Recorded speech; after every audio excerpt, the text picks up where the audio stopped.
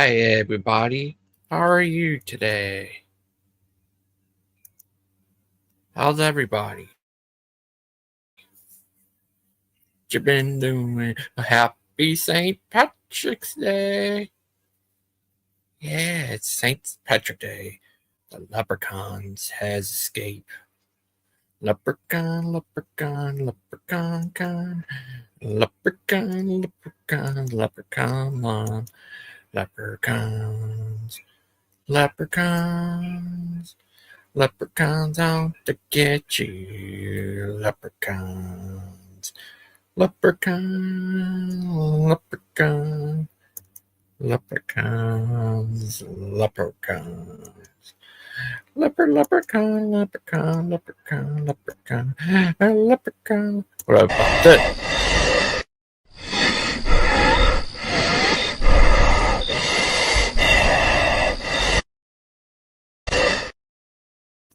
All this.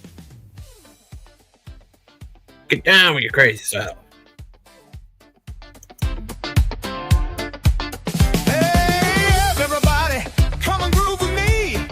Yeah. Tune in to Gigi's channel. Let's watch and see. Come on now. Yeah. He's got the questions that'll make you think. From God to movies, ain't it all in sync? So subscribe to Gigi's Groove. Ooh yeah. Yeah. Great. Click that button, let your fingers move. Come on, do it. He's kind and cool. Hi, everybody. I'm going to watch something until someone comes on. Let's see something. What's on?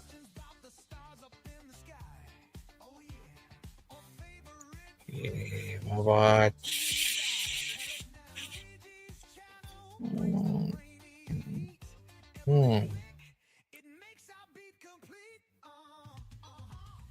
Crazy Western. Oh, Western. To your eyes, when the scales are removed from your eyes, it looks like a pearl, snow white of color, as white as snow, and it's in your belly, and it's about that big, a pearl of great wealth. Jesus put that in you when he said, "It is time." After Jesus said, "It is time," Satan emulated the voice of Jesus, trying to confuse you, I suppose. Satan said, "Sad and delicious." Then Jesus appeared to all people of all nations. Jesus said to you, "Tell the vision." Perhaps a child standing near where Jesus appeared to you, the child would have said, "It is he." August 25th, 2005. That was the first of 7 appearances of Jesus Christ to all people in all nations without TV. Then on November 5th, 2005, Jesus appeared to you again. Jesus Christ, the creator of the heavens and the universe. He said to you on November 5th, 2005, "Tell the vision." A few days before that date, October 10, 2005, Jesus removed his forgiveness from you for a few moments. The forgiveness of Jesus Christ was removed from all of you. As you lay in bed, you discovered as you woke that you could not move. You were paralyzed. You're not baptized. Jesus removed the hedge. And without the hedge, you could not move. The hedge is the forgiveness of Jesus. It holds the unbaptized up. He forgives. But he removed that forgiveness and you could not move. And when you could not move, Satan pulled a fire down from heaven upon you. And you felt like an electric shock.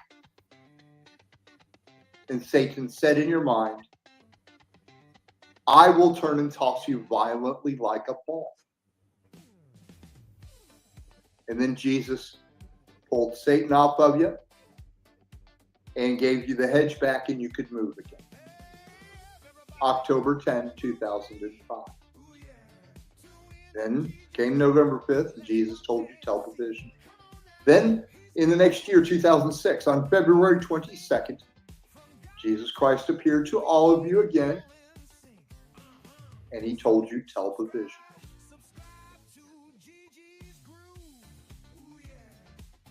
Then Jesus appeared to everyone on earth in the same way he appeared to Moses and gave Moses the words of the Torah. In the same way he appeared to Paul and gave Paul the words that Paul was to write in the Bible in the New Testament. And Jesus said to you, tell the vision and you shall not need the mark.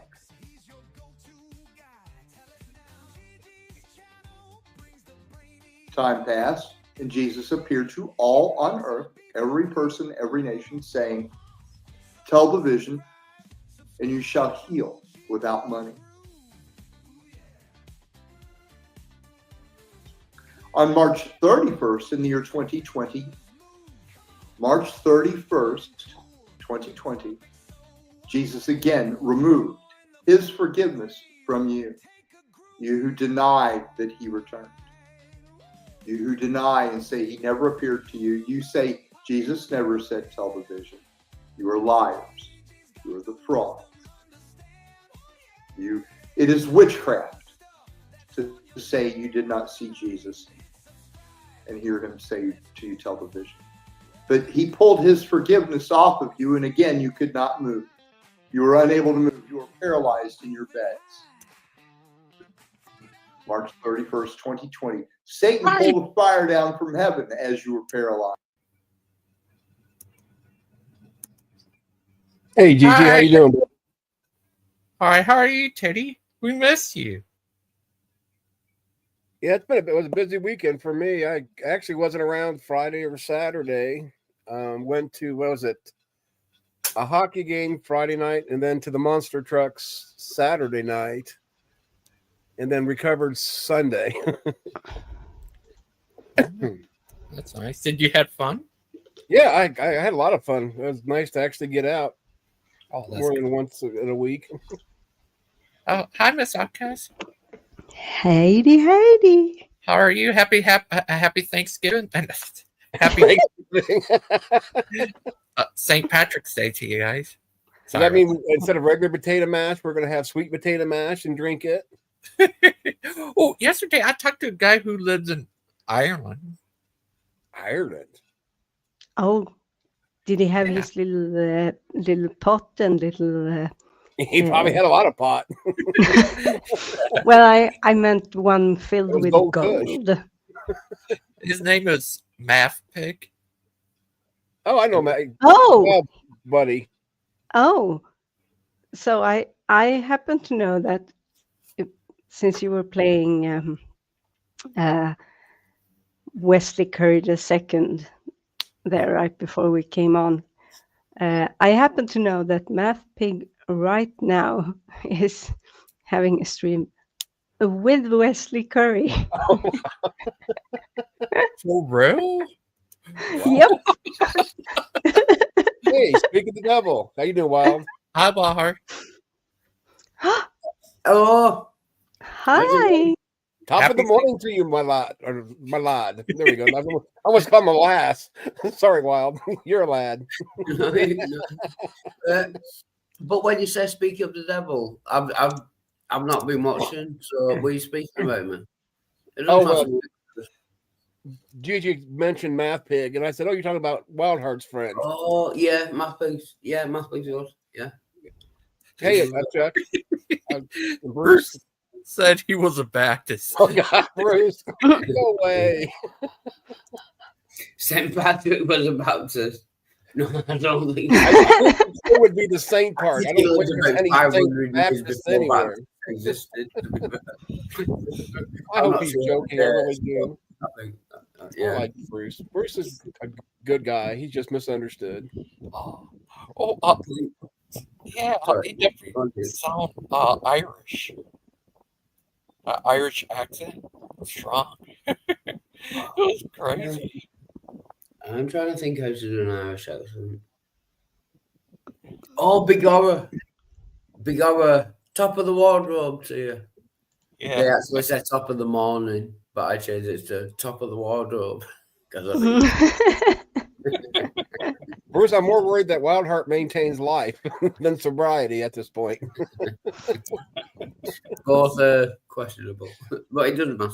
Go ahead. Yeah, it was crazy. But I did find out St. Patrick was actually Italian. Was he really? Why? He wasn't even Irish. Yeah, I heard. No, You I could stay heard sober long enough, Wildheart. That's why he couldn't be a Irish. saint. yeah, I heard he was actually Italian. His parents were British citizens, and he was And born. sorry. Okay. And I heard that snakes aren't even native to Ireland. Right. There were no snakes in Ireland, so he couldn't have gotten rid of them all. Yeah, The one on the that's crazy. Is that crazy? I heard he was Italian and there were no snakes in Ireland. yeah, his parents were British citizens, and I think he was born in Scotland. I think. I'm gonna have to look into that. Not that I doubt you one bit, GG, because I know you're on all your information for the most part. But yeah, just to read for myself, being Italian, well, more specifically Sicilian, but we're still Italians. But an Italian or Sicilian, what is it? Italian could be a Sicilian, but a Sicilian, or no, it's the other way around. A Sicilian could be Italian, but an Italian can't be Sicilian. There we go. Finally No, an Italian can be Sicilian, but not all Italians are Sicilian. Sicilian. There you go. Thank you, Wildheart. That's it. That's why I keep you around, buddy. But wouldn't that be amazing if St. Patrick was Italian and he didn't get rid of any snakes? Wouldn't that just be brilliant?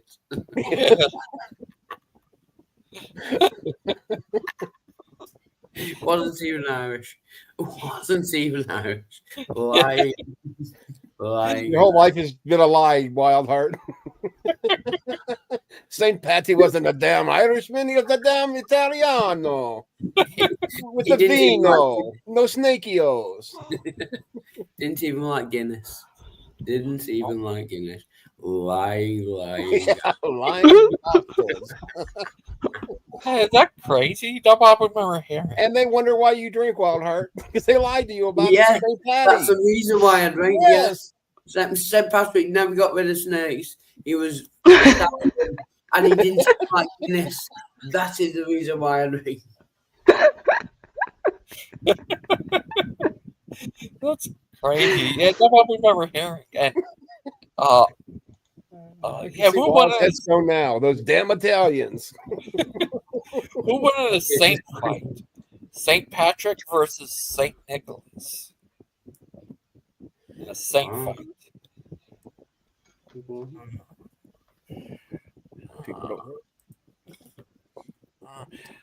St. Patrick got Excuse me. he got leper, but St. Nicholas have elves.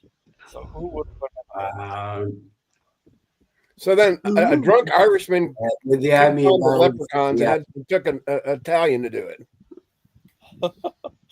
with the army of elves St. Nicholas had though, and the reindeer as well. I think St. Nicholas will win in a fight. Was that the question?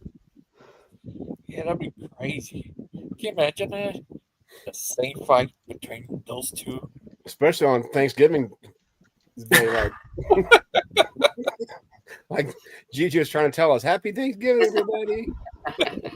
We're about 10 months short, but happy Thanksgiving to you too, and Merry Christmas, Gigi. Oh, did you know that Miss Mod shut her channel down? Nope, I haven't seen anybody for a while, for at least 3 or 4 days. She left the internet for a while, she said. Maybe she needed to do that for her. Yeah, she did. That's the second time she ever. Maybe second or third. I'm not sure, but she did this before. It's crazy. Yeah. I went to do it a few times for the right reasons. I just decided to stay for the wrong reasons sometimes. Oh. Now I've got snakes, Thanksgiving, and potatoes to keep me on YouTube. Oh, did you, Miss Outcast, did you see last night's teaching? No, I I was sleeping. How dare you sleep in the middle of the I night, know. Dio? I know. I'm ashamed. Lazy, I will lazy, What a flagellate harlot. myself. lazy, I almost said lazy. Jezebel, but I don't call anybody that. That's pretty bad if I use that word. What do you think? What Jess said the other day from what's it called? That app. It says that Sweden isn't real, and they put Oh, So Dio isn't real? Oh, sorry, before we get off the topic, can I tell my joke about the Irish potato famine? okay. Yeah. The Irish potato famine, if it was just the potatoes that were affected, you will pay the price for being a fussy eater. Do you know what I mean? If it was just the potato. say what?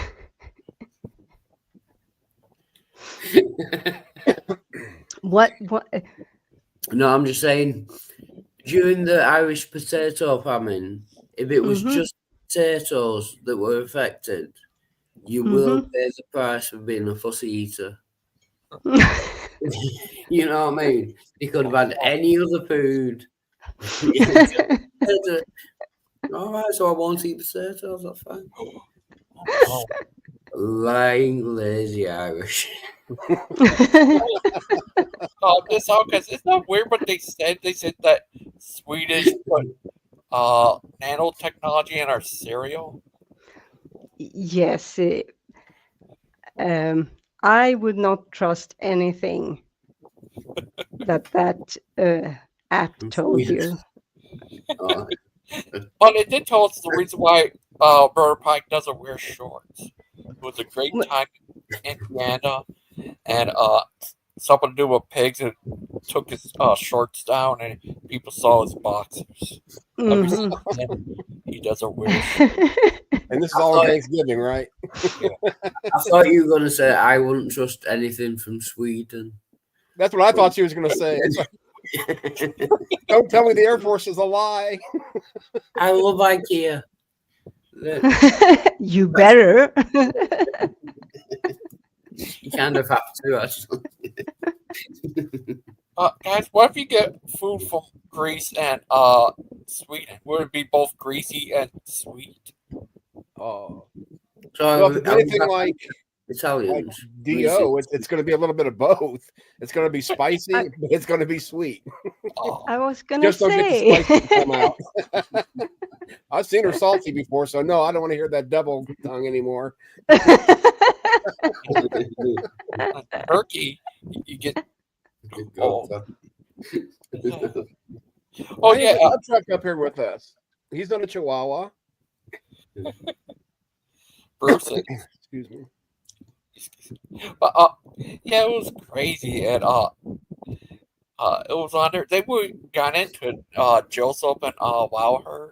I forgot what they were even talking about, but it was crazy. Yeah, I saw Joe yesterday, but he got into a fight. I was going to say hi to him because I haven't seen him for a minute, but yeah, he was fighting, so I didn't want to get in the middle of all that. Oh, do you mind if I Gangster Ghost, do you mind? You can say no, it's fine. But do you mind if I bring up the argument again? Because I'm still trying to work out whether it's a good argument or not. So I want as many opinions as possible. If that's okay. Okay. Right. My argument is that God cannot have created time because God must have existed first. Then he created time. But if time didn't exist, then God couldn't have created time because creating something is necessarily temporal. There has to be a time before he created it and a time after he created it. If time didn't exist, then God can't have created time. Is that a good argument or not? Is it me being stupid? Oh, I thought that was about you didn't like the idea of God torturing you for. Deal's up to something. I see a top hat. I like the basis of it, Wildheart, to be honest, because it's almost similar to what I'm trying to work out in my brain. But the whole, how can something supposedly outside of time, space, and matter interact with things within space, time, and matter? To me, it makes no sense. Yeah. So it would touch on what kind of what you're saying, in my opinion. But there's more smarter persons than me in this room. Yeah. I mean, if God. Oh, sorry, David. Sorry. No, I was gonna say. That is so cute, Deviant. Sorry to interrupt, but I just saw it. That's a great picture, by the way. Did you draw that? I take it. Yes, Nice, I drew girl. it for Gangster Ghost last year. Oh, yeah, I can see the little crack in his little egg head and his Uh-huh. stitches. Uh-huh. Oh, you did that for Thanksgiving last year, right? Yep. Sorry, Gigi. Oh yeah, 4-leaf clover as well. Yep. That's very cool. I got this one just for Gigi's, St. Patty's Day, and I wasn't here all weekend, so I finally get to use it. That's good. Yeah. I just got the ginger beard to represent that. That's good too. Yeah, now we know that I'm closer to St. Patty than you are, Wild. Yeah, he's Italian. Yeah, he's just got greasy hair. Yeah. He makes pasta. Is that crazy? His parents were British. Upchuck has a point. If you are God, you can do whatever you want, just like Maud. To your argument there, Wildheart, it's actually something that just recently hit me. I mean, it's not like I've spent a lot of time thinking about it overall, because even when I was a Christian, I didn't think that the Genesis was like an actual literal. Yeah. Yeah, exactly. But if you take it literal, it doesn't really. It doesn't really work.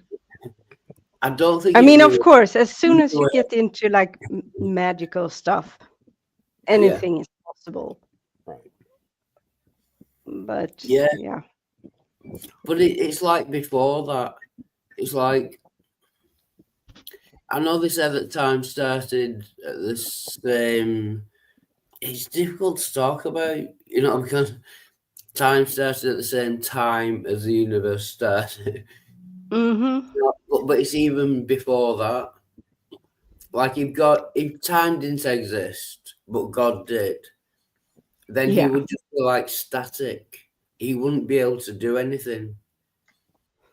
I mean, if you think a thought, there's a time before you thought the thought, and a time after you thought the thought. If you do something, there's a time before you did it, and a time after. But if God created time, then he would have to exist before time. So there can't have been a before he created time and the time after he created time. Do you know what I mean? I don't know whether it's a good argument or not. And I'm not bothered either way. If I'm wrong, I just want to know why I'm wrong. I don't really care either way. It's just...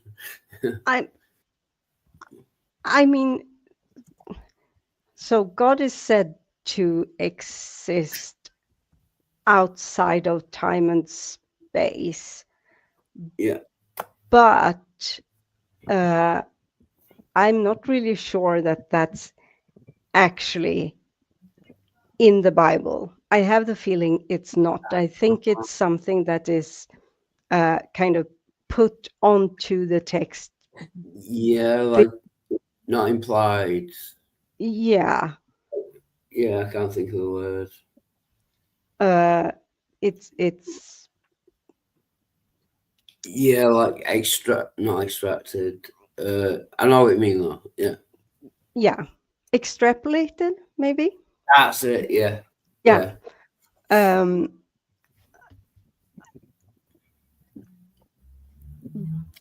Yeah, it's But like does it all the say omnis. actually that wait, I have to Yeah, no, read. that's the point. I don't know. I'll have to check that. I don't know myself. It's like all the omnis. It doesn't say he's omnipowerful and omnibenevolent and omniscient. They just extract that from, like it says that he knows every hair on one person's head, and from that Yeah. they extract that he's omniscient. He knows everything. That's not necessarily true. I know what you mean. Yeah, it's a good point. I'll have to check that out. Oh, here's this guy who commented on my Wesley thing. He said, "Why did I get recommended this?" Yeah, so it also says so just in the two first verses, not verses, two first verses.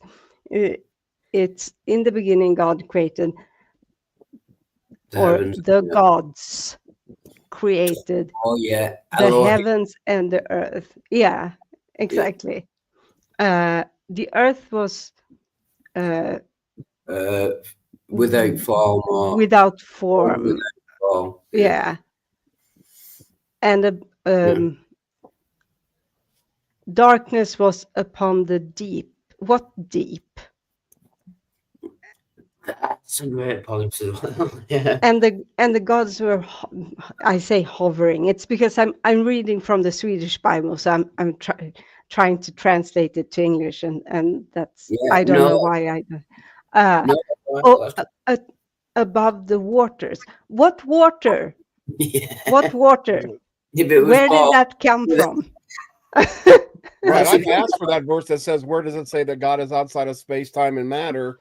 And they try to throw in Genesis 1:1 with, like, I'd have to open it up exactly what it says, where they insert the time, but that's not the verse. That's an interpretation of a verse. So you still haven't shown me a verse that says that God is outside of time, space, and matter. Yeah, that's a good point. I don't think it does say that in the Bible. It just says God spoke the universe into existence. Yeah, because this one it doesn't mention time. I don't think. Oh, that argument might be rubbish then. While the Bible doesn't contain a single verse explicitly stating outside or God is outside of time, space, and matter, it does convey the idea that God is transcendent and it not bound by the limitations of the physical universe. But I don't even see where that's implied. Yeah, no. Hi, Virgil. There's up, Chuck. How you doing, buddy? Chuck! Happy St. Patrick's Day. Absolutely. Top of the morning to you. Now here's a real Irishman. Well, kinda. I'm actually a quarter Irish. My grandfather was Irish. I'm actually a quarter Irish. I have Irish ancestry too. I'm 3/4 Irish. B2. Well, your Chuck. That's not fair. Damn it. The other day, I went to a gas station. They gave out a free Bible. It's from the Canadian Bible Society. So it's a Canadian Bible, eh? Hey. See? All that boots. My job here is done. Does that Bible have loose tracks in it, Gigi?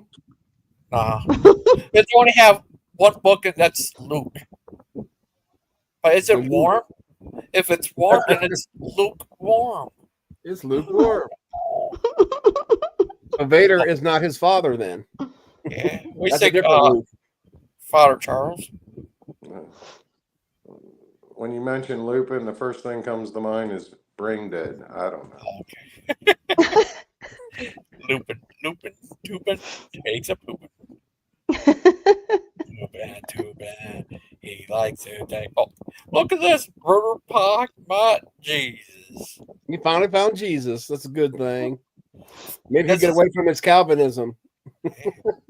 Here's Bruce in the background getting baptized by Father Charles. Remember this, Father Charles, when you baptized baby Bruce? And he's Yeah. been whining ever since. If I Bruce, that was is. baptizing Bruce, I'd definitely use a water gun. Yeah, you accidentally dropped him 5 times. We know that too. And this what he made. And this. Looks like that kid from Goonies. This. Oh, sorry. But Yeah, that's the kid from Loonies. this face you make when you talk to Bruce so much. Yeah. No, that's how you look when he stops talking and leaves. Ah. Ah. Oh, the California G. Yeah. Yeah. How you been, Father Charles? How's your St. Patrick's Day? It's just begun. Do you ward off any leprechauns? Did I what? Ward off any leprechauns? No. I'm just here to chase snakes today. Oh, that's good. Too bad you're not Italian. You could be St. Patty. Yeah, no, I heard about that. Is that crazy, Father Charles? What's that? That turns out he's actually Italian. No, he's not Italian. He's If not. anything, he's British and Scottish. Oh, I didn't know that. I thought I'd looked up and said he was Italian or something. What do you think? Here, this says, was St. Patrick Italian? Let's see what this says. I have no idea. Scottish. First day of St. Patrick's commemorates the arrival of Christianity in Ireland. Right. St. Patrick's, whose name was Maywinin Sukak, had Italian roots. His father, the father with the vino. It said St. Patrick's was born in Britain of a Romanized family. Exactly. Then what the heck's this? Okay, wait. St. Patrick's, whose name was blah, blah, blah, had Italian roots. His father from the Irish Calpunis was a military officer, a Dercurio. His mother was a Concessia Sutkick. Lazo, be quiet. We're not talking about Italians today. Yes, we are. Here we are. Both of St. Patrick's parents were Italian, but they lived in Irish estates, so technically they were living on British territory. They're still not Irish. Next thing you'll be telling me that Ireland has snakes. That's just ridiculous. They got trouser snakes, from what I heard. They're kind of like worms, but because Irish aren't hung very well. Oh, Father Charles. We think one guy was on yesterday. He lives in Ireland. Oh, I didn't see it yesterday. I dropped in and said hi, but no. That could be Wildheart. That's a good point there. What? What? You had a guy from Ireland on? Doesn't that mean that if he doesn't exist at any point in time, that he doesn't exist? Yes. Except for the protons. We got to get past the protons. That's right. Yeah, if you exist for no seconds, then you don't exist. Sure. Doesn't matter. Oh, but Father Chuck, it was crazy. He said before he thought he saw a banshee. I thought I saw a putty tat. I thought I saw a buggy cat. If I keep drinking this green beer, I might start seeing things. And happy St. Patrick's Day, Beerus, Slack in the side chat, and hello, Aiden. Good to see you. Ooh. Sorry, I just like to say hello to people in the side chat. It just saves me writing. I'm very lazy. Basically.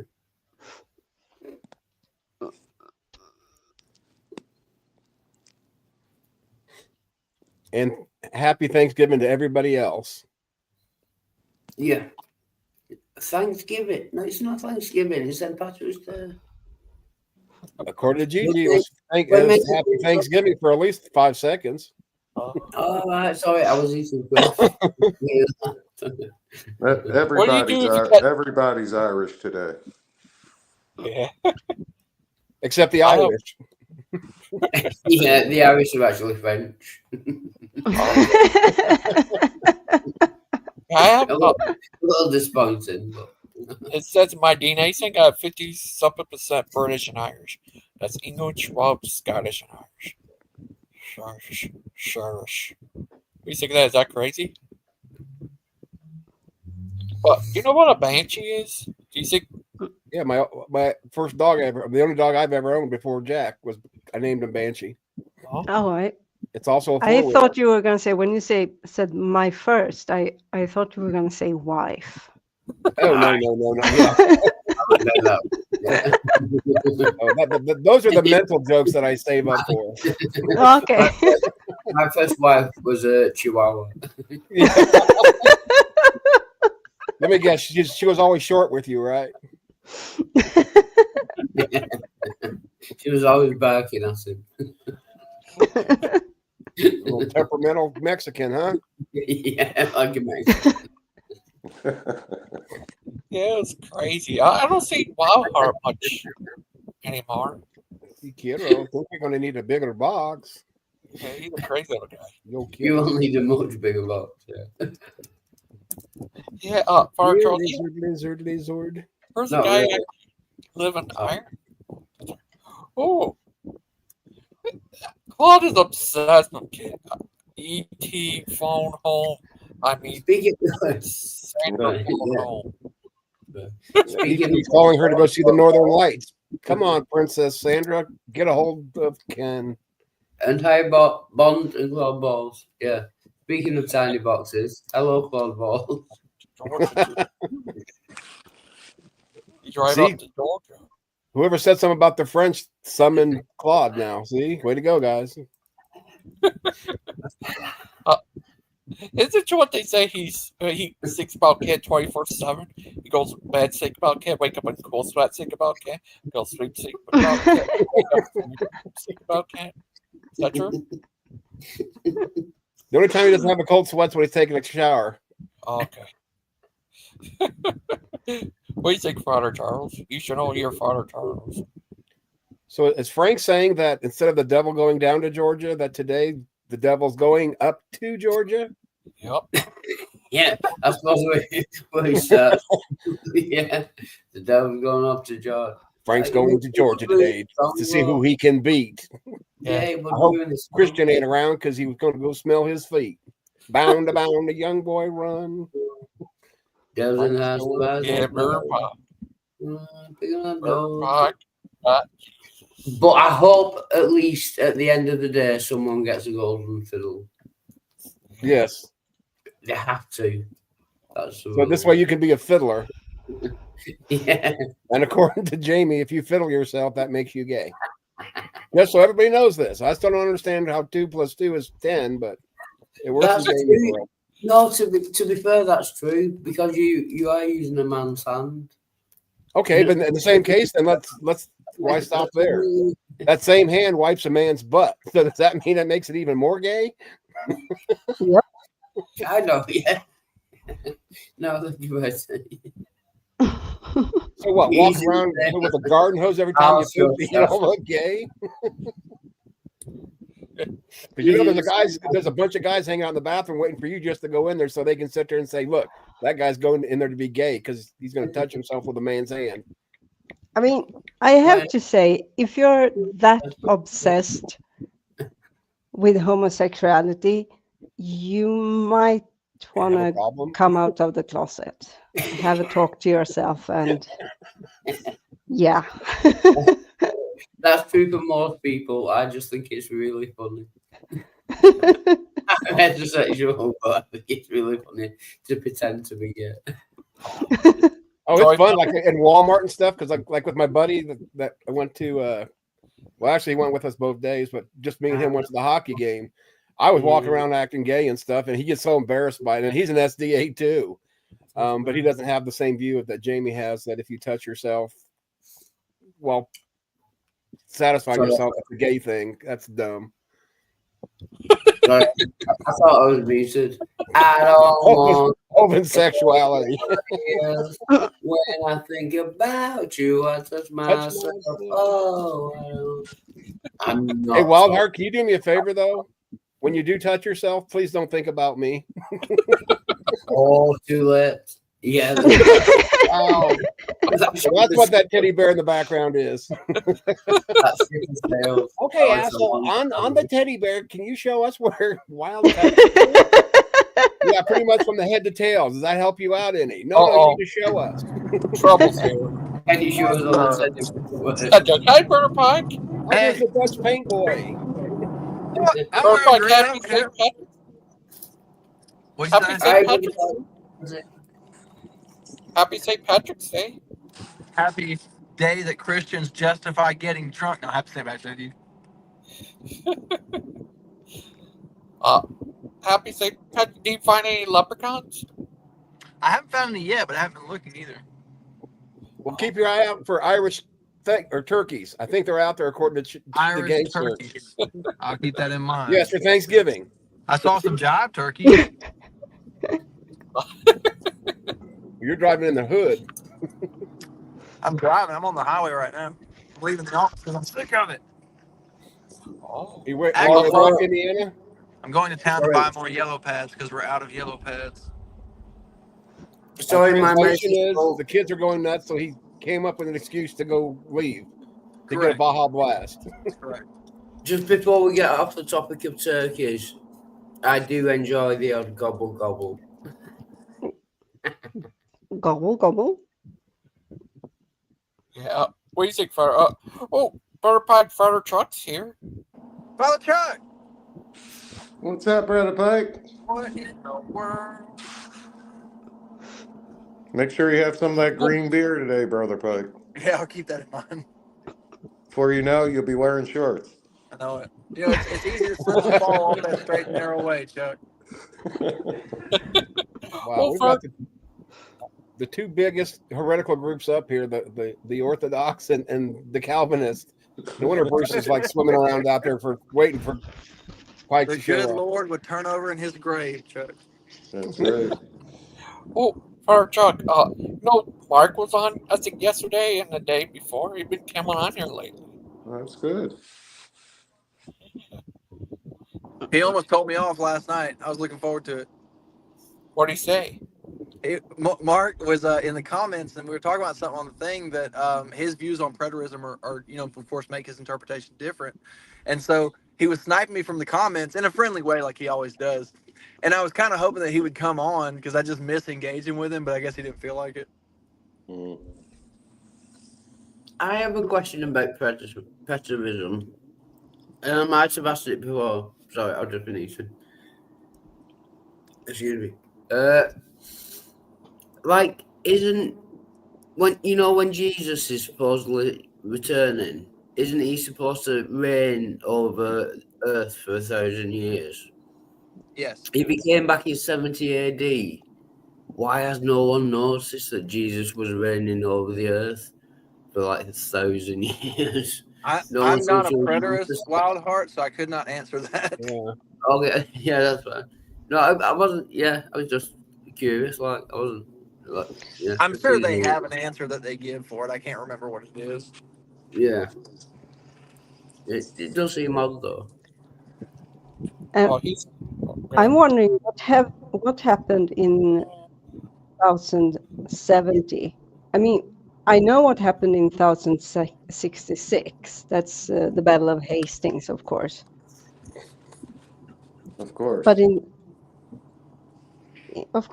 Well, because you and Chuck were there, Deviant. Huh? So that's not fair to us. You and Chuck were there. You time traveled to it, so that's not fair. You have you weren't supposed to mention that. Well, I don't care. It just made me mad that you left without us. No, don't they say in 70 AD? Isn't that when the temple got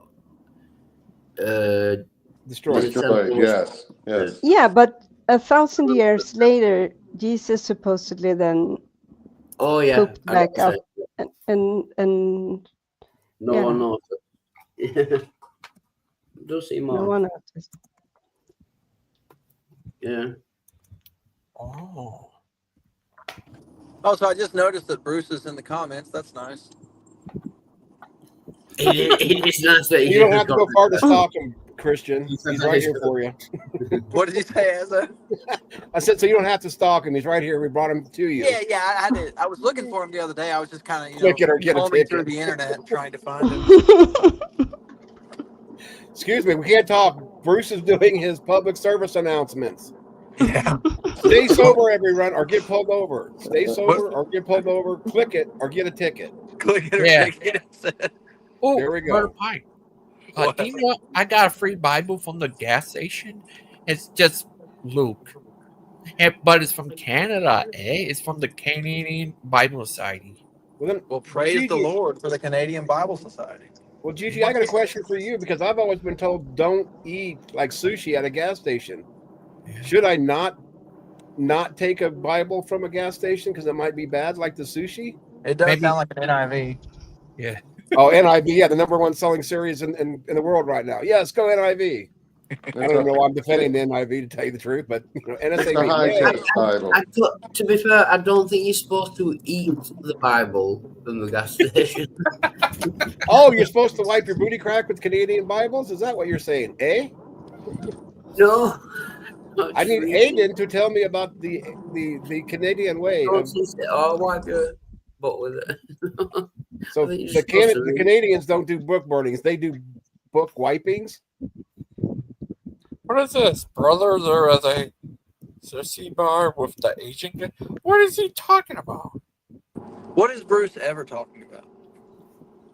Well, wholesome, high quality, save your soulism, Mr. Pike. You need to repent from that Calvinism. I'm working on it. I know Bruce's script. I can do it when I'm without him up here. Father Charles, can you hear my confession? Absolutely. I've been having bad thoughts about Bruce Wayne. Oh, me too. Oh, can I join that confession? Was your hand right or left involved? Bless me. No, wait! Don't tell me! Don't tell me! Don't tell me! One gets tired. Oh, probably the guy at the bar with the sushi.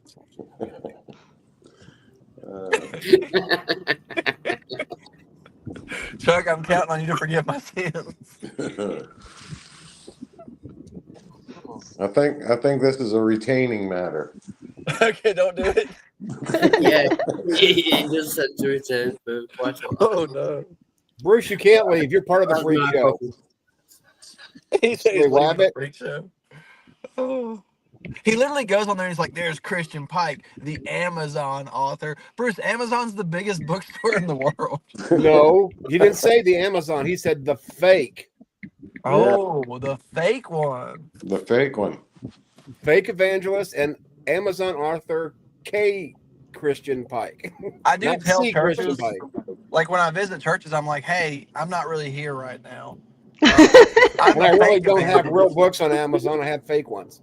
Yeah, I'm not here right now, so you guys just don't notice me. Well, we can unite, Brother Pike. We can have the fake priest and evangelical club. I think we have to at this point. I think we have to. We have the fake fivefold ministry, Chuck. I'm just looking for some false apostles. I don't care what any of you say. I have Haribo. Ooh, they have a cream those for that are too. awesome. Soda twist, zing, get in. Do you know what I mean? They're tangy. I'll be like that. Is that a buck? £5 for those? Wow, Is that a buck $25 or a buck 25 pounds? It's a pounds. Oh. Yeah, it's $1.25. It'd be about $1.50. I would He's imagine.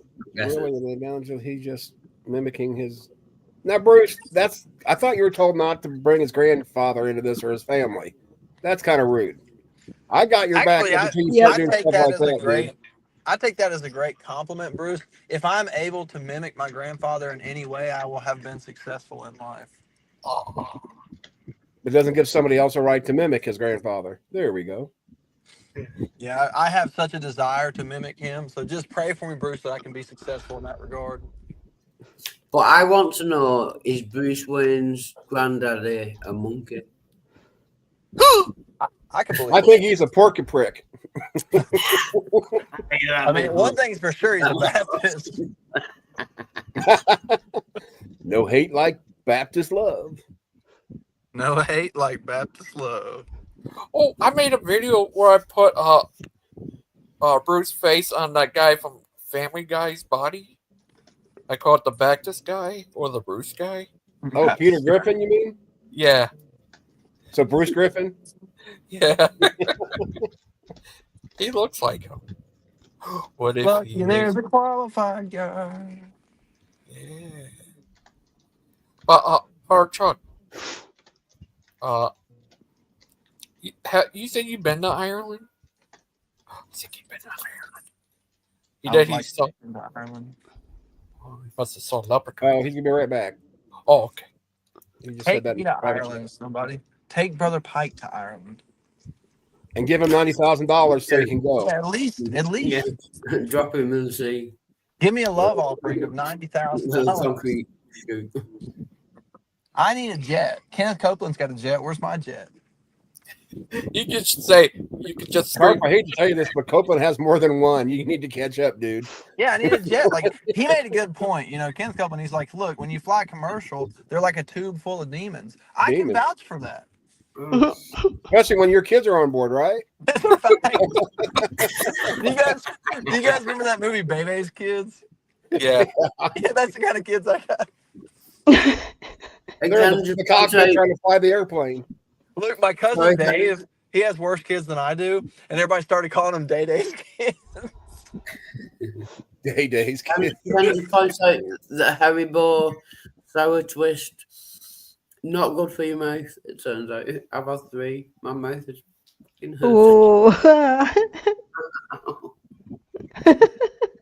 Wow, why does Bruce always get the good stuff? He gets the spanking. Sorry, Mr. Soot.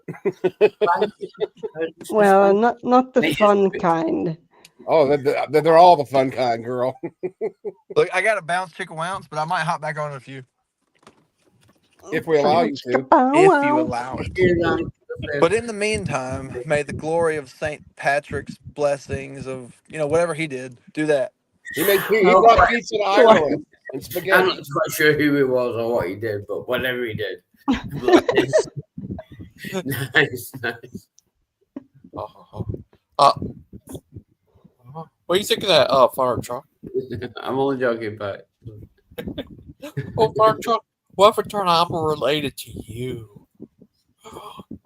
Would that be crazy? I think Chuck is still a BR being.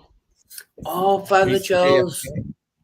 Father Charles, can I ask you my question about God and time? He's away from the microphone for a second. Is he? Sorry. Yeah. He said, I got to get away from that crazy Irishman who thinks he's an Italian St. Patty dude.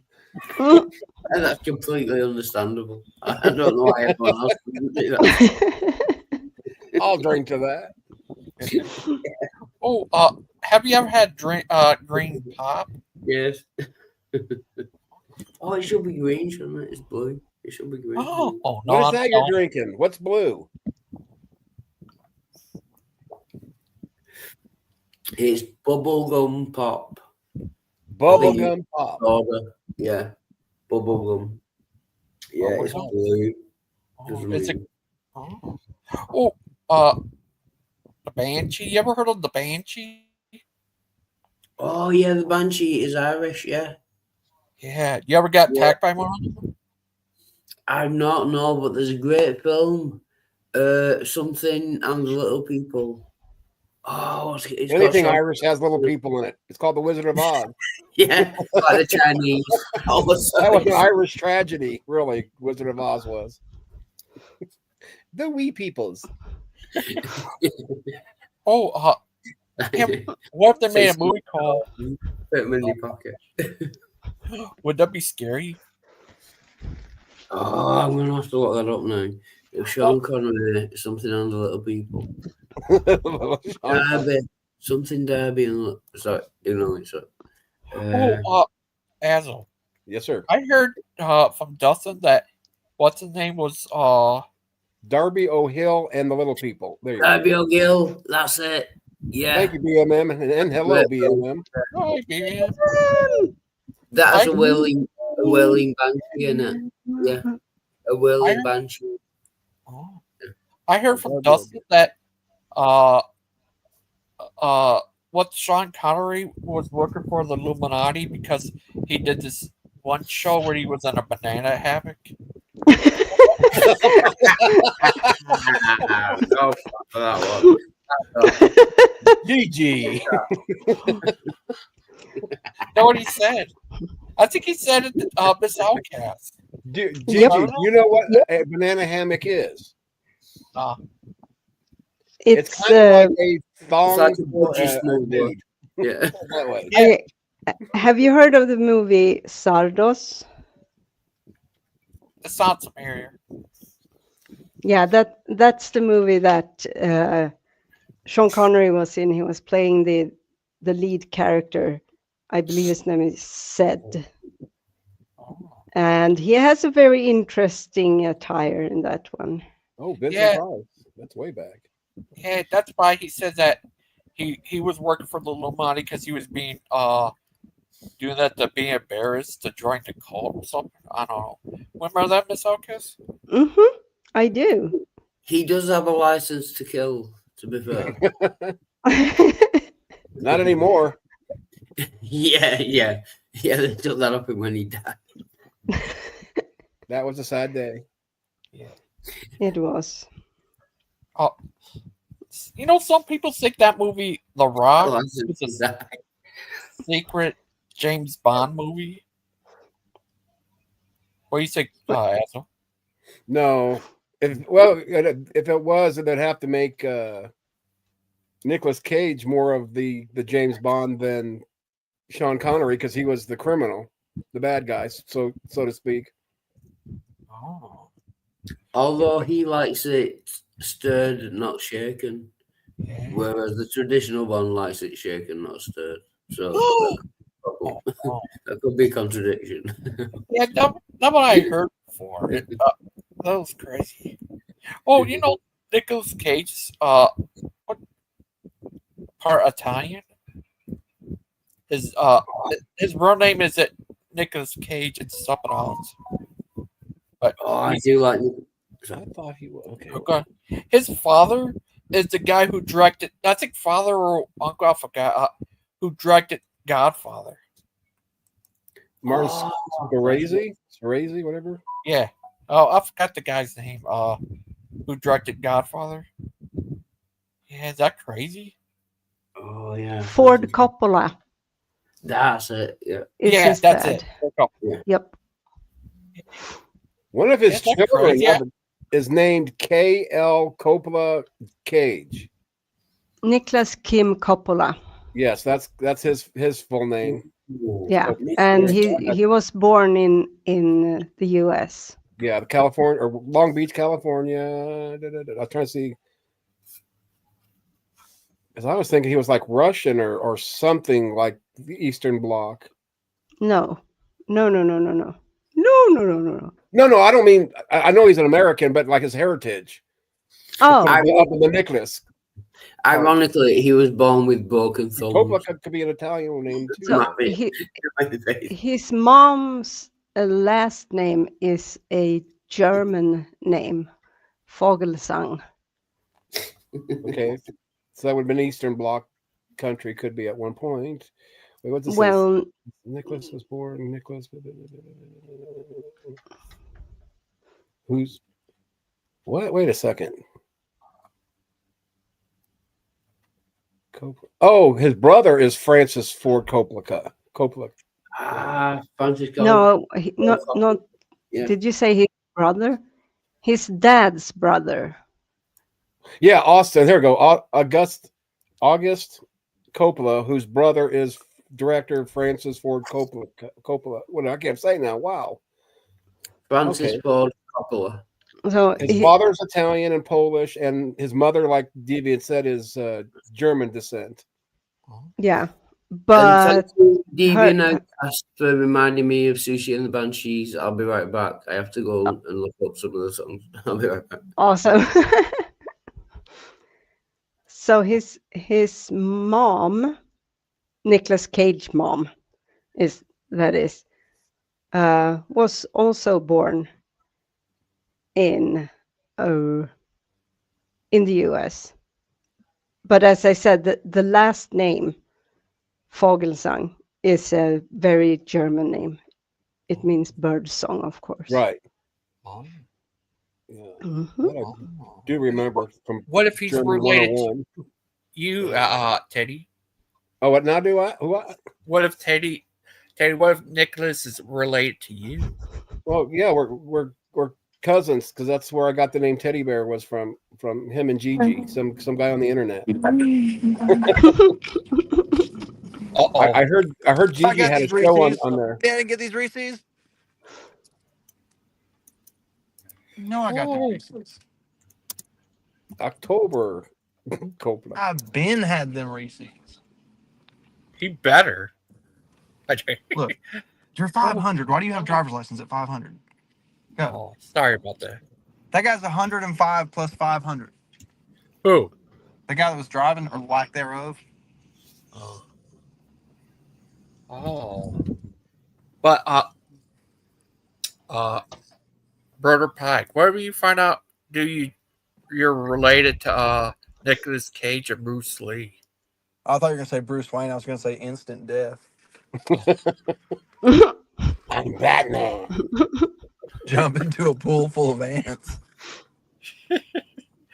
Nicolas Cage. Do you see that newer movie he was in called Willy's Wonderland? I don't really watch movies, so I don't know about it. Yeah, Nicolas Cage did a good job in that movie. He's crazy looking. Oh, you ever seen Mandy with Nicolas Cage? I've not. I did see National Treasure years ago. Oh. Where they had to like pull the lever on the moon under the Statue of Liberty and stuff. Oh. What do you think of that, Fire Charles? What movie? National Treasure. Oh yeah, it was a good movie. Oh, And the follow-up was too, really. Wildheart has a question for you. He wants to know, how could God create a universe outside of time? No, not the universe. How could God create time? Yeah. So what do you want to ask? Oh, what do you think, Father Charles? And Brother Park as well. Brother Park. I'll reserve my opinion until after I can plagiarize Chuck's opinion. Okay. You shouldn't have to check. No. Carp left out a step. He first has to look up what the word means. Time. To plagiarize it. Wait a minute, plagiarize. Let's see. No. Now, how could God create Wildheart? How could God create time? That would mean there must have been a time before time existed, which is obviously impossible. You know, if we're talking about God, and if we all agree, I mean, God can do whatever he wants. I mean, yeah, but he can't. No, then that's just if God created physics, and all the laws of science and physics, if he's the author of all these things, then he can do whatever he wants. If he is, I'm asking how he did it. How did God create time? There must have been a time before. I don't know. I'll ask him one day. I have the answer. No, that's fine. So you don't know? That's fine. No, you're right. No, I would say, if we're worshiping a God who is all powerful in every category, then I don't mean. Yeah, I do mean to make it simplistic. Then God can do whatever he wants. Yeah, that's because he's the author of everything around us. Oh, so you don't know how he did it. You just believe that he did. That's fine. That's fine. Right. That's fine. All right, Brother Pike, go ahead and plagiarize. I'd like to piggyback off that response. Ditto. Not only did God create space and time, but he did it in no time at all. With no space. No, but I'm sorry to bring things. But can we be? I genuinely want an answer to the question. No one's been able to answer me yet. I don't know the answer, Wildheart. If I ever find out, I'll let you know. Though. Yeah, that's fine. That's fine. But thank you for. Yeah. I thought you had a hotline to God there, Brother Carp. He met Jesus. You need to ask I gotta pay the phone bill as though they turned it off. Oh. He met Jesus. Jesus. In the cemetery. Hallelujah. He hugged Jesus, in other words. And Jesus said in Bird Pike's ear that Bruce is a heretic. He's probably right about that. He said one day they will shout this from the roof. If God's got one thing right, it's that. What do you think, Bird Pike? I think a heretic is somebody who understands what they're saying. You know? Like, I have seen two intellectually capable people having an argument, and I've seen Bruce pick one side and condemn the other and have no idea what either one of them are saying. I've seen that several times.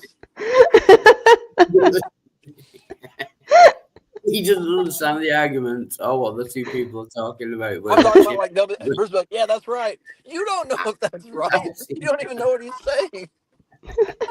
We should put that to the test one day.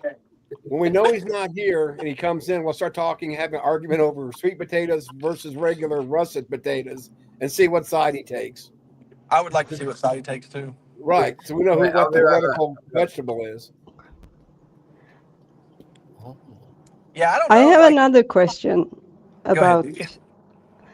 So it's kind of on the same theme. Me and Wildheart were talking about this before you guys came on. Where in the Bible, or on what Bible verses, where in the Bible / do you base the whole omnipresent, omnipotent, omnibenevolent, that's just 3 omnis. Aren't there supposed to be 5 omnis? 5. All-knowing, all-present, all-powerful. I have an answer for that, Deviant. Great, I can plagiarize you now. Okay, so I typically am not a person that resorts to the several omnis that are often put forward, because they're not mentioned very often in the scriptures, and there do seem to be things that God limits his own self to, like such as the scriptures say that it's impossible for him to lie and things like that. But in the book of Revelation, it does actually use the word omnipotent when it's speaking about the one that sitteth upon the throne. Right. And so I don't know, throughout the dispensation of time and history, it seems to me that God has limited himself in some regard during that period of prophetical time. But when you get to the end of it, it does use the word omnipotent to describe him.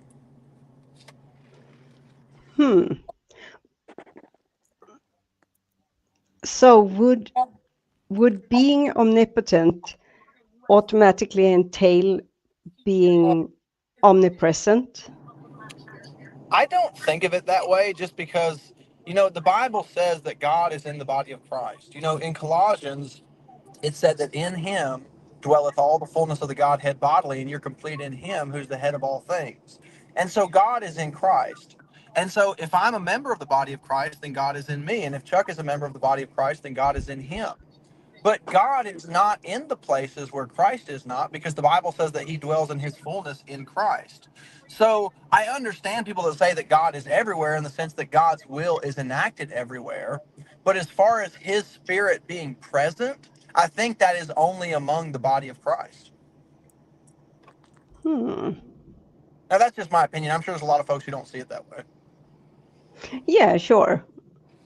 I mean, that seems to be the case with most things. I'm sure Bruce is picking sides. Bruce is picking sides already. Oh, yeah, for sure. He's still thinking about the potatoes. Don't flatter yourself, Carp. Sweet potatoes, what? Buttermilk. Buttermilk. What about buttermilk?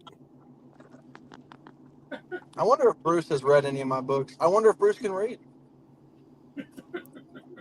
I very much so. I'm sure he can read. I just can't say. If he puts his mind to it. I'm very disappointed. I've just looked up Susie and the Banshees, and I don't know a single one of their songs. I know the band, but I don't know any of their songs. It's not a fault on Susie and the Banshees. It's just I'm disappointed. I know the band, but I don't know any of the songs. I'm disappointed. You have to listen. In defense of Bruce reading, no. I believe Bruce said he went to a Catholic school. It's true. He definitely knows how to read. He said he can probably write.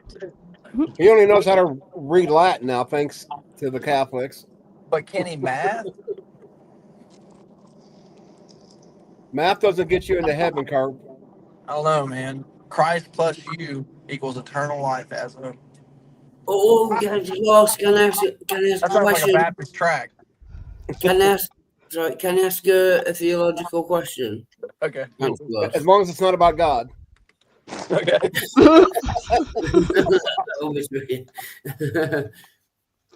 Right. Do any Christians in the room think that it's a moral system that if someone believes that Jesus rose from the dead, they should get into heaven, and if they don't believe that Jesus rose from the dead, they will be tortured eternally? Is this what you asked? Saturday, Joseph was here. He would got angry. Sorry. All right. Sorry, I've got a cold. I've got a cough. Hope you feel better, but well, what would you say, Father Charles? I'll let Pike lead off on this one. What the heck? Okay. So part of Christianity, Wildheart, is defaulting to God's morals and not being subjected to our own feelings of right and wrong. And so while some things may seem unjust to us and we don't personally see them as making sense, we also accept as Christians that we have a very limited perspective, and we trust that God, having the greater perspective, is able to balance out what's right and wrong in the larger scope of things. So we depend upon his judgment and not our own. Yeah, I understand that. So you think it is fair and morally just that I should be tortured forever because I don't believe that Jesus rose from the dead, and you should get into heaven because you do believe that? You think that's morally just? My personal discretion makes that sound as though it is unjust, and I would be in agreement with you, but I don't trust my personal discretion. Right, so you... Oh, wow. So you trust God's... You don't understand God's morality, but you trust it over your own because... That was a question, by the way. Why? Oh, sorry. Okay, so the only way I know how to answer that question is experientially. There are people who have experiences in life that cause them to have confidence in the scriptures, and there are people who don't have those experiences. And I don't know if I would be able to help somebody understand my position if they have not had those experiences, which I assume that you have not. And so this is one of the things that separates me from some ministers is I believe Christianity is not just a knowledge, but it is an experience. If a person does not experience God, I don't think that all the knowledge in the world can save them. So I do think you have to have an experience with God. It doesn't. That's kind of beside the point. What I'm asking is, you think that God is perfectly moral, yet you disagree with his morality. I don't know. That's the bit that I'd like to be kind of rhetorical with you, Wildheart. Yeah. Aren't there people you've met on this panel and in the chat that you would like to see tortured everlastingly? No, I never have you met Bruce? You're telling lies. You're telling lies. No, I really don't dislike anyone. Have you met even people I hate. I don't dislike anyone. Honestly, I don't. Have you met I'm weird. That's just me, but I can't understand how a person can believe that the God they believe exists is perfectly moral, and they disagree with his morality. If Have you met TS? You should. You must necessarily line up with his morality because you believe he's perfectly just. Even if you don't understand it, you should still agree with him. Well, allow me to comment on that, Wildheart. Yep. There are many times in my life, and I'm a young man, I'm 34. There are many times in my life where my own impressions of what is right and wrong and what is fair and unfair have been changed and adapted over time as I've matured, learned more, experienced more, etc. And so I can only believe that whatever position I find myself at today may change in the light of new information tomorrow. I don't believe God is in that same conundrum. But that's what I'm saying.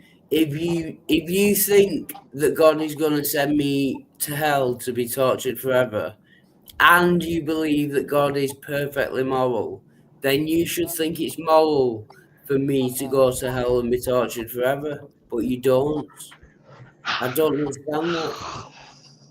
Oh, I need to tell you. That's what I heard from. Let me. Okay. I was just going to say, Wildheart. I don't know what your beliefs are on this, but do you believe people that break the law should be incarcerated? Like, Yes. should murderers be incarcerated for life? Yeah. Is that justice? Is that justice? I'm just for life. You know where I'm going with this, don't you? But yeah, we'll go for life. Yeah, for life. Yeah. But for life is not eternal. Good. That's the point. There is an out. Deviant, there's an out, but can you imagine being 18 years old, committing a murder, and be sentenced to life imprisonment? That's an eternity to that 18-year-old, right? But it's not an actual eternity. But we call it justice, don't we? But it's not an actual eternity. And there are mitigating circumstances, and but an eternal punishment for a finite crime is by definition unjust. So if you believe your God is perfectly just and he punishes people infinitely for a finite crime, any finite crime, then your God doesn't exist. What? Oh, wow! I need to.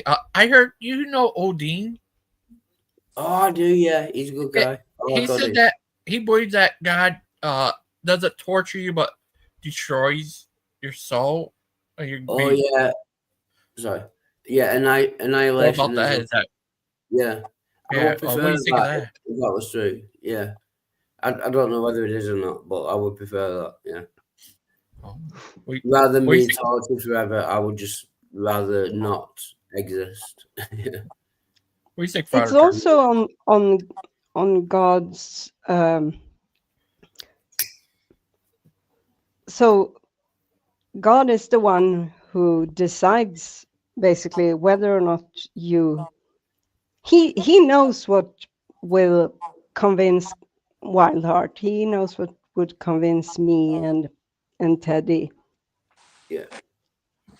And that night in Paris in 1562, you were convinced, Deviant. Oh no, sorry to interrupt. I know, but that was then. We weren't going to talk about that, Chuck. I can summarize this really quick. If God knows what it would take to convince me, and I'm not convinced, either he doesn't exist or he doesn't want me to know, at least now. So either way, it's not my problem. Either he doesn't exist or he doesn't want me to know at this moment. So there's fuck all I can do about that. Sorry for swearing, Gangster. Sorry. That's right. But what about Teddy? Teddy, what do? You saw a leprechaun fight a banshee.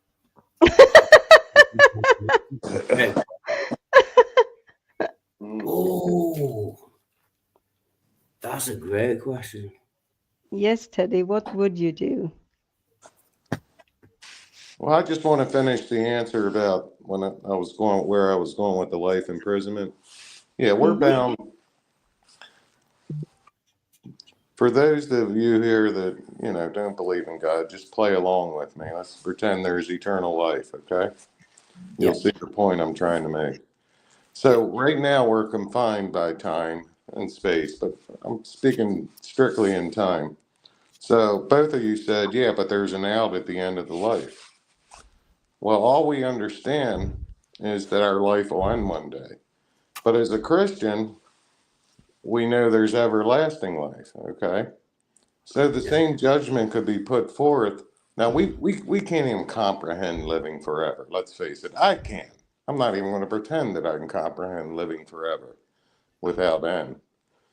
But if people, and I'm going to say this basically, if people break the rules and they have to be put somewhere, well, now we live in a state where there is everlasting life, which we can't understand at this point. But it would make sense at the same time that there's serving time somewhere for eternity. No, but I tried to make it as simple as I could. Go ahead. No, that's the difference. Being put in prison for your entire life, there is an end to your life. So it's a finite punishment for a finite crime. What God does, I presume your version of God, he punishes people infinitely for a finite crime. That is what is definitionally unjust. So if you believe that your God is just and he punishes people infinitely for a finite crime, then your God does not exist, cannot exist. But how can you separate it as a finite crime when you can't cross section here? I'm not trying to. I'm saying I don't understand living infinitely. Okay, I don't understand. No. Go ahead. But what I'm trying to say is, if we did understand living eternally, then it would make as much sense as it does in our finite life that we live now to give justice to someone eternally. You can't say that. You can't say if we understood infinity, then we would understand. You can't, because we don't. You can't say if we understood eternal life, then we would understand that it was correct. Because if we don't understand the infinity, then you don't know what we would understand and what we wouldn't about it. You can't make that claim. That's nonsense. Okay, we'll leave it at that. I don't make the rule. It's St. Patrick's Day. I don't want my head to hurt today. I'm sorry. Wait till tomorrow. I'm overly argumentative. I'm sorry. No, I'm joking, of course.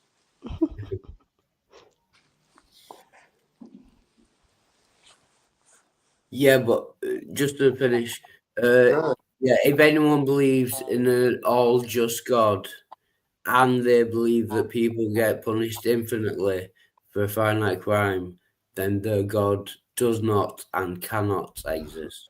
That's the basic point. Well, from reading Jamie's comments in the chat, I would think that Jamie in the chat, he obviously believes that a soul that's not going to heaven is destroyed, a nihilism. So. Oh yeah, that gets rid of the problem. That's fine. Yeah. But Jamie also thinks that he can read people's minds and know what they think and why they think it without ever having asked them. So I wouldn't take what he says too seriously. Yeah, that's a problem. Yeah. Especially when he then wants to assign the person some sort of value based on that. But to be fair to Jamie, he does have a great mustache. That he does. That he does. Mustache. Yeah, like a classic mustache. Yeah, I would never take that away from him. He does. Yeah, It suits him well. it's undeniable.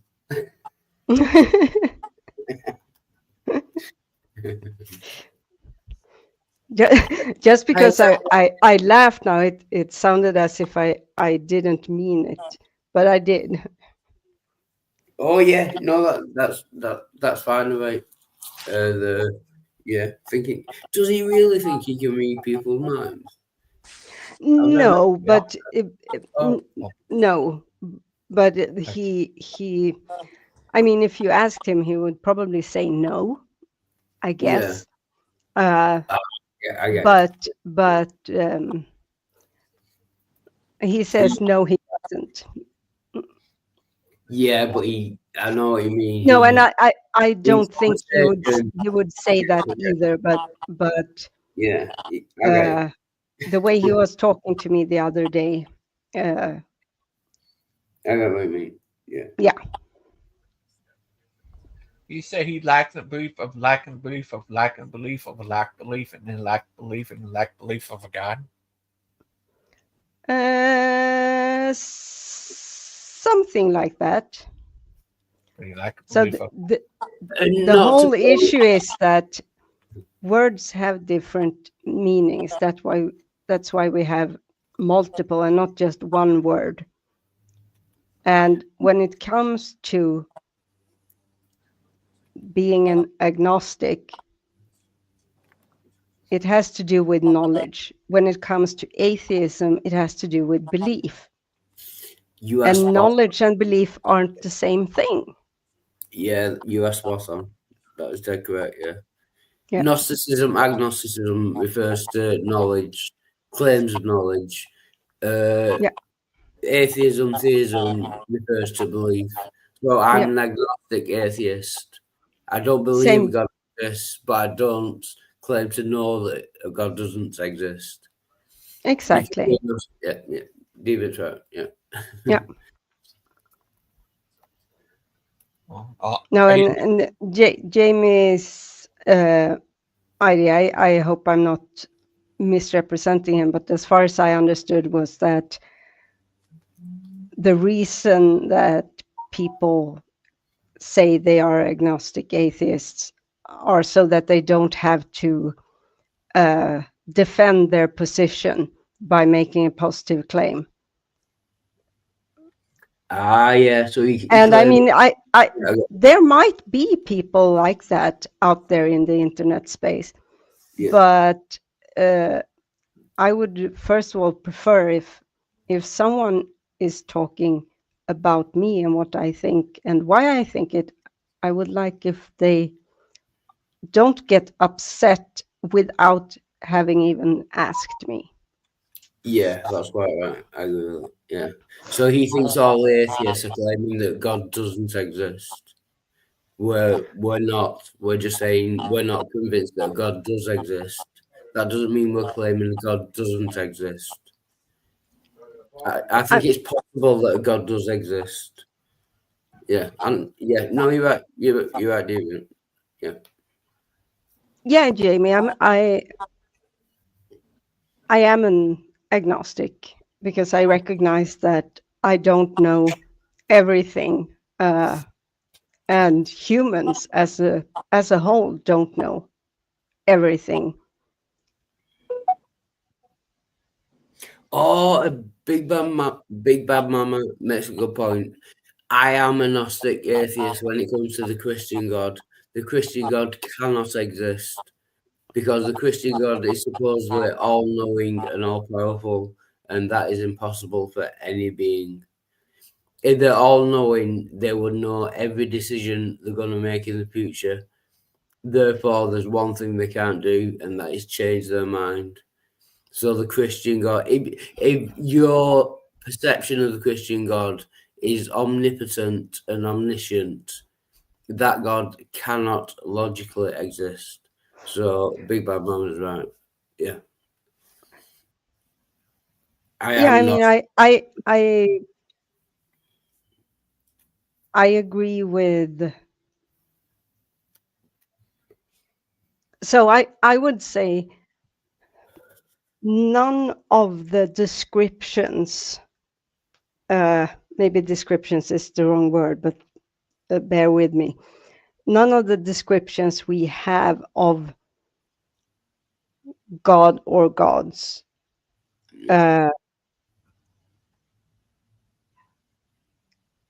can exist, not necessarily because of logic or anything like that, but because of the books and the writings and the stories that are available about them aren't coherent and doesn't hold up to scrutiny, which is, according to me, of course, I'm talking about how I see it. And therefore, if there is a god or gods, it's something that no humans so far, at least not that anyone has written down or made a religion about. Yeah, I agree with that. Although, no, I can't because I've not read all the books. So I can't. I agree with you. Principle, I think you're right, but without reading all the books, I can't say that I agree. I mean, I haven't read all of the books either. But I know what you mean. But the one, what I have read about them doesn't hold up. Therefore, if they were a true account, they would hold up. Yeah, and I agree with you in principle, but I'm very pedantic, so I can't agree with you totally because I haven't read all the books. I would have to read all the books and then find one contradiction in each of them. And I haven't done that, but I know what you're saying, and I agree with you. I think you're probably right, but I can't. You're totally right, if you know what I mean. Yeah. What were you gonna say, Gangster?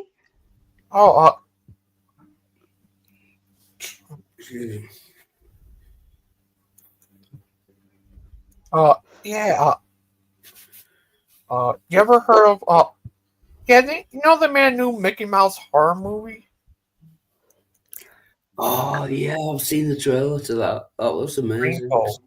Yeah. They made a new Looney Tunes movie. Looney Tunes movie. Yeah. Yeah. Looney Tunes is kind of horror as it is.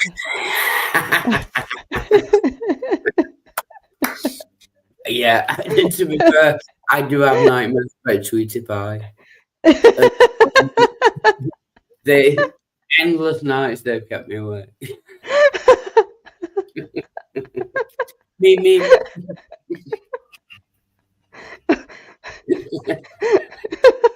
I thought a pussycat. Oh my goodness. Immediately just wake up. Bastards. Fucking movies. Oh, sorry. Yeah. You ever heard this tale about this monkey guy who hit these things together, make stuff happen? Say what now? What? It's a little toy monkey with these sorry, I've got a phone call. I'll do it. These two sandwiches and hit together makes noise. It's a toy monkey. Oh yeah. What is it? Monkey something? Oh, I don't know what they are called. It's like a mechanical. It plays the, I don't know, tambourine. Not tambourine. Yeah, tambourine.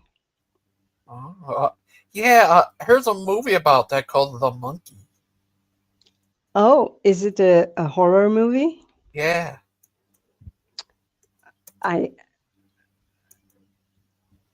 can't imagine. Yeah, it was like when he hits the thing, big bad stuff happens. Ooh. Well, you don't want to give him Duracell batteries then. Yeah. Symbols. Yeah. Yeah, that's the word. Yeah, is that crazy? Yeah, I wonder what it is with toys that makes us see them as kind of horror inducing. Well, as a 6-year-old, I found chainsaws to be kind of scary as toys, but I still got them.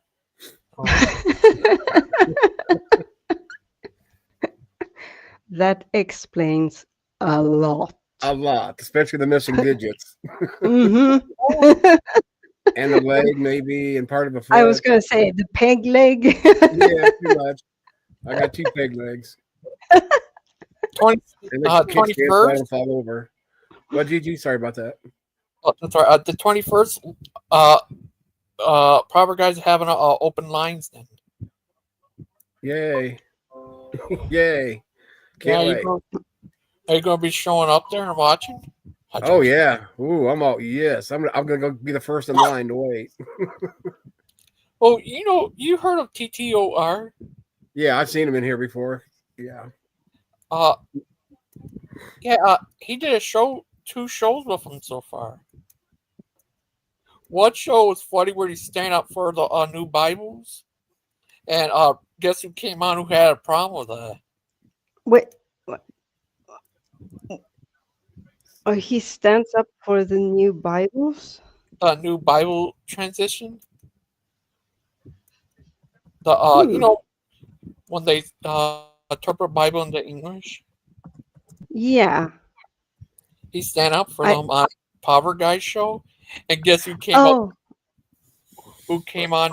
Who had a problem with that? I'm gonna guess. I have 2 alternatives. I'm gonna guess Bruce, and then if that's not correct, I'm gonna say Tim. Bruce is it? He got That was crazy. It was kind of obvious, to be fair. Yeah, it seemed to be sorted. Yeah. It was funny. You got that hair, Bruce. Can I interrupt this broadcast for an important announcement? What? My mother has made some cheese and onion pie, and she's going to phone me when it's ready. Ooh, cheese and onion. Nice. Yeah, so I'm going to enjoy that. Teddy, what do you think of TTOR? I really haven't talked to him that much, if ever. I've seen him, talk with you, but I just never really paid attention, to him to be able to say anything either way, to be honest. Yeah, he took on Kent Hovind back in the day. That ain't saying much. A chimpanzee could probably take on. I bet he won. Yeah, it had to do with the about the missing kid and stuff. Oh yeah, I'm sure I've said this on the channel before, but Kent Hovind, a child died in his park thing, whatever it is. Oh, this is and he went to the hospital. Kent Hovind went to the hospital while the child was dying and handed out flyers to his theme park. Yes. And people defend him and think he's not a massive. I don't want to swear on your channel, but as we see, yeah, this is a different situation. It was about this kid who was taken there by his friend, who was turned out to be a pervert guy. Chris Jones. Yeah. It was about that. We used to get that teddy bear. I just can't believe anybody would defend a PDF file like that. I mean, honestly, I don't care what their politics are, their religion. All I got to know is that they are protecting people like that, to know that they're evil people. As a verb, not as a noun. Oh, I want to show you something from the Power Guys. It's going to get serious here. Oh, those serial killers. All certain men have crept in unnoticed. So his heartbeat was the gospel, but it was necessary to write and warn them about false teachers, men who have crept in unnoticed, unaware, cause certain men have crept in unnoticed. So his heartbeat was the gospel, but it was necessary to write and warn them about false teachers, men who have crept in unnoticed, unaware, cause certain men have crept in unnoticed. I don't get what he's talking about. It says in here thousands because certain men had crept in. Evolution is a lie. Jesus made everything less than 10,000 years ago. Yeah, you can say something is a lie, that it doesn't make it a lie. Right. Especially when it's got so much backing and things like that.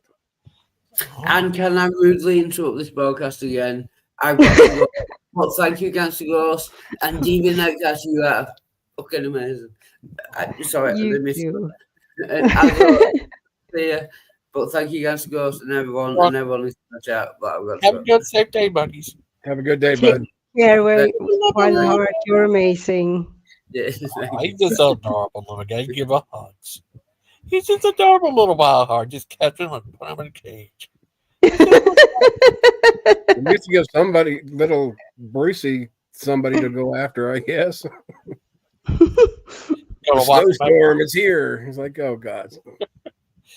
Yeah, the other day he went after Wildheart. I ended up had to tell him to calm down.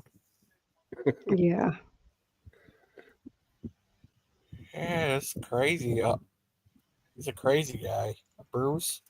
What if Bruce? What do you do if you looked under your bed? You saw Bruce there. No. Bruce wouldn't get past the dog, so I ain't worried about underneath my bed because there ain't no room under there. What if you say Bruce's name 3 times in the mirror and he showed up? But don't say 2 more times and find out. I was going to say that's already the case. Pretty much. Mm-hmm. See, we're trying to go to get the good evil spirits like Mr. Soot, Mr. Soot, Mr. Soot. We want the good evil spirits, not the evil ones, even though that's a double negative. Yeah, but double negatives doesn't always make a positive. We have to remember that. Exactly. I've been married 3 times. I know about pairing up and not being positive about it. What if you lack a belief and lack belief and lack belief and lack belief and I lack belief and I lack belief and I lack belief and I lack belief in leprechauns? Well, so if you lose your belief in milk, would that be like lactose? Yeah, intolerant. Yeah. No, it's if you miss toes, you lactose. What if I lack a belief in Bruce? So you'd be a brewist person? I don't know. A without. So a Bruce. You'd be an a Bruceist. What if you lack a belief and I lack belief and I lack belief and I lack belief and I lack belief and I lack belief and I lack belief and I lack belief and I lack belief and I lack belief and I lack belief and I lack belief lack belief in Ray Comfort? I don't know, but I lack a belief in that the world is spinning right now because I'm so dizzy from the lack of belief. Yep. Oh, sorry about that. Whoa, it's spinning. Slow it down, gangster. Oh, Barius. No, don't do it. Don't do it. Don't do it. I had a better one. All I had to say is but. and he'll show up. I swear, it works every time. Yeah, he needs to be frank with us for once. He does. I'm sick of him being, kind of like Beerus and Slack.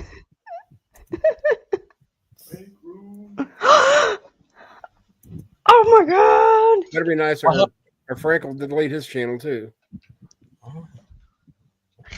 But what if you lack in belief, and I lack belief, and I lack belief, and I lack belief, and I lack belief, and I lack belief, and great comfort. He's a clown. That's all I got to say about that dude. All right, a man-made, genetically altered piece of fruit in your hand and claim God designed it perfectly for man. Making great. Oh, sorry. Teddy. Yes, sir. Yeah, what do you think of that? What the? He has arrived. Uh-oh. Thanks for coming, everybody. We're shutting down. We are driving. Hello. Hi. Hello. What's up? What's up, dog? This. Yes. Oh my goodness. Oh, that guy. Warn a brother next time, Gigi. I almost had a heart attack. Oh, sorry. I'm gonna get it. Oh my God.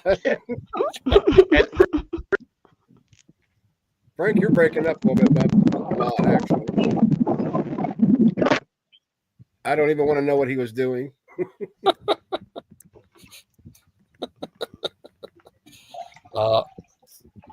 Yeah, here's a guy actually who lived in Ireland was on the show yesterday.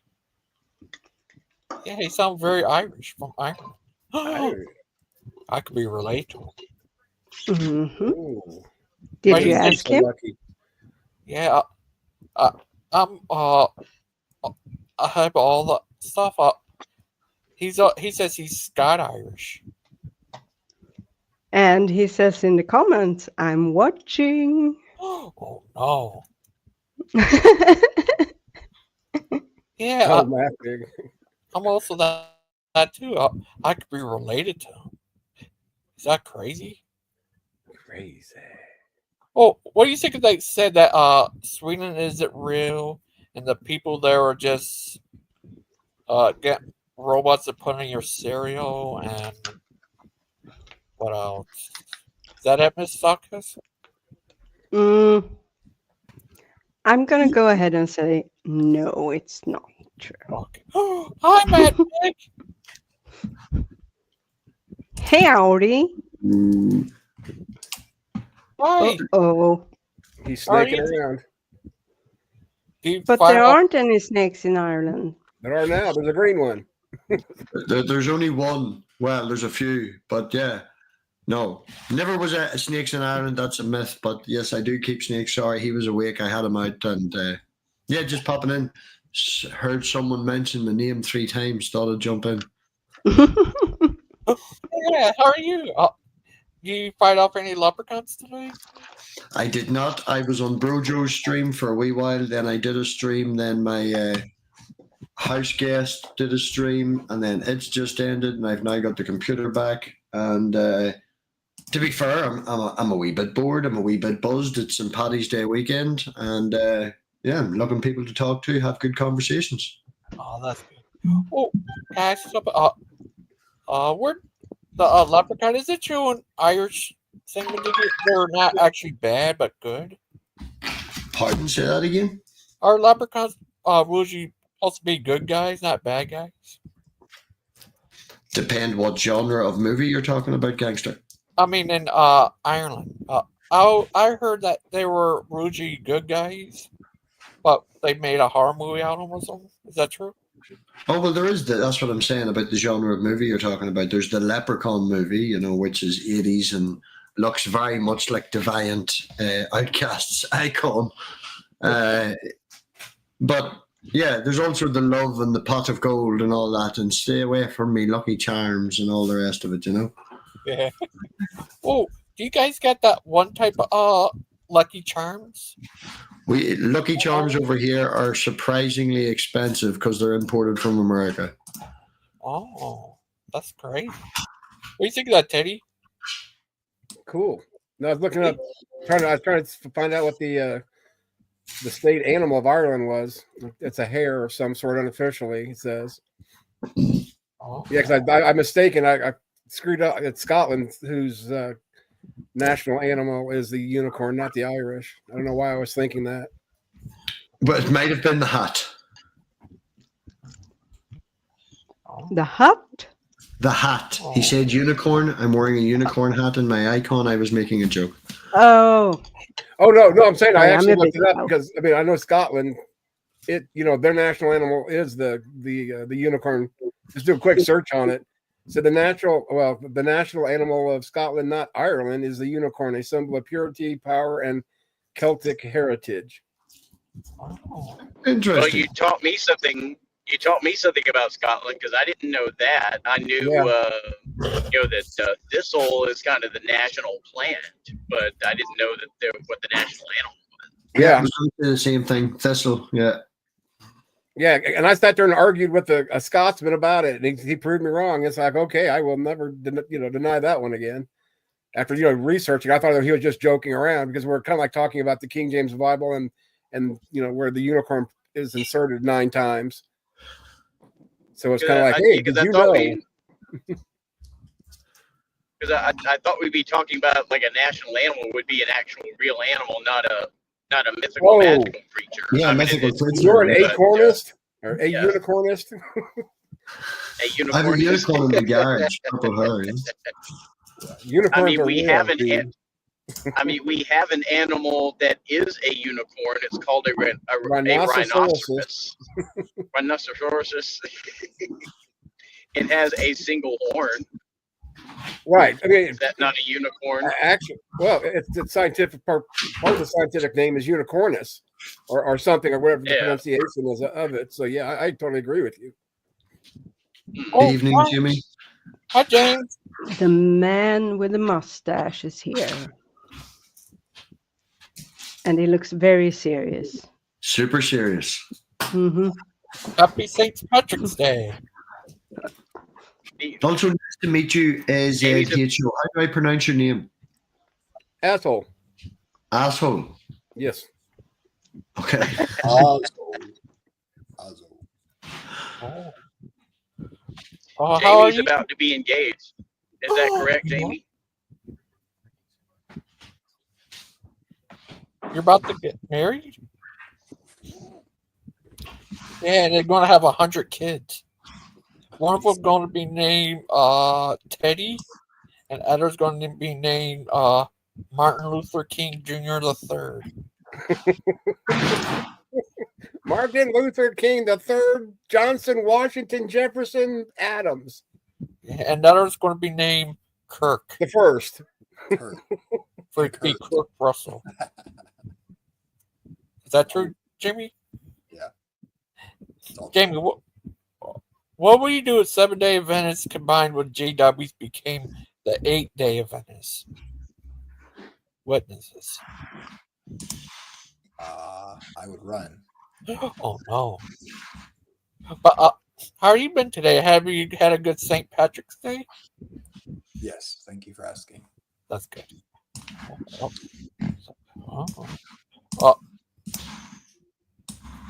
Wow! No green. Somebody better pinch me. I pinch you. Pinch you. Just don't pinch yourself. That would be gay. It is another man's hand, what the hell? You are so gay. Shut up. I'm not gay. I'm not. I'm super straight. It's something that a non-straight person would say. Super straight. Is that like the super thoker? I'm super straight. Shut up. I'm super straight. Hey, I can wipe my butt with my own hand and it's not gay. Yes, it's wonderful. You can wipe other people's butts and it's not gay. Yeah, you ain't gonna see me do it. Not for any price. I think Frank would. I would take care of my people. Yeah, my people take care of themselves. Until they don't. until they can't. Then you'd leave them there all covered in poo. How dare you? No, I throw dirt on them first so they don't smell a little lime. Duh. I'm a proper abuser, not just a second-rate abuser. What do you think of this? Sounds like something a gay dude would say. Yeah. But but Jamie, what would you do if you got in a fight with Kirk Russell? Aiden does have a point. I would do what I always do, gangsta. I would win. Oh. Why does your mustache remind me of a guy from the 70s? The 70s? Yeah. It's got to be a porn stash, really. I don't think I can figure out. Take the bow. I mean, look at Ron Jeremy. Now look at him. Ron Jeremy, look at him. Ron Jeremy, look at him. I don't look at them. I didn't say John you. I'm talking about Holmes everybody style. else so they can look at you. Yeah, It's very Dirk Holmesian. Diggler. That's who he is now. He's the cop with his little sidekick. I've never seen that movie either, by the way. You ever seen that movie? Times. No, of course you haven't. Heather Graham, hell to the yes. You ever seen that was movie? a good movie. I like that movie. Heather Graham is Roller Girl. Yep. He said his name is Jamie Straight Russell. That's how straight he is. Yeah, but I like Aiden's comment about where's it at? Jamie is so straight he talks about homosexuality. And let's not talk about it. I'm really sick of hearing about it. Okay, that's good. Why is it gay? No. I'll let Terry. He's good. Yeah, we need Terry in here. Terry's a girl. I like Terry, so I love Terry. Oh, so then you're bisexual is what you're trying to tell us? I don't get the story here. No, I only like one person. Oh. Well, you should like yourself. Way to go, Jamie. You go, little buddy. Well, I meant interested in that sort of way. Yeah, you could think yourself interesting. I understand. Yes. Are you Jamie? Are you a one woman at a time man? That's right. I'll say you type of guy marry like 5 women at the same time. Honestly, if there's a girl that you were seeing or interested, would you answer that one other than the way you should be answering that? Well, I actually like it that way, but yeah, I mean, you should say that, but I'm telling the truth. Because you've never lied to me before. Okay, we'll go with that one. Oh, that's nice. Not that I care if you're gay or not gay, to be honest, but hey, we'll just leave it at that. Okay, that's good. Take care. Oh, bye, Bath Pig. I don't know if I missed you. Oh.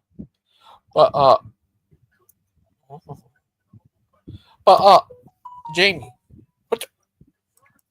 what have you been doing for St. Patrick's Day? Making calls. Oh, who you been calling? Are you getting ready to marry? Trying to wrestle me up some work. Are you getting ready to marry Terry and have 100 kids? Sounds 100. nice. Yeah. The hell with 100 kids. That's hell.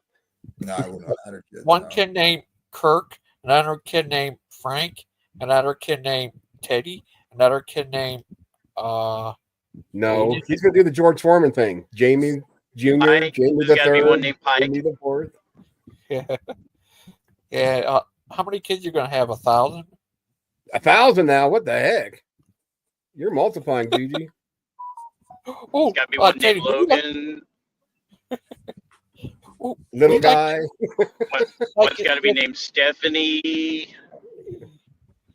Aiden and Billy Bob Thornton. Billy Bob. Teddy, would you like it if you got $5,000 from the government? I would Sure, like I guess. that. I guess. Let's say Jamie gets that because he works for the government. See? Well, you better be careful because he works for the government. Half the government's gone right now. They all been fired. But Jamie, who won in a boxing match between you versus Me? Aiden? Jolly Green Giant versus the Canadian Buzzsaw? No, I couldn't even promote it that way. No, I just don't see that one happening. I have a long reach. I thought we were doing wrestling matches instead of boxing matches. I'm not super good at wrestling, I have to admit. What if you wrestled Bruce? I think Bruce could probably beat me at wrestling, I guess. I would guess. I'm not sure. What if you wrestled Mr. Logo? Never seen Mr. Logo, I don't know. What if you wrestled? Hey, gangster, who's better at eating burritos? Is it Bruce or Jamie? Bruce. I'm pretty good at eating burritos. Bruce is. Go look it out, dude. Bruce, it comes to eating. I've been known to eat a large pizza by myself. Yeah. What about have you ever ate a entire restaurant by yourself? No, I think I could though if I took it one bite at a time. Yeah. No, Jamie, you need to take it day by day. Oh, this is Jamie. Hi. Hello. When are you two are getting married? And is Bruce going to be the one marrying you two? No. Oh. And will Aiden be your bridesmaid? No. Lady Aiden? What if I'd rather not have either of them there. Oh. Who would you want there? Bruce? No offense. Oh, okay. What about Bruce? What? Would you want Bruce to be there? Cartoon. No. That tight cartoon. That's how you been today? How's your St. Patrick's Day? That's okay. It's not my best one.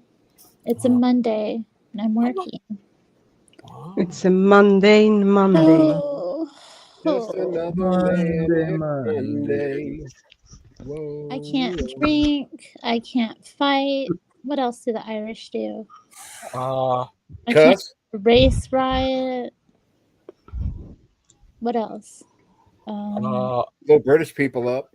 Kill Protestants. Yeah, we don't need any more race riots. We don't want to do that anyway. I can't plant a car bomb anywhere. It's tough. I miss the good old days. The terrible troubles. You can plant some clover, maybe. How about that? Too soon for that. No, I probably won't. Actually, I won't be off till later, and it'll be too getting dark then, and I won't be able. Should have been planted last fall, anyway. Worst St. Patrick's Day ever. It's all Bruce's I'm wearing fault. green though. I'm wearing my little green jacket. It's cute. It's like a blazer. It's a Pendleton. Nice. Yeah, it's nice. It's vintage too. When you guys get married, but Terry, you got Jamie. Doesn't that make everything better? Yeah, but he's not with me right now. Oh. He's doing his thing in Jamie Land. He's got to get it ready for me. He's trying to build us a little home. A little nest for me to sit on my eggs. In a tree? No. Okay, making sure. That's kind of Can't dangerous. fly. I'm not a flying bird. I'm more like a. Word about a wind in the tree, and I don't know if you guys thought this through yet, but I'm more like a penguin. I don't fly. My little flightless bird. Yeah. You're an emu, in other words. Yeah, kind of. A shimu. Shimu. Are you serious? No. Okay. Yeah, when you get married, she's my help meet. She's my Patty. He asked me to be his Patty. She said yes, by the way. Oh, that's good. Get married. You're going to get married before Aiden does. You think so? Yeah. He's got a partner. Yeah. When's Aiden getting married? I don't know. But still, he's going to be married to Lady Aiden. Oh. That's cool. I would not know. I'm joking. He's going to be married to Mrs. Aiden. Bruce? He might be Mr. Aiden, Mr. and Mrs. Aiden. Yeah. Like Mr. and Mrs. Kirk Russell. So there might be more to this lady Aiden than we know, is what you're saying? I think he's I think Sut and I are going to be married before anyone else. What if I thought of something? What if this happened? You both get married at the same time by the same pastor. Oh, I don't know if that's gonna. How it's gonna work? That doesn't sound like feasible, but Did that ever happen? If I ever got married, I won't have a pastor. No need. you've already been married. 2.5 times, yes. Yeah, so. Oh wait, how do you get married half the time? Because we were just dating, we knew it wouldn't last. So I just put her on my insurance because we lived together. Oh. And it saved her life. Actually, she ended up like 2 or 3 weeks later getting pulmonary embolisms. Oh. So it saved us a lot of money. In other words, so that's why it's a half. She'd tell you the same thing. You know, we knew it wouldn't last. You were living in sin? Nope, no such thing as sin. Oh, In my world. there is, yeah. But okay. Not in my world. No. Not in your. I built There's my only world. one world. You don't. If your woman cheated on you, you wouldn't think it was a sin. No. It would be a betrayal. She shouldn't have. Why does it have to be a sin? Betrayal is what sin is. It's a betrayal of what's right. And in your worldview, not in my worldview. You know, fidelity is right. You know. Okay, but that's okay. This is right. And just because right doesn't wrong. Mean wrong is evil. You know, that's the problem. Evil isn't a noun; it's an adjective. You're living in La La Land. Well, obviously, I'm the one that talks to invisible sky wizard daddy. So yeah, I'm the La La Land He's guy. not in the sky. He's everywhere. That too. He's in the sky if he's in everywhere. So he's in the sky. I want to be with you. I want to be with you everywhere.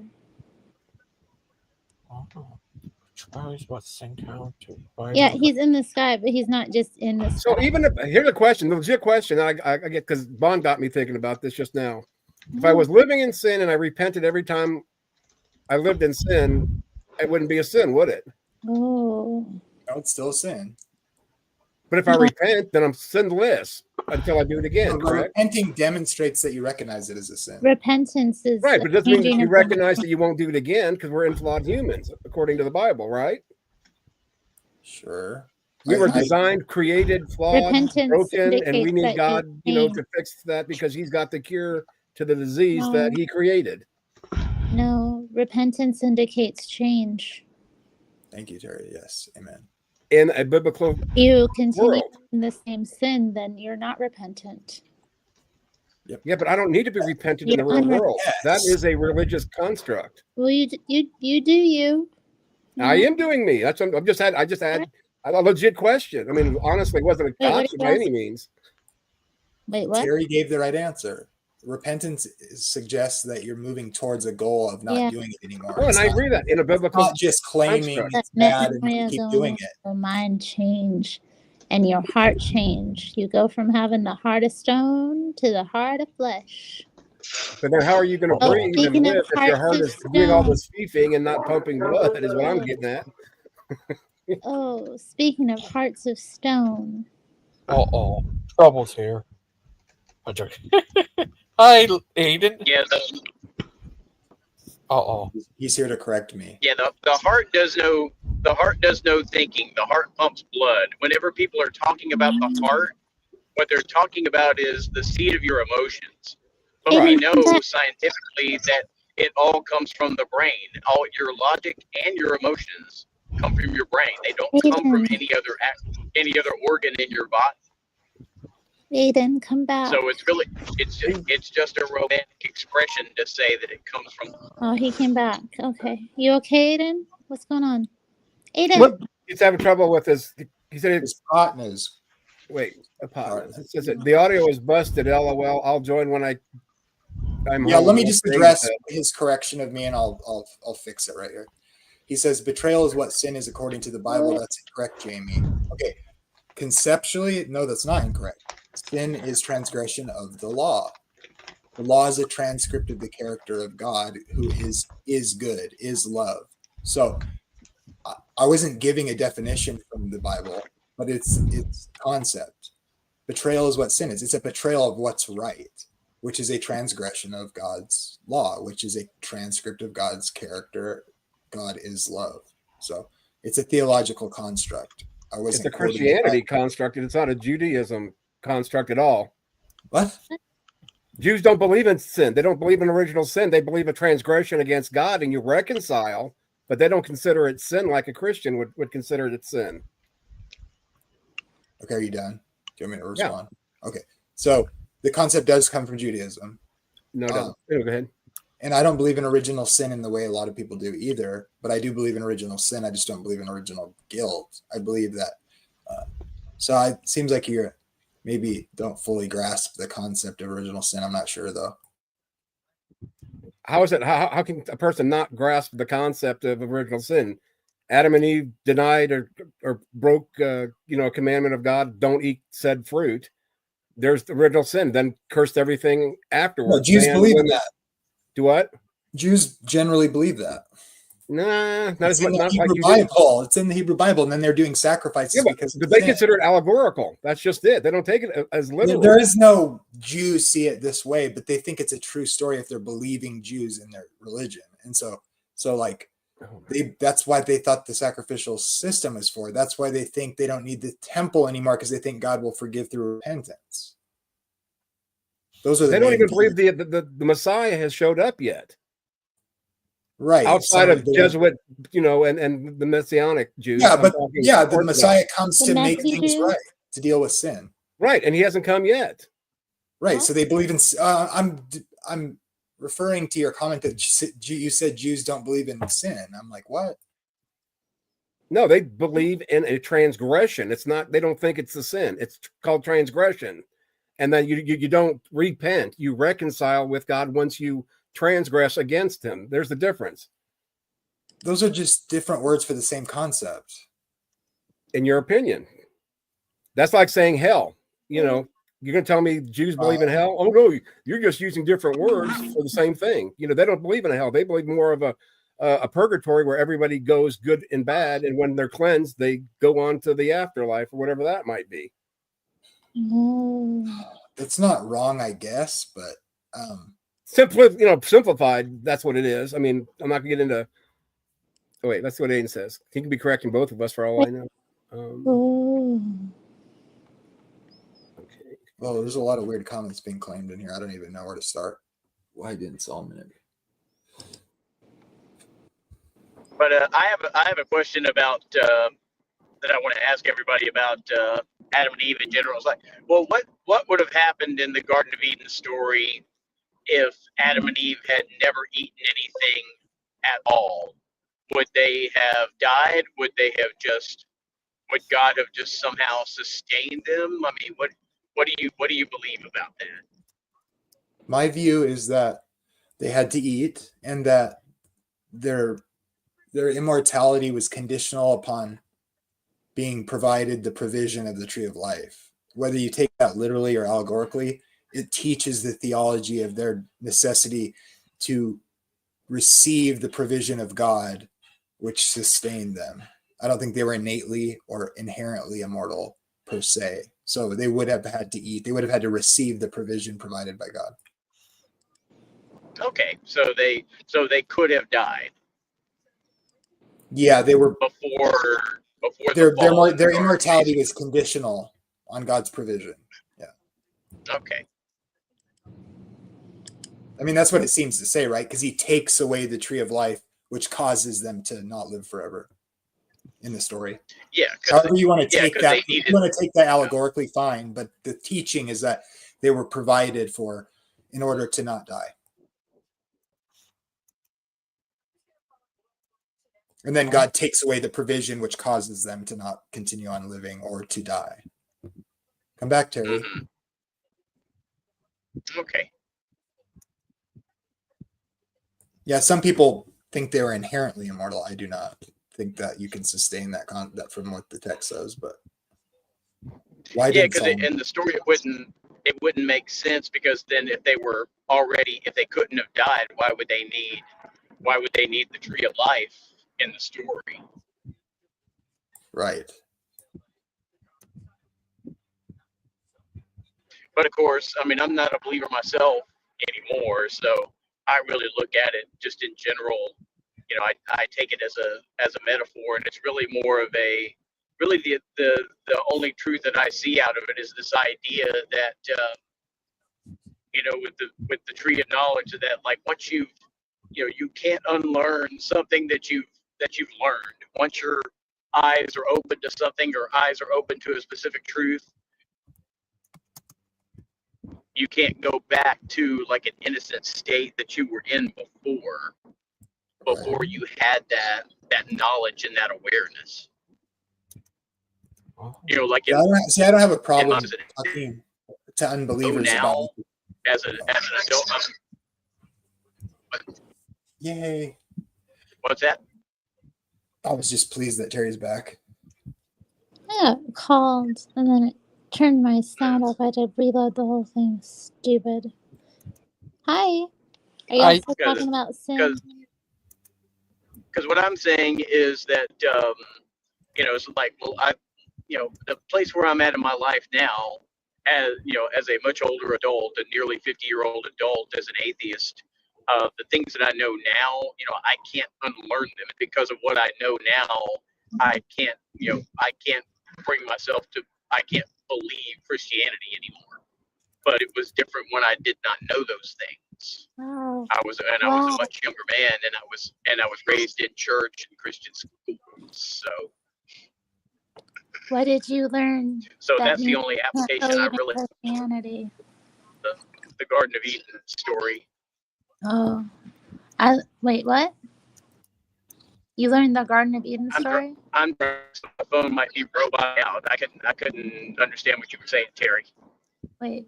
What did you learn that means you can't believe in Christianity anymore? I couldn't get what you're saying, Terry. It's like it's roboting out. What did you learn that made you not believe in Christian anymore? A lot of things.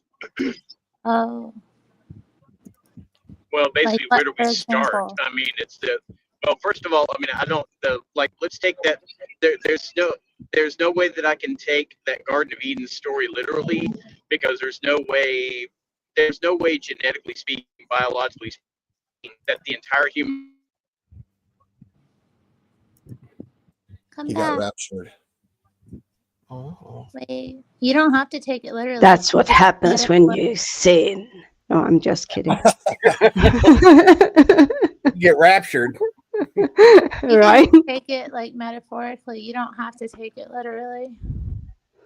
Yeah, the truth value of the story is way beyond taking it literally. Yeah. Lots of people don't take it literally. But the thing about myths is that they're true. People don't know that, but it's true.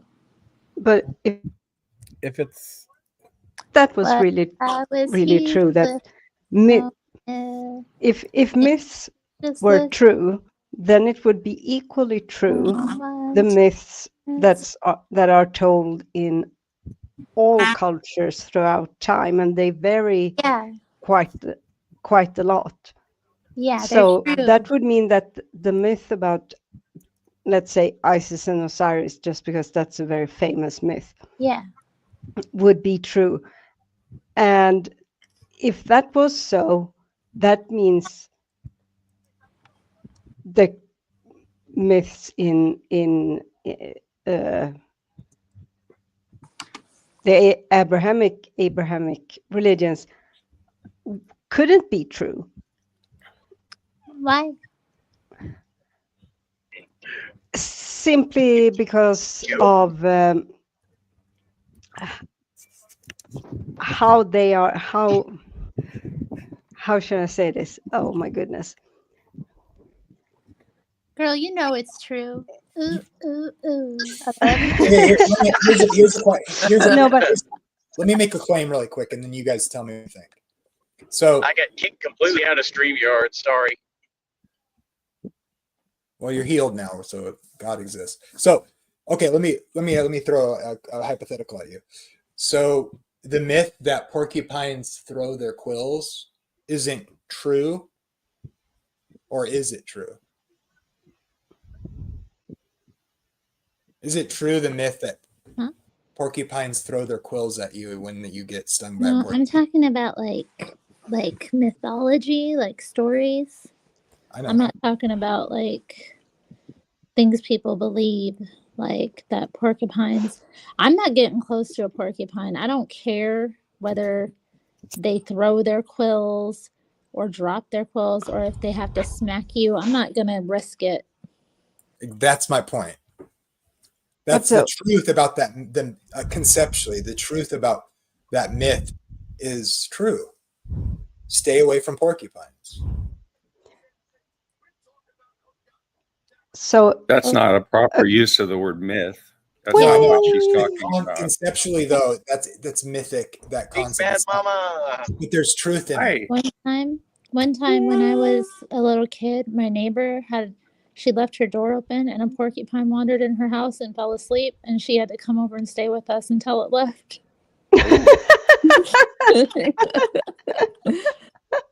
Well, that animal's being a prick, isn't it? I mean, imagine like it's summer, you got your door open, you're just chilling, and that this little porcupine wanders in and takes it out. She was so freaked out. Oh my goodness. That's funny.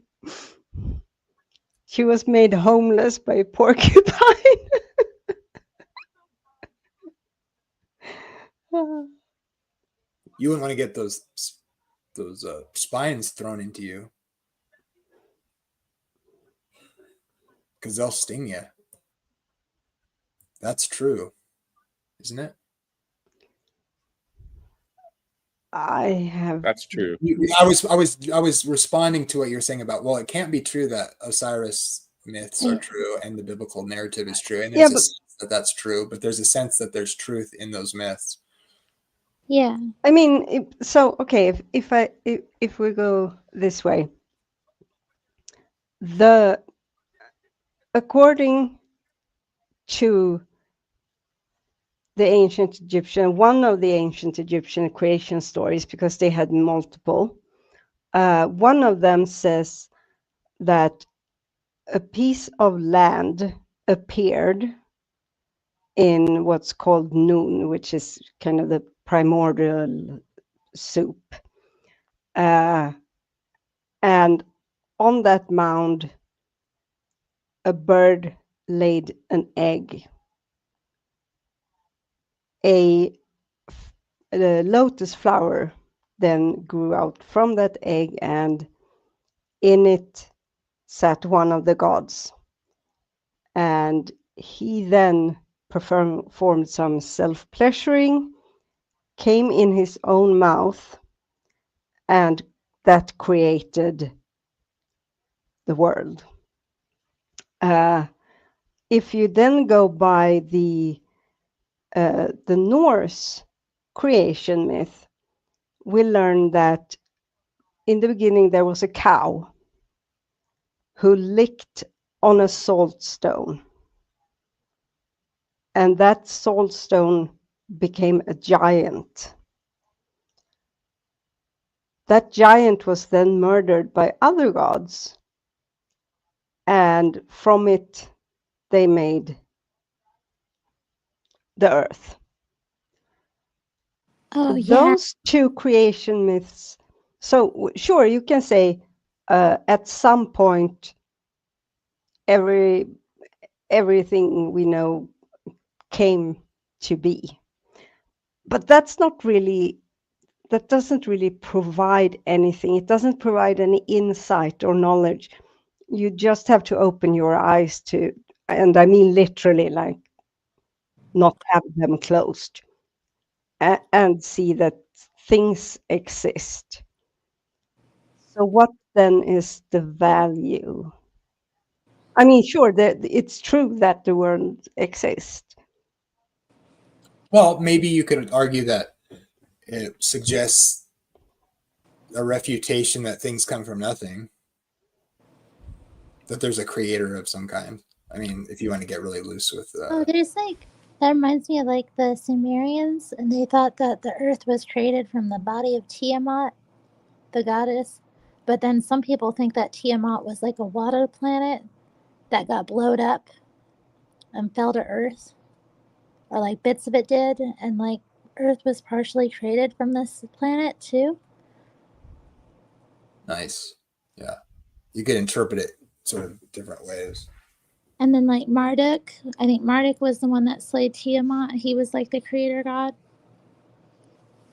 And then, which sounds biblical. It sounds like some version. I think there's a lot of like overlap with these stories. And the Sumerians also had a flood story as well. Yeah, I mean that I read about it in the Epic of Gilgamesh. Sorry. Yeah, I mean there are a lot of similarities. But if all of these myths are true, wouldn't that mean that the Bible isn't true? Well, I mean, like when I'm saying or it's Christianity, true, I mean, like, there's truth in it, and like whether the names are different or like some of the details are wrong. Like with mythology, you're looking for the truth that's in it. Like the stories have these archetypal things happening. That's that, true. Yeah. Oh yeah, They're psychologically that's true. what I meant. I didn't mean people. they're like, I didn't mean that like all like every detail is true. Yeah. Okay. I get that. I got you. I got you. Licking a stone. I get that. I agree with that. Yeah. Sorry. Yeah. With the Hebrew myths, you have to keep in mind that the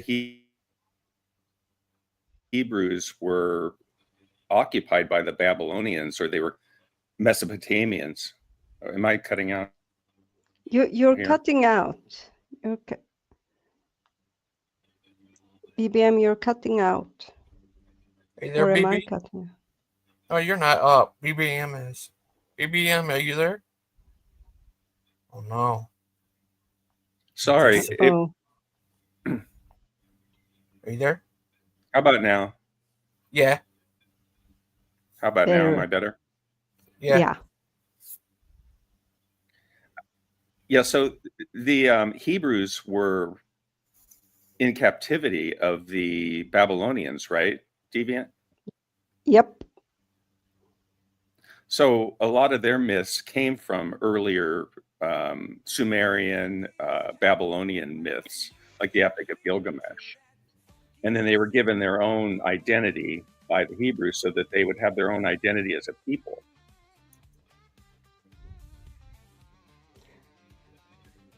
Yeah, like. Well, I think Moses put together the Pentateuch way before they were in captivity of Babylon. Are you there, Big Ben Mama? But yeah, the stories of Babylon, let's see, I guess existed before that, so it's hard to say, I guess. Yes, but there's no scholarly evidence though that Moses actually wrote the first 5 books of the Bible, though. Yeah. That they were actually what do you think of that? pinned down. I don't think there's evidence. They were actually pinned down much later. I think there's reason to think otherwise. I don't think there's a lot of evidence for either way. But. Hi, Odin. Odin. For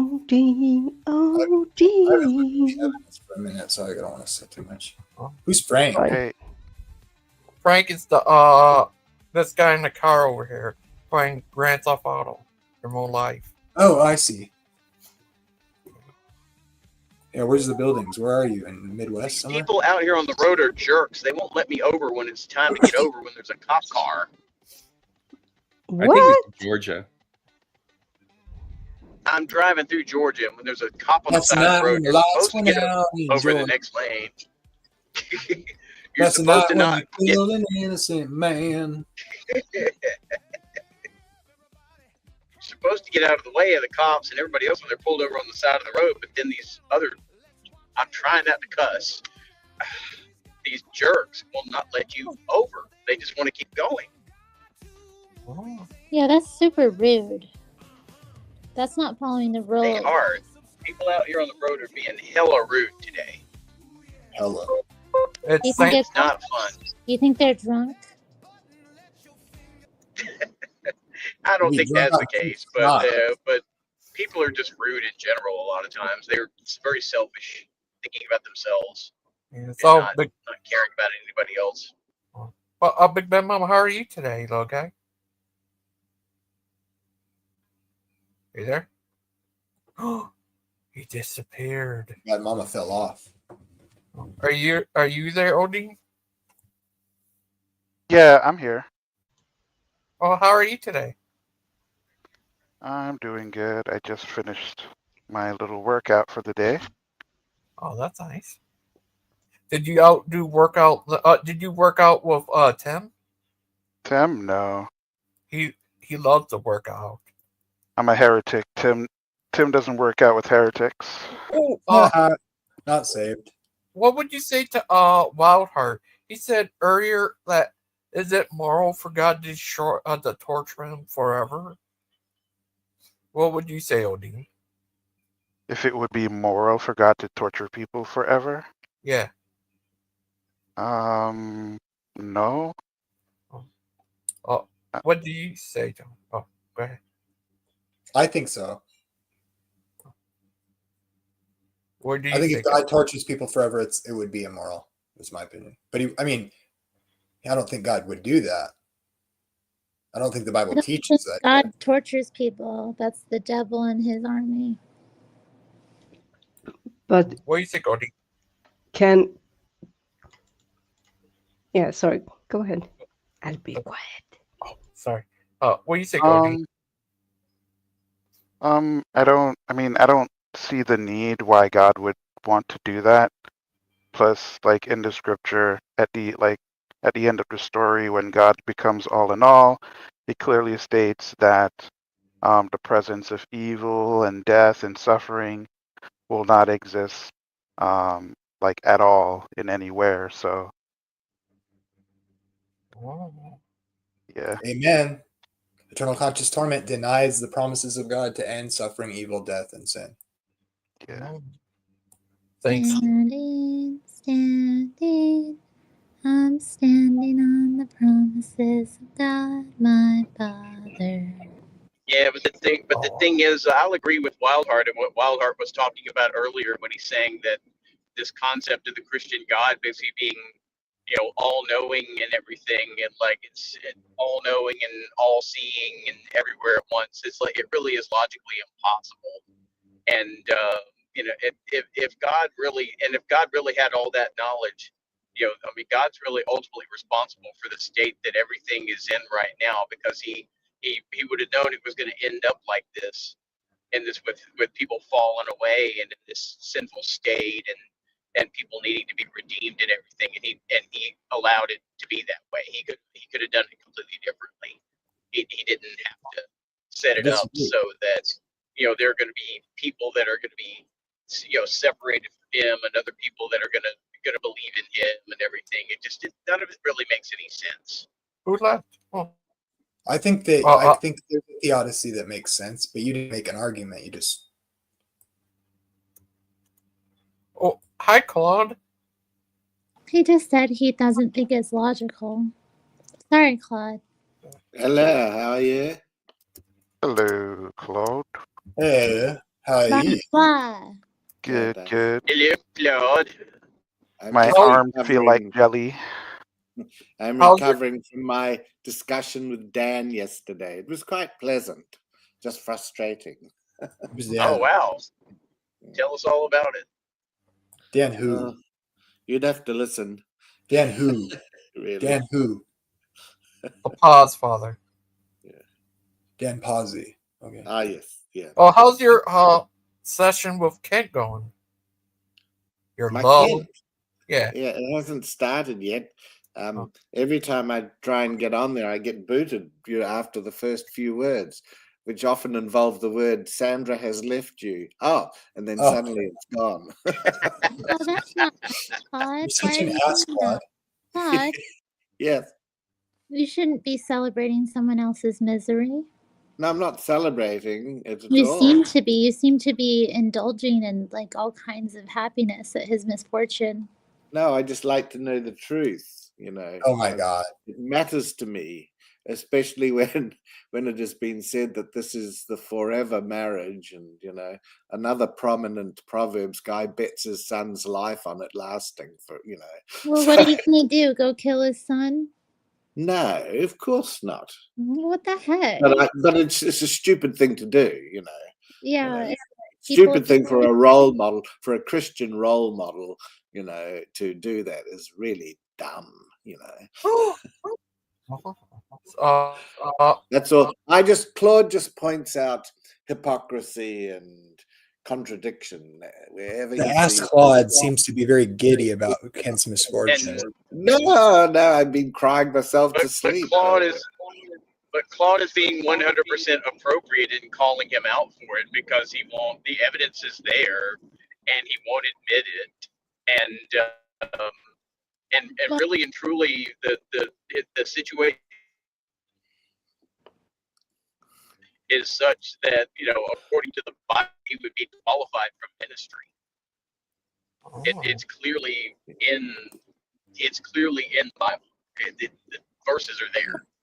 Yeah, he's already But yet he's going to ignore those and keep doing what he does. He's already been disqualified. He's been not in his own mind. He hasn't. Well, I mean, you can't if he doesn't get that already. Yeah, he won't acknowledge it. And change his mind. What about all those followers who have given money? Don't they need to know? I think they do. I mean, well, again, that's up to them. A fool and I'm there to help them. easily parted. It's a bit like saying I'm like an evangelist, but for the other side. Like you are. You could take that argument and say, well, isn't it up to people whether they?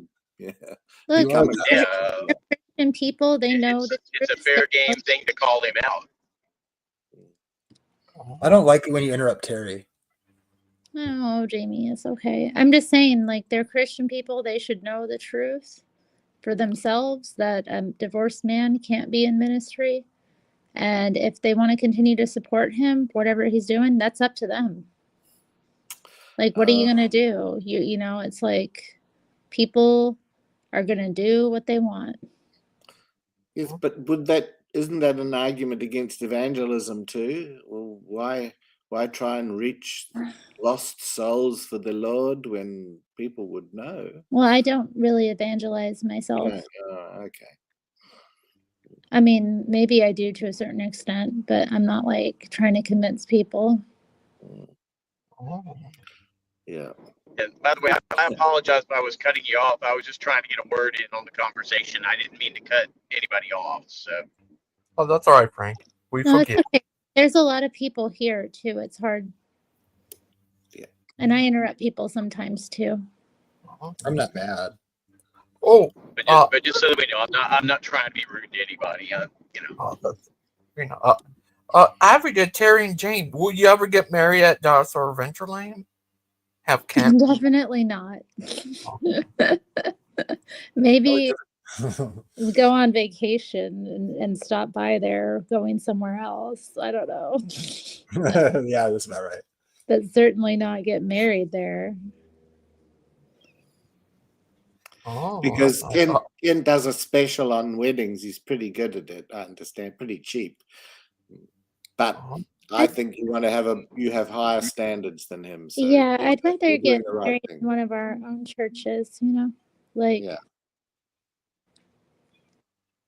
But spending time at DAL can. Oh, sorry. Go ahead. Sorry, no, you got. Yeah. I was just going to say, spending time at DAL though could be very hazardous to your health, and it has been very one little boy, it was very hazardous to his health, as you pointed out earlier today. Oh, grants off Frank. Oh, what do you think, Big Bad Mama? What's the question? What do you think about what they're saying about should Kent and Claude get married at Dinosaur? Yeah, do you think it's up to Claude. We all know the bride's choice. I'm playing hard to get. I just joke with you, kid. Yeah, Big Bad Mama, you heard me and around having a go at each other. Well, actually, it was quite pleasant. Yeah, that was that was a good conversation. It was a good conversation. It was a bit of fun. It does take a while to get an answer, and because he gives very long answers himself. Well, it was funny when he was putting you in the position of God, and he was saying, "God, Claude." Yeah. God Claude. Yeah. God Claude. I don't like the ring of that. He said, "What would God Claude do in this particular circumstance?" Lupin says he donated his food stamps to Kent when he was there. It's pretty generous. Oh, I saw that. He's desperate. Desperate to, Oh, to Lupin, please that's so nice. It's sweet. I That's a counted good donated many of them looking at the size of him. Oh, geez. Lupin's not that big. He showed off his body on my stream before, and oh my he's not God, he did 35 push-ups easy. Yeah, he did 35 push-ups. He was So doing could I, he was on a mod stream and doing incomplete push-ups. You know, he Well, wasn't they were going all the way down. like they were 80% push-ups. That's pretty good. They were push-ups. But he did do it. He did do a few nice one-arm push-ups. Sorry. Yeah, I'm not gonna fault anyone for how they do the push-ups. I don't think I have done one for over 10 years. Claude. Yeah. Do you still go on Kent show a lot? Well, I think you've heard my last few attempts to get on, and it hasn't gone very well. Yeah. Oh. Is it true you stalk Kent? No, it's not stalking. You know, Well, he's the one that's stalking at me. Dude, don't be in denial, Claude. Us non-believers. He tries to convert us to the right way. Oh, that's nice. What would you do if you actually met him in person? Would you marry him? Would you hug him? Yeah. No. I'd have quite a few questions for him. Would you hug him? Hug him? No. Would you shake hands? I'd shake his hand, but I'd keep my other hand on my wallet. Yeah. I want a man to Are you going to give him money from your wallet? No, I'm stopping him getting his fingers into it. He's a little bit worried. It may help the fear, that he might. Well, what if you team up with Big Bad Mama in a tag team match against Kent and Stephen Bowman in a wrestling death match? Who would win? Well, if it's a battle of the wits, we would win. Yes, I don't know physically. I just don't know. Big Bad Mama seems to have quite a physical body, so he might be able to take them out without my assistance. Aren't you 6'6"? Well, but that's 6 foot and plus 6 inches. Yes, it's different measurements. Yeah. Oh, gross. Oh. Serious? I got a physical body too. Anybody else? Yeah. Well, I think I do. I'm not just a brain in the matrix. I'm a real person. I'm pretty sure I have a physical body. I mean, if I couldn't trust my judgment, trust my senses, I would really have a hard time driving out here on the road with all these crazy people all over the place. I would have crashed already. So if I said I'm clearly not, If I said you had a physical body, would you hold it against? Hold it against me. But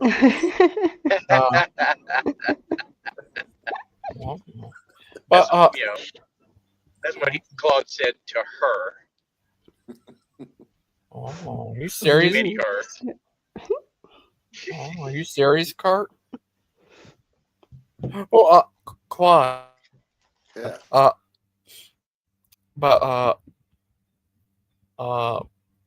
Heard anything new about your little Kenty? My little kinky? Kent. Oh, Kent. Little Kenty. Kent, little Kenty. Well, I suppose it's the same thing, but yeah, no, I haven't. I don't know what he's doing, who he's taking money from at the moment. who'll be the next person to leave. No, I was hoping Joseph might sort of be forthcoming. He was here Saturday. Yes, he was. He seemed to be quite. He had a bit of an argument with someone, I remember. Wildheart. Yeah. So, but no, I thought Joseph might sort of tell us a few more things. What the developments were. He did say there'd been some developments, but it didn't say what they were. What if maybe they're developing some film? Well, what if you fall into another dimension where you're married to Kent? Well, I think I would commit sati. You know what that is? Oh no, you would throw yourself on a funeral pyre? Yes. Why? Because it would be horrible. It would be better to be released from this life. Why? Wow. I know he's reputed to be hot, but no. Oh, why do they say you're obsessed with him and want to marry him? I don't know. Why. Probably projecting their own desire. He wants to. You want to marry him because you want to get privy to his finances. That's one way to do it, I suppose. I vote for projection. It's a projection. I mean, I I'd like think to. you want to marry him. I do think you're a little obsessed, but I don't think you want to marry him. No, I mean, I'd like to get the money back for wife number 3 that she got taken from her. I think. There needs to be justice for Cindy Lincoln. Yeah. Yeah, well, that was very low what he did to her, White knighting, that's awesome. What are you doing? What'd she do to her? Tell us the God. I'm not talking about the assault thing, no. which is, I mean, that's under appeal. I'm talking about the money. He got about, she gave money, donated, let's say about 100,000 to the ministry, and he bought side-by-sides and other stuff with that. And then side-by-side? What are those off-road vehicles? Yeah. That he takes on the real tour, but he sold those now because he wants Jeeps. Apparently, they're better.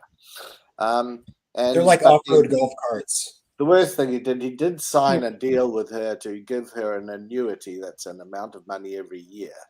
It's a bit like paying interest for something in return for money she put in. And after it had been signed, that Ernie Land guy in Kent conspired. They changed the contract, where they called it spousal support. So the fact that she was no longer married meant that he didn't have to give that money every year. And yet the money was in return for money that she had given, like a loan to the ministry. I think that's as low as you can get. Yeah. Oh, I just thought of something, though. Like, what if, because Joseph, a couple months ago came on and said that Sandra she left Doc, she took the store, and she took $16,000, et cetera, et cetera. What if Sandra intends to give that money to Cindy Lincoln or share that money with Cindy Lincoln? and that just hasn't come full circle yet. We haven't seen it yet. Somehow I think it isn't going to be that. But I mean, if you think about it, that's only 4,000 for every year she was married to Kent. So that's it might be just a pittance. Yeah. But at least it's something back. He was taking money off people, so you'd have to be stupid to donate money or anything to DAL, because it seems that half the time it's going missing. But then if Cindy was getting the profits from the store, then if Sandra gave those to her, just saying, like what if? Over time, she might get some of her money back at least. Aidan has just put a brilliant comment in the chat in response to Wolf Den Lumpen's donating money or donating whatever to DL. Aidan says, donations don't mean a lot when it's your parents' money, fraudio. Not Claudio, but It's worth seeing that. That's so funny. That was a good one. That was really That's good. a good one, Aiden. I can't. Come on. We want to hear you in a conversation with Kent or something. I can't see the chat right now with driving, but that's cool. Oh. Would you like to debate Stephen over evolution of taxes? Yes, I would. I'd love to. Yeah. He could learn something. Evolution of I taxes. mean, he obviously didn't get an education earlier, so it'd be good for him to learn now. Oh. What do you think, Jamie? Where'd Jamie go? Oh, he had to take. know. Oh, he left a comment in the back chat. Oh. He might be back, little guy. Okay, goodbye, little guy. But yeah, what do you think of that, Big Ben Mama? Show us from your great wiseness. What's going on? You mean about debating about taxes? Oh, about Kent getting $6,000 from his wife. Oh, I doubt that Sandra's going to give back any of that money to Cindy Lincoln, but it's a nice thought. What if they gave the money back to you? That would work. I mean, it wouldn't really be giving something back. It would just be giving money. It's just amazing how he puts these people in charge of the money that are basically criminals that have come out of prison for exactly those same issues, and he puts them in charge of the donation money. And then wonders why it disappears. Right. When a thief steals from a thief, what do you call that? I don't know. A good video. Yeah, channel content. Right. Is it true what they say that your entire life and channel is based on going after Kent? Not entire.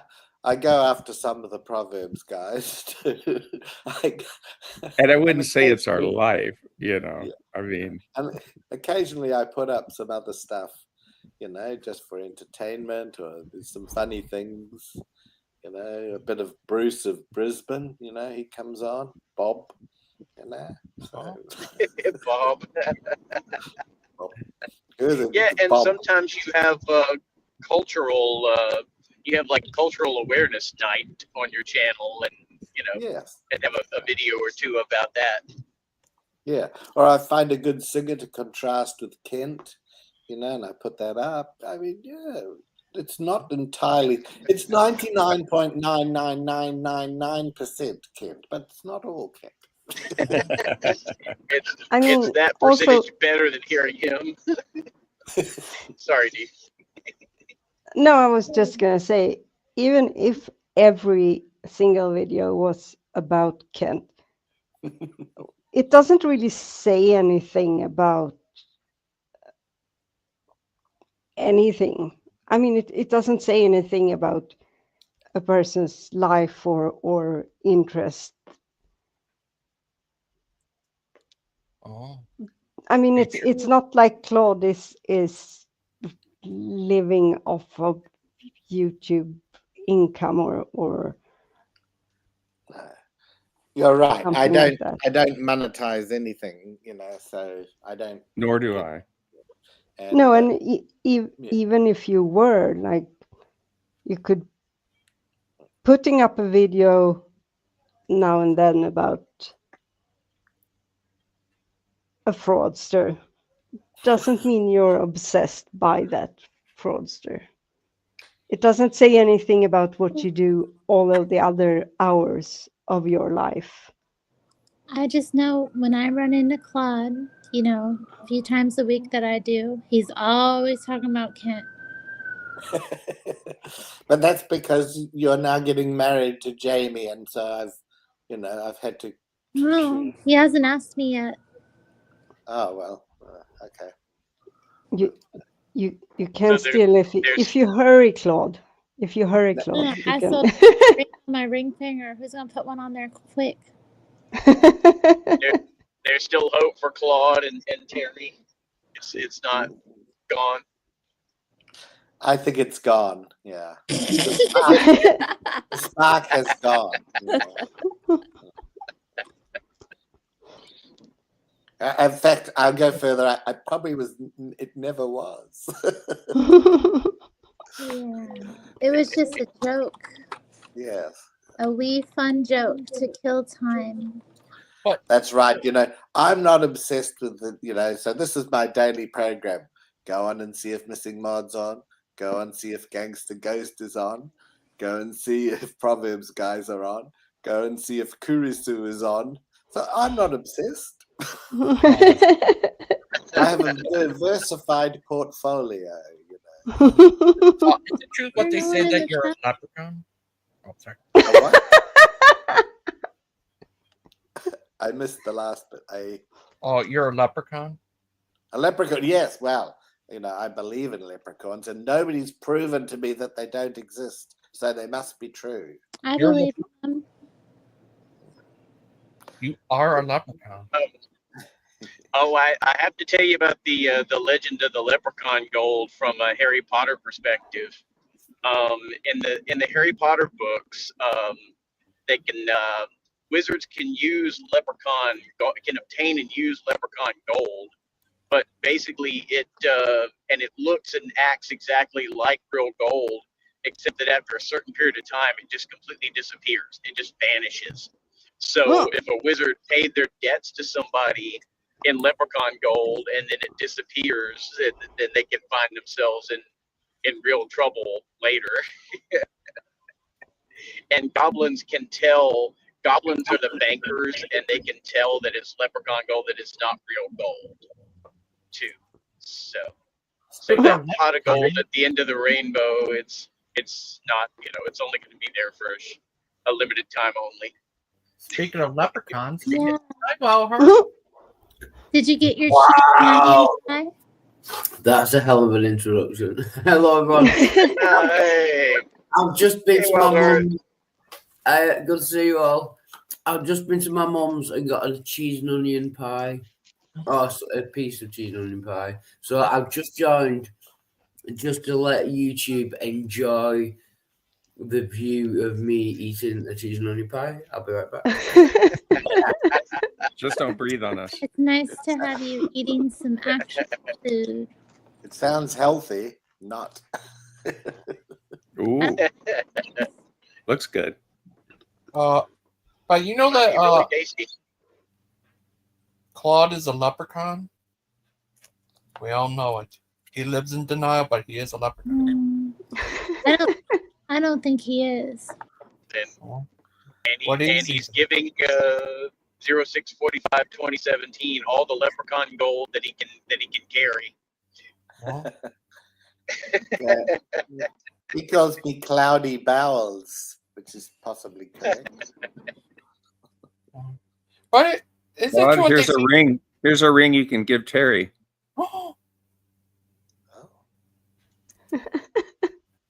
It's made out of leprechaun gold too. Beware. Does that say ho? Does that say Not gonna laugh. It does say ho. I just noticed that. It's probably not appropriate, Terry. I'm sorry. Oh. What's It a is a hoe? nice ring, though. What's a Hovend? Yes. I think if I were Terry, I would just take it as complimentary that Claude thinks you're a very attractive woman and that you're date worthy and possibly marriage material. So Aww. Yeah, that's a nice thing. But Terry is also famously inappropriate on other people's channel. No. Terry, got to stop that. When was I inappropriate? Are you talking about the Hake report? That's different. What I say at the Hake report is private. I wasn't. There are people that are far more inappropriate than Terry. Just because I say he looks handsome and, leave flirty comments doesn't mean a thing. Oh, thank you. Yeah. Oh, dang, he's eating it with his hands like a beast. He has a loud heart. He what? He's eating it with his hands like a That's beast. Lionheart. I can't see. Like, You expect me to eat a pie? With a fork and a knife. No, Add a Ironheart, cheese. right? I need because it's quite hot. I'll be right back. And a napkin. And a I glass. think it was Dustin that called him. Oh, sorry. Go ahead, Terry. Ironheart, right? Dustin called him. Dustin called him Lionheart. Lionheart. Lionheart. That was funny. And then I'm not sure who called. Somebody did call him Ironheart. I'm not sure who said Ironheart. I think that was instead of him Wildheart. too. I've called him Idlewild sometimes. It's him. Idlewild. Idlewild. It was Dustin. Oh, I have a He little calls him bit of knowledge. anything. And, I have a little bit of That's knowledge. Wasn't JFK Airport originally named Idlewild Airport? Oh. Yes. Yeah. Get in. Used to be named after you? Yep, I think so. Yeah. Wow. About 40 years before I was born. I've flown into JFK Airport. Wait, was JFK Airport? Oh, you mean the airport? LaGuardia? There's I get the two airports in New York mixed up. They're two separate airports. Yeah. Gigi, they're doxing in the chat. Can you? You What shouldn't be doxing people in the chat. They're dog. No, don't put it up. Don't put it up. The New York area has LaGuardia Airport, has JFK Airport, and also technically Newark Airport, even though it's in New Jersey. But I don't know. I had not heard of JFK being named what it was named before it was JFK Airport. But that does make sense that it would have been that it was renamed. Did you know that? It was Newark, Idlewild. I'm sure it was. Idlewild Airport. Did you know that Newark is an anagram of wanker?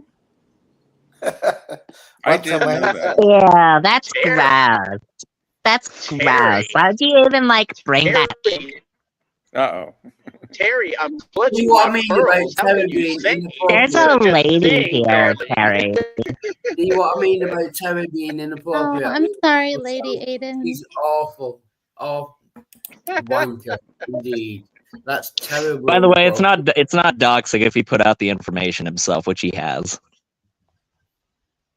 Yeah, talk about Claudio. What'd you call him? Fraudio? Fraudio beneath notice tes, yeah. Oh, hi, Raiden, by the way. What will you do if he comes on here right now, ready to fight you? What if he doxed me and revealed that my full name was Aiden Linden? Oh no! Oh no! What's he gonna do? Man, don't dox yourself. Oh no, my name's Aiden Linden and I live at 3015 12th Avenue Southwest, Calgary, Alberta, T3C0S5. Oh no! Oh, you live in You're just gonna have to change your name, eh? My friend Okay. there. Did you know that Aiden Lolden is actually an anagram of a man who never stops talking? Yeah. That's not what an anagram is. I was half tempted to laugh out of sympathy for how bad that joke was, but I think I'm just going to not provide my sympathy. Hey, Aiden, are you named after the trees, like linden trees? Is that where your family gets the name from? I believe so, yes. That's dope. It's a good tree. It's a lovely tree. When I own my own home eventually, I plan on having a linden tree in my backyard. What about Aiden Linden? Yes. So Look at Aiden, Spooky's comment. Aiden, do you still live with your mom? No, I don't. No, unlike Fraudio beneath notice tes, I actually moved out of my parents' house at an appropriate age. Shout out. Oh, are you serious? Yes. You know, Aiden is gonna make Fraudio's Hater of the Month Club. Fraudio, I love He's it. gonna, Such a he's good gonna name. be he's gonna be on the calendar for April. Did he commit fraud? His name is Fraudio, Terry. I mean, like, you should know that already. But I'm just wondering if he did something bad. Yeah, he commits fraud every single time he calls himself an intellectually honest person, or an intellectual, or a person for that matter. Well, don't dehumanize him just because he's Cuban. Oh, Aiden, That's you know why. you're his number 2 biggest hater? I'm his number 2? Number 1 is AC's AJ, and number 3 I think is Claude or Big Bad Mama. Oh no, Frank. Then Big Bad Mama, and then Claude. I love I'm honored. I love how he did a stream about that, and someone sent me a screenshot of the stream, and there was like 10 people watching, but nobody was engaging in the chat or doing anything whatsoever. It was all the atheists that he was, covering. They were the only people watching. Yeah. I got your back, Lupin. Don't worry.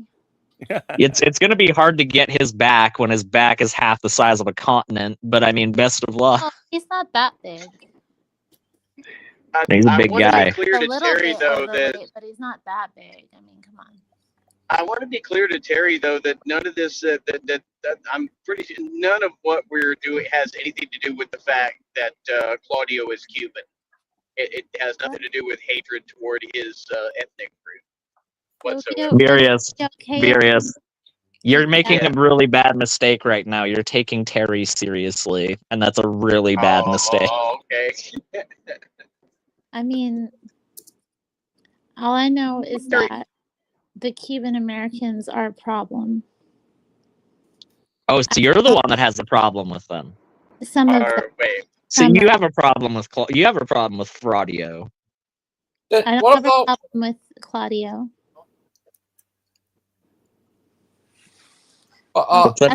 That's right, Lupin. You tell us. Aiden, how was your date today, little guy? You're not Cuban, you're American. Oh, well, that's news to us. How am I today, Gangster Ghost? I am pretty good, buddy. How about you? Oh, that's good. I'm all right. Fraudio is still better than being named Aiden Linden. Yeah, I know. Fraudio really rolls off the tongue just as well as Aiden Linden does, doesn't it? Like, how do you roast Aiden Linden as a name? It's a pretty good name. As far as names go, it's better than being named like, oh, my name is John Smith. One of my nephews, his name is Aiden. Spit roast Aiden. I would like to. It's kind of gay, dude. Aiden is kind of a. It's kind of gay, dude. Most people I know named Aiden were actually born girls. We're born girls. I mean, like Aiden with an I is typically the female spelling. I don't mean you. It's not your fault. Your name, what you are. Like just like I can't help my name. I'm sorry, can I rudely interrupt? Yeah. No, you're not allowed. You spit roast 20 to 30 Canadians and suddenly you're homosexual. That's ridiculous. I know. Wait, what? Spit roast? Did you say spit roast? I have a question. Terry. So in David Bowie's Changes, when he says to turn away the strange, is he referring to you in that song? Oh, maybe. That's not his best. I think so. I hope not. He and I have the same birthday. Changes is a good David Bowie song. Wait, are you about to say you don't like David Bowie's music, No, we got Terry? the same birthday. No, I'm saying, how could you turn away the strange?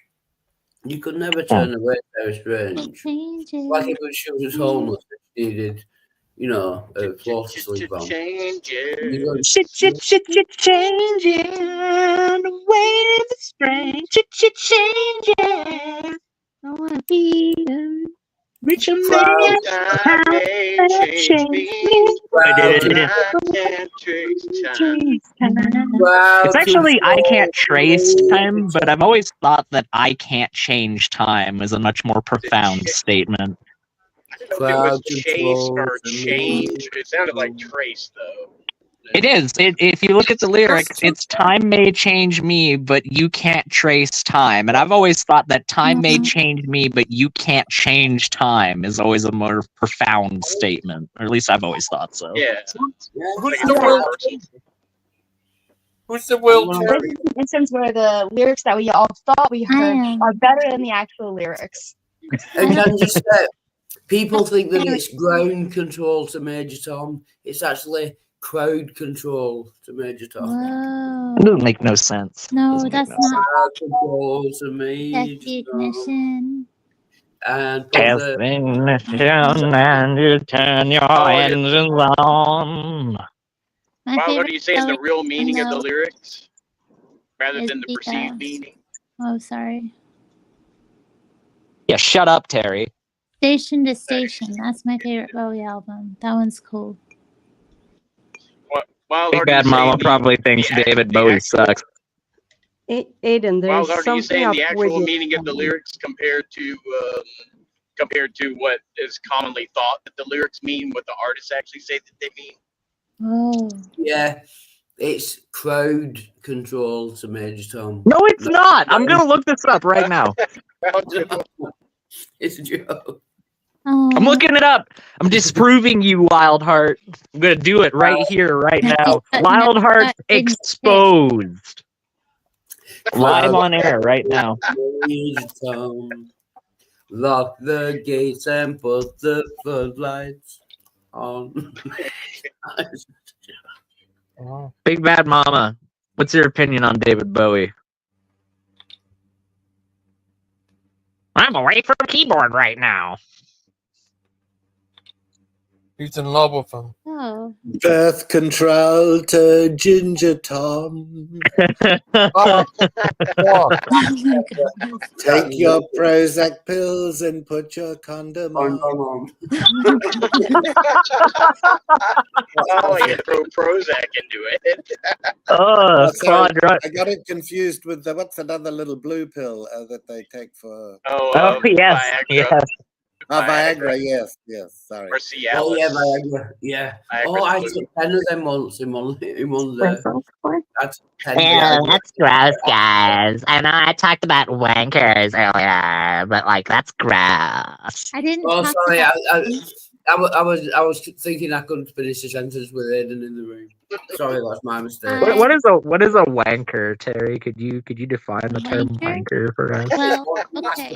So technically, it's like a term. It's like a term. It's short. It basically means somebody that's a masturbator, but they kind of use it like a-hole or something. It's just something you say about somebody who's kind of a dummy. When you think of the word wanker in your mind, like what kind of ignoramus comes to your mind when you think of a wanker? Like who would I think of as a wanker? Yeah. I'm trying to set you up for a really good roast of me right now, and you're not following, and I really don't appreciate it. I don't know. It's not something that I would call somebody. Is it like someone in the chat? Aiden Satan Linden. Now there's a good name, Spooky. There's a good name. Satan is literally my middle name. Hell yeah. Spooky votes Unintended. for Hunky Dory. You like Hunky Dory the best? When you think of Satan in your mind, Terry, what do you think of the scary red man with the pitchfork? I am evil. What do you think of when you think of Satan in your mind? If you rearrange the letters, though, it could be Santa instead of Satan. I am Aiden, Lord of Darkness. Sorry, before we get off the subject of wanker, a fun fact. Married with Children, Peggy. Yeah. Al Bundy's wife. She was called Peggy Wanker. That was her original name. Why? Yeah. Honestly, Her maiden name. Why? Yeah, her maiden name was Wanker. Peggy Wanker. Why? Honestly, I'm not making it up. Why? I'm not. It must be due to. I think he's just saying it just was in the show. It just was, yeah, in the show. She was called Peggy Wanker. Oh. Yeah. Her maiden name. Well, have you ever debated Kent? I've talked to Kent for about 10 minutes. He claimed to not understand a word I was saying, which I find very difficult to believe. I knew that's what he was gonna say. Dude is getting pretty hard of hearing, though, or he's just pretending to be hard of hearing. You know that film Willy Wonka and the Chocolate Factory? Yes, I've heard of that one. There's one called Willy Wonka and the Chocolate Factory, but it's a white chocolate instead. Yeah. White chocolate. Very creamy. I think the devil is like, I don't know. Like, what do you think of when you see him in your mind?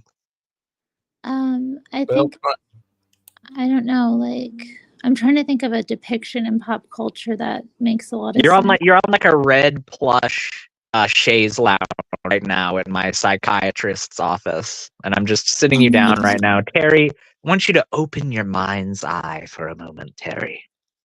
Yeah, my pineal gland. That's correct. Tell me what you see. Are you going to do a little bit of hypnosis on her? And hey, shut up! I'm working here. He's kind of like, I don't know, an androgynous guy. And why do you think, Terry, like cool, that you see? And like he's like kind of rock and roll. I don't know. And why do you think it is that you see an androgynous man? He's trying to seduce me into evil. Oh, I see. I see. So you see. He's trying to appeal to as many people as possible, you know? So he takes the form of Ziggy Stardust when he does that, I see. Not exactly. No, it's not exactly like that, no. He's slightly less sparkly, maybe more on fire. Maybe like Tom Cruise in Interview with a Vampire. Do you think Tom Cruise is androgynous? It like when he vampires do not sparkle. When he was, I have a feeling, Terry, that if you put Tom Cruise in a dress, he would not pass. I didn't mean you don't have to be in a dress or cross-dressing even to be androgynous. You can you have to be in order to be androgynous. That's like the whole point of being androgynous is that you have to be able to pass as either a man or a woman. Oh, not exactly. That's the whole point of androgyny. That's literally the point of androgyny. Who said that? And David Bowie could do that. Yeah. That's a local female, my local female, Brianna, my fiance. And Terry, you like the band Garbage, don't you? They did a song called Androgyny. Yeah, they did. Which I've just remembered, so I'm going to have to go and sing it. I'll be right back. Okay. Wildheart. See, Brianna agrees with me about androgyny, and Brianna's a woman, Terry. So how about you just calm down? What does that matter? What? I'm not uncalm yet. Just take a deep breath, Terry. How about you calm down? I am calm. No, you're not. Yes, I am. No, stop yelling. Why are you yelling? Do you have any scientific dissertations to prove that I'm not calm right now, Terry? Oh. But Aiden, are you a leprechaun? Yes. Brianna, am I a leprechaun? She's not giving me an answer. I still haven't found his pot of gold, so I'm gonna go with no. Oh, okay. I have it well set. I mean, yeah, there is no pot of gold. That's ridiculous. I've seen him wear chili legs or let me know how long that leprechaun gold lasts before it disappears. stupid leprechaun hat. I do own a shillelagh. I have a shillelagh with me. Shillelagh sticks. That's right. Oh, I have a fine shillelagh right from the Emerald Isle, I do. Carved from the very oak that St. Patrick touched himself when he arrived on the Emerald Isle, he did. No, if I know St. Patrick was Italian. Bada bing! You're gonna become a Christian now. Now, you wouldn't deprive a poor old man of his walking stick, now, would you? I absolutely would. If it was a cool enough walking stick, I would walk up to that codger and I'd take it out of his hands and I'd like get up in his face and be like, "What are you gonna do about it? What? Push him a couple times, you know. Oh wow! Can you put Spooky Bed Hair's comment up? Gigi, it's really funny.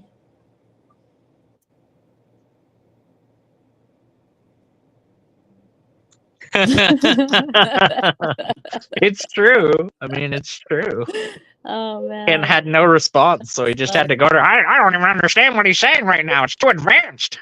I mean, I often have no response to Wildheart's arguments too. I mean, they're just so advanced. I mean, like, what are you gonna like? Charles Darwin walks up to you. You gonna debate evolution with him? I don't think so. I know. Ken Hova would, and Stephen would, and you know, Kent frequently leaves an argument when he runs out of steam. He'll say, "Oh, I've got something. I've got a very busy day. I've got to go now. I'll come back to that another day." He also does it with Big Bad Mama quite a bit. Big Bad Mama is so calm and collected, and Kent doesn't have an argument, but his foolish followers think he does, of course. What does he say? I'm overworked and underpaid, but I don't complain, or whatever. While he's complaining, you know. He just repeats the same lame old expressions, and all his followers go, "Ooh." Well, actually, they don't. Most of them miss the point. Actually, most of his followers end up going the Stephen route, if you know what I'm saying. They end up becoming disaffected with him, and then they make a bunch of videos against him, and then, unlike Stephen, will actually like stick to their guns and like keep being anti-Kent instead of like, oh, I've suddenly had a change of heart. All of a sudden, it's okay that Kent Hovind aided and abetted multiple PDF files. What kind of a question? Stephen, calling Stephen. Someone call Stephen, please. I'm sorry. Go ahead, Gigi. Oh, how you explain that? Stephen found what's the name? Found the Mrs. Noel's finger. She literally gave him the finger. Right. Explain that, Aiden. I can explain it because, I mean, in reality, that finger bone actually comes from a cow, so it's pretty easy to explain. Are you calling her a cow now? How rude! Oh, for real? I would never once call Sandra Hovind a cow. Thank you very much. Mrs. Noah. Oh, Mrs. Noah. Yeah, she was a cow. Oh. What about Bitch, Claude? I'm a cow. Bitch, I'm a cow. I'm not a cat. I don't say meow. You serious? Go boo. Moo. Guys, everybody remember, all right? We all come from Noah's family, but it's okay because incest is okay as long as the genes are better. Yeah. Yeah. And as long as you have banjos too, you know, if you can play the banjo really good. Bing, bing, bing, bing, bing. Because, you know, genetic purity is like an objective thing that can be evaluated and isn't just like an arbitrary thing that people just kind of like came up with just to like, you know, make an argument. Oh, like you? Oh, Aiden. This gene is 87.92% pure, said no eugenicist ever in the history of genetics. No genesis? What do you say to this idea that a lot of people within this, I don't know if necessarily a lot of people, but a few people within this community have that certain species were genetically front-loaded? Would you say that that's a lot of booty chatter nonsense? I love that term is starting to become more widely used in the booty chatter nonsense. It's such a good term. Just a bunch of. What does it mean to be genetically front-loaded? In my experience working at a grocery store, that would mean that the genetic shelves would be stocked much more efficiently, Terry. Look at it. Wildheart is like spurging out. He's grooving. What's wrong with you? Let me get this straight, Terry. You go to a nightclub and you look at all the people over there. Oh my God, look at all those people spurging out on the floor. Yeah, wow. I do that a bit. Yeah, I bet you do. I bet you do. I don't like to go to nightclubs. They're too late at night. I want to be in bed by that time. No, I agree. I've only been to a nightclub like 2 or 3 times in my entire life, and they suck. The music is way louder than it needs to be. Are you talking to me? Walk on home, motherfucker. Hey, watch your fucking mouth.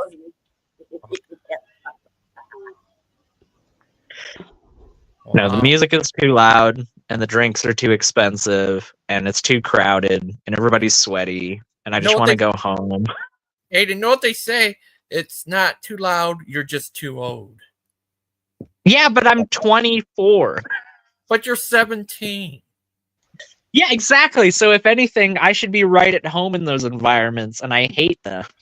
But they love you. Aiden, you were born like age 55. And That is then you true. grew younger and younger. Oh, it's like that weird movie with that. Yeah, where I age backwards.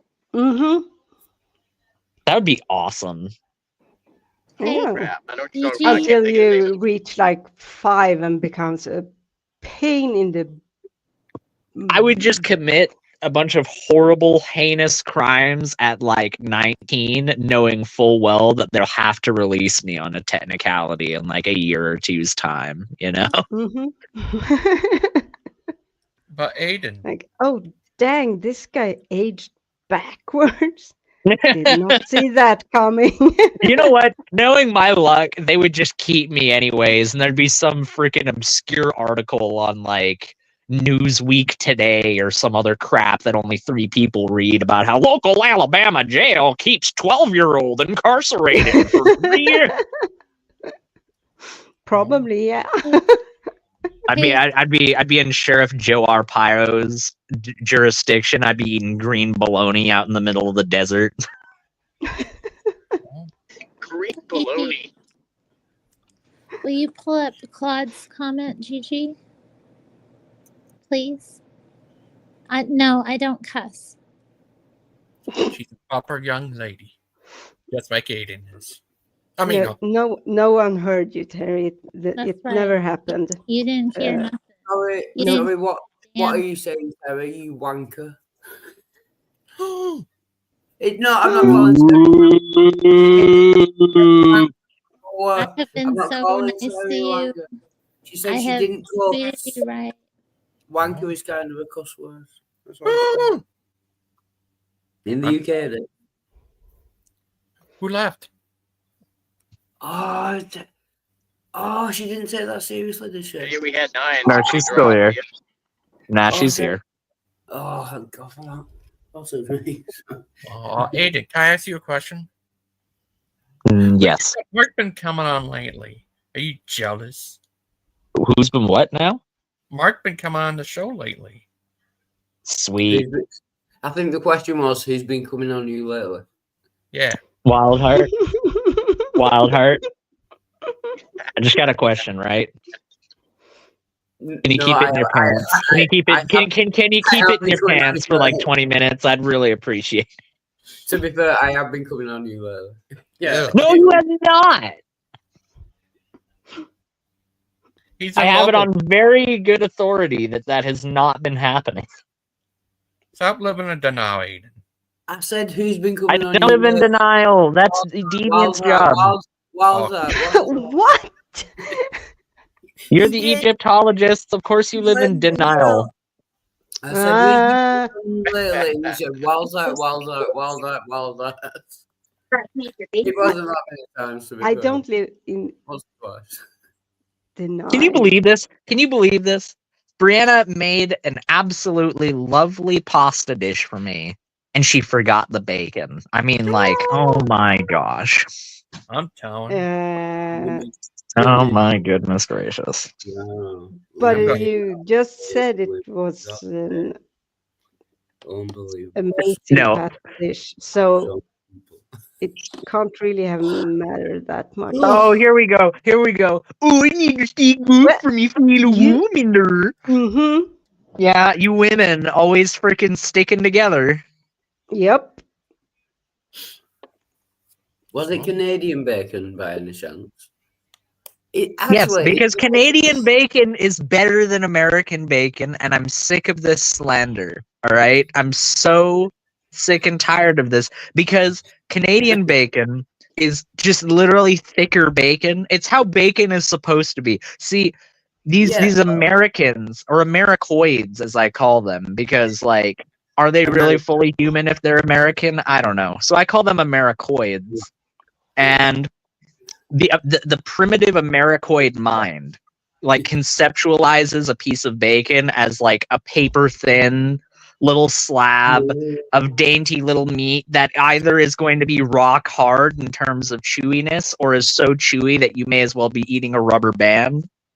So that's Americoid bacon. Canadian bacon is how bacon is always meant to be. It's a nice, I only asked one question. I didn't expect a nice, thick, juicy slab of succulent meat. But I have a follow-up question. In Canada, if you get American bacon in Canada, does that make it Canadian bacon? Wildheart, that's the most retarded thing I've ever been asked in my entire life. I'm just thinking, all It makes it bacon in Canadian Canada, American Canadian bacon. That's why.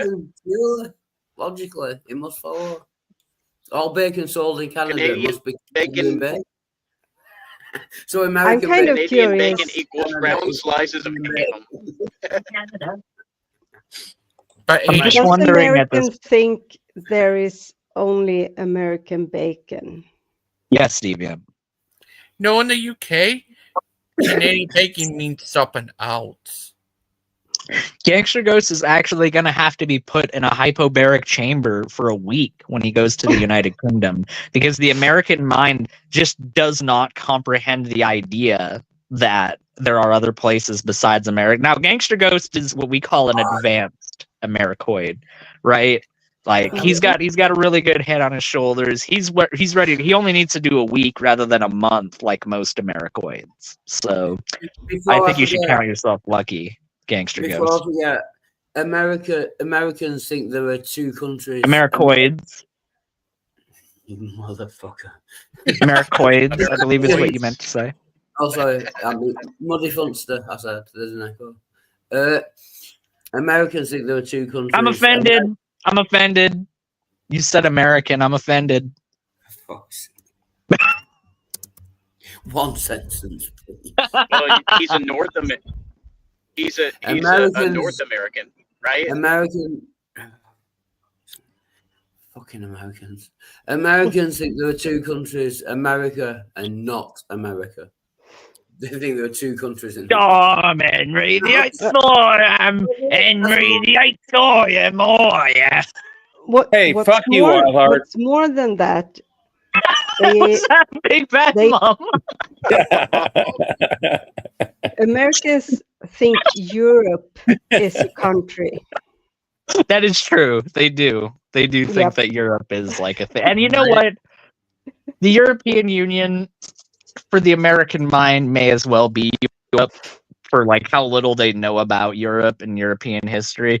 Like you could try to explain to them that not all of Europe is in the European Union and that there's other stuff like the Eurozone and the Schengen area. But as soon as you get past the word Europe, it just becomes wah wah wah wah wah wah wah wah wah wah wah wah wah wah. You just become the teacher from Charlie Brown. Oh yeah. Not to mention that yeah. the European Union Well, you're talking about the average. Doesn't have the right to make laws that affects affects individual people. Logan and Frank, are you going to take this shit? Aiden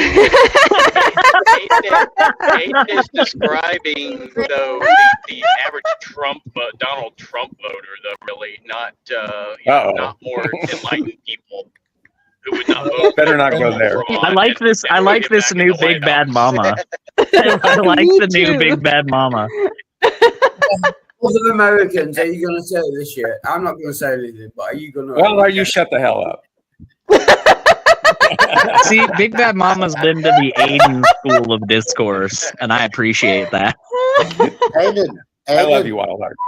Aiden, I wonder how Yes, a conversation would go with Kent trying to lure Terry into his marital marital bed at DAR. Oh How would that conversation go, do you think? And you know, whether she'd be working in the kitchen and doing everything she was told, and spankings and all that sort of thing that Ken goes for. Yeah. It's a good question. You're gonna have to come up with that one all by yourself because I'm. Oh, it's fine, Beerus. It's not like you asked the question to me or anything. It's not like you asked me. No, just go ahead. Everyone really wants to hear what you have to say right now, Beerus. Go ahead, buddy. Go ahead. Yes, everyone needs a good spanking right now. Oh, that was so relevant to the stream. Can everybody just take a quick moment and applaud Frank for how relevant that was for the stream? Wow. Woo! I'm sorry, Aiden. Are you criticizing someone else? Shut the fuck up, you fucking cunt! You fucking wanker! Sorry, is Aiden criticizing someone else for trying to be the centre of You attention? fucking dick twat! Shut the fuck up! Guess who's back? Hey, Aiden, about back on the Canadian bacon real quick though. No. I really love me some Eggs Benedict once in a while, and it's not the same without Canadian bacon. But I can't help but think every time I have Canadian bacon, it really just looks like thick slices of round ham, pretty much. Yeah, because you're not getting actual bacon. You're not getting actual bacon. Okay. That's the problem. Is that Canadian bacon? Wildheart, my good sir, I must inquire that you close your mouth for a temporal period of time, my good sir. Thank you. I've got a bad joke and I've got wait, I'll forget it. I entered a Benedict once. He was furious. He was livid. That is wrong. That's several levels. Okay. Her channel's Back again. Yay. We missed And her. she didn't delete it this time. Thank goodness. She deleted it for a while, but it's back on there. Delete what? What happened to her channel? She took She a break. deleted it at first. Now it's back. We missed her. Shut the hell up, big bad mama. Wait, right. she deleted it or it got taken down? No. Oh, she deleted it, but put it back up. Copyright strike. She might have. It could have been on one of her streams. No, somebody was she playing took video. a break. No. I'm getting like a million different answers. I'm just gonna go ask her. Okay, all right. Let's get this concept straight, right? Okay, so when someone takes a break on the internet, sometimes what they'll do in order to prevent like a bunch of comments and stuff from spamming up their feed while they're away is they'll just hide their channel. And that's what Missing Mod did. She hid her channel temporarily because she wanted to take a break. Oh, okay. Oh, okay. Thanks for that. I didn't know you could do that. Yeah, she's done that before. It's not your goddamn business, Deviant. To tell you you're right? No, it's true. Yeah. It's true. Yeah, you telling me that I'm right offends me for some reason. Well, feeling a bit persecuted, are we? It's like if Claudio was like, yeah, "You're right about that, bro." It's like, oh no, I need to reevaluate my whole life now. Oh, that's a low blow. I'm never going to be nice to you again. Twat. I'm just kidding. Claudio's actually made good arguments every once in a while. I'm just joking. Why? Why? What did I ever do to you? Hold on. Let me get the list. And then, yeah, the list is extensive. Scroll starts like falling down the stairs. It's so long. If you just read a book I've once in been a sitting while, here it might be all quiet for right. like a couple of hours. I hardly said a word. And I come in to agree with Aiden and substantiate what he just said. And you just jump all over me like a freaking pack of wild rabid dogs. What is this? He's looking for Hey guys, a I'm gonna drop out and see you later. Bye, Odin. Deviant, Here, man. Well, Deviant. Good to see you. everybody, I need to tell you, Mrs. Mod is having a show tonight. Yay! Oh. Can I just say, Deviant. Claude, it's extensive and expensive. I've seen it. Like I love you, Deviant. I'm sorry. $20 for a That's blowjob. okay. I That's love you ridiculous. too. What did you say, Wildheart? I hope no one heard that. Claude's Okay. list is extensive and expensive. $20 for a blowjob. That is ridiculous. Aiden. Yes.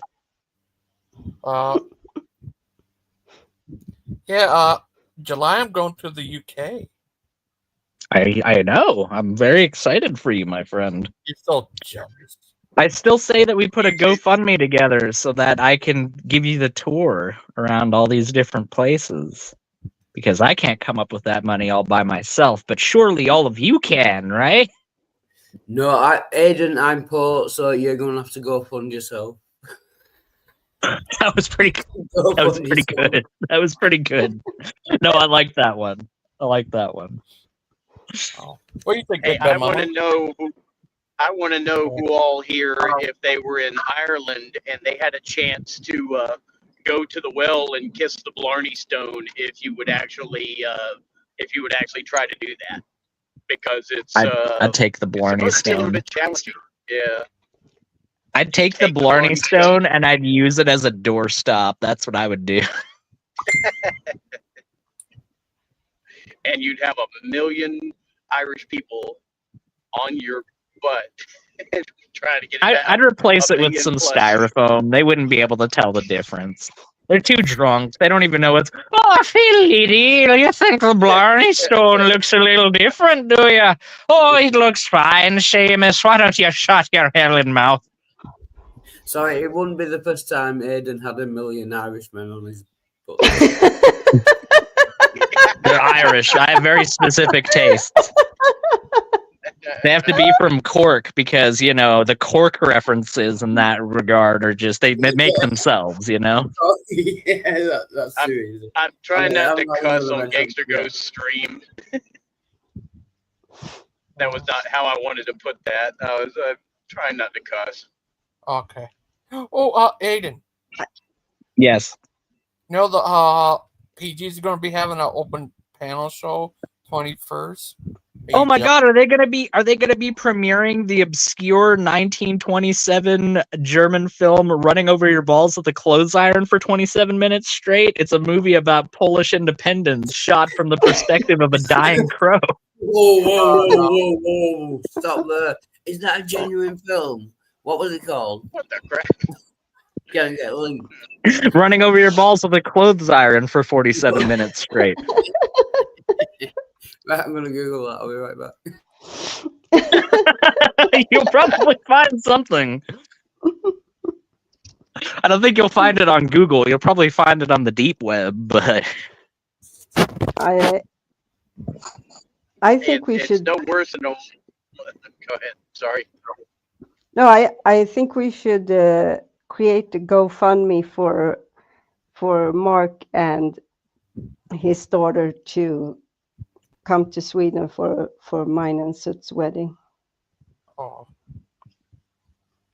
I'll be the master of ceremonies for your wedding, Deviant.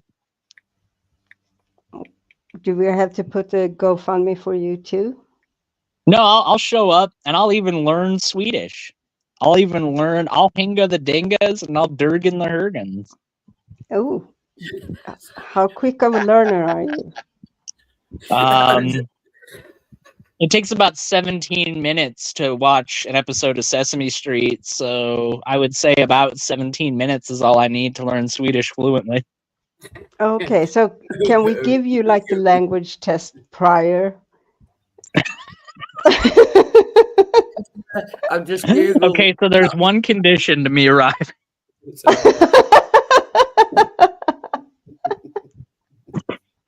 I was Googling running over your irons, running over your balls with irons. I keep coming up with golf videos for some reason.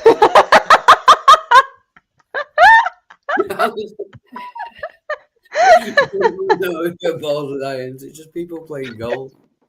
Disappointed. I'll be honest.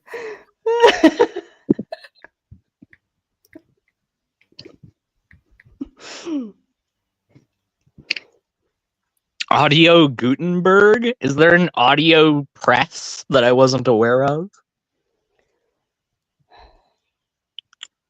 Let me go to the audio printing press real quick. Like, what is that? How does that work?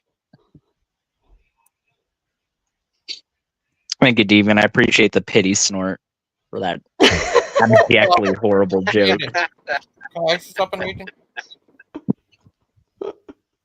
It's like, I don't want him to be totally dead in the water. Let me give him at least a bit of a life preserver. Let me give him the crap that Jack tried to cling on to in the Titanic before he drowned in the North Atlantic. Let me give him the verbal equivalent of that. I actually was gonna something,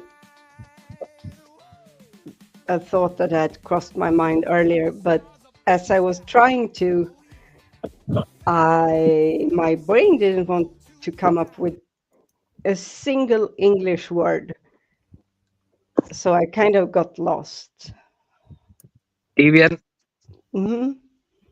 the amount of respect I'm going to have for you for now and forevermore is going to be determined by your answer to this question.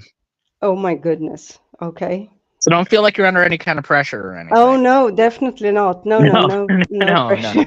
Just answer like it's any other. Shut the fuck up, Wildheart. Fuck. All right. Anyways, I have one question. What do you think? What do you think? No, Wildheart. I'm asking a question. Not to put you under pressure, though. Deviant. Mm-hmm. What do you think about the movie Titanic? It was shit. I watched the movie Titanic, I think twice. Once in the movie theater.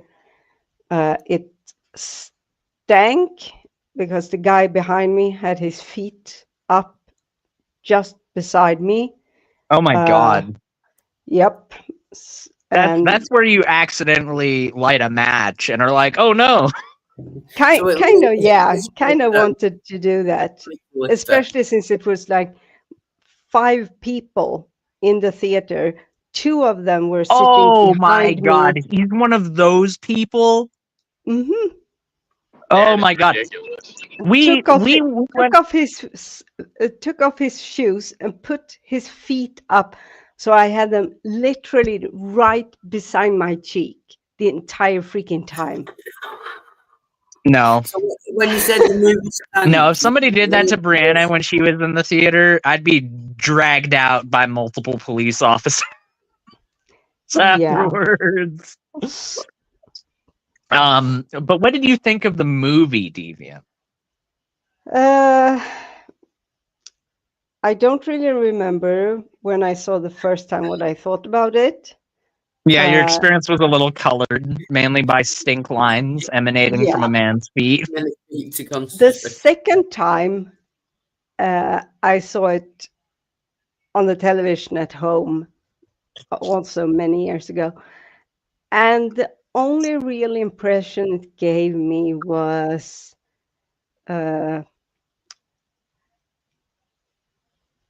it's kind of pointless. And Rose is a bitch. I thought it was yes. Yes. Okay. All right. Deviant. Yep. That was almost as good as what it could have been. You got a solid B+. Oh, you got a solid B+ for that response. No, Titanic is one of the most overrated, over talked about. You still hear its soundtrack in grocery stores all this time later, and you just want to throw your hands up in the air and ask, why, God? Why would you allow me to exist at the same time as this creation? Mm-hmm. Look, me and Brianna have always held this position. It's that the Titanic disaster is a very interesting historical event, right?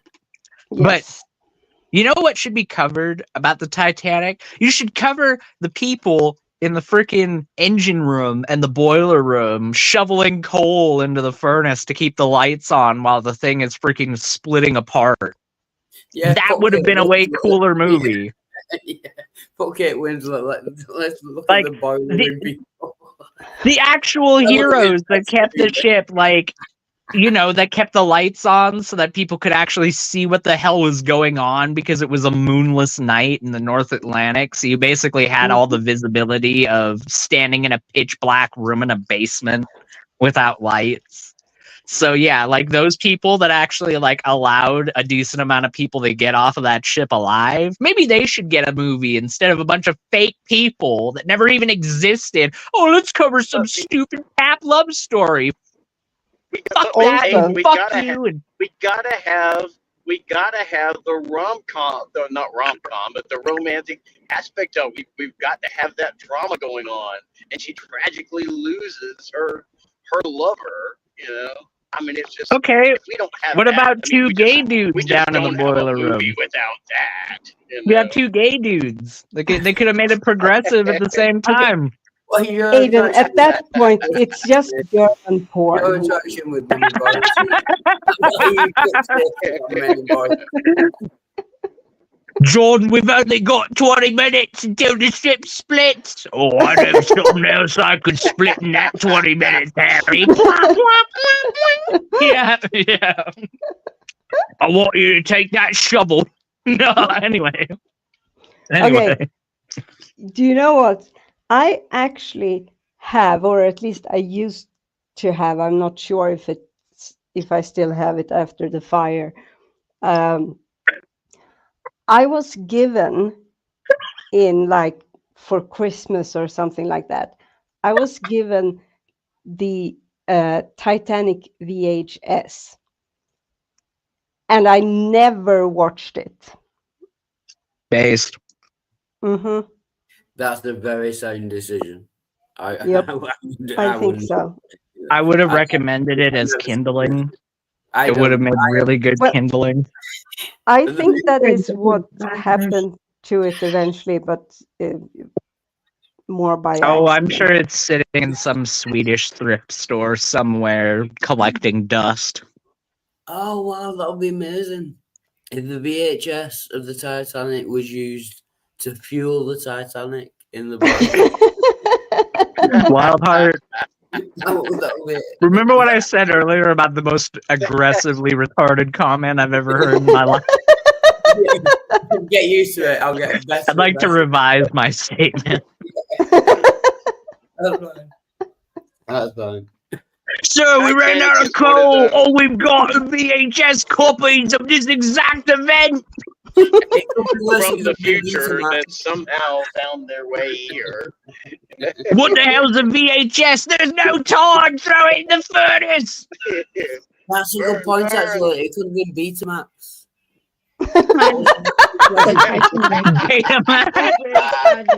To come out of the Titanic. Yeah, you make a perfect valid point. It's only Betamax tapes. What a bunch of idiots. They had a bunch of copies of this film on the ship and nobody bothered watching it to see what would happen ahead of time. What was Like, gonna happen? You've seen it coming. Man. Why didn't they watch the movie? Also, everyone knows How did they there not weren't predict their VHSs. demise? Yeah, I'm not saying Everyone knows there were no VHSs in 1912, but Betamax true. was definitely around. yes, Betamax was alive and well. Yeah, I've got a crazy fact for you guys. I've got a crazy Titanic fact for you guys. Did you guys know that the swimming pool on the Titanic is still full to this day? Oh well, yeah, I can imagine. To this day. Titanic is still full of this. It's underwater. Yeah. And I imagine a few hot tubs too, you know, that are not so hot anymore, but just still full to this day. All the bedrooms are still full to this day.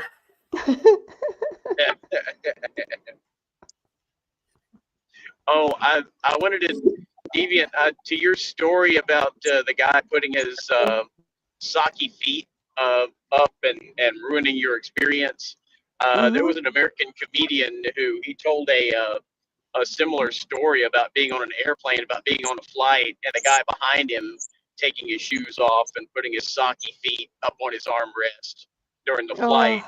And to get even with him, he took off his own shoes, took off his own socks, and just flung them over the back of the seat, back of the chair. So the guy had to smell his socks. Titanic came out in '99, didn't it? I think I thought it was 96 or 97. So Aiden, can I cut your socks? On. I think, 97. Yeah, so Deviant was in 1997. Deviant was in a Swedish movie theater, experiencing the authentic wine press experience while watching the movie. Meanwhile, in 1997, I was.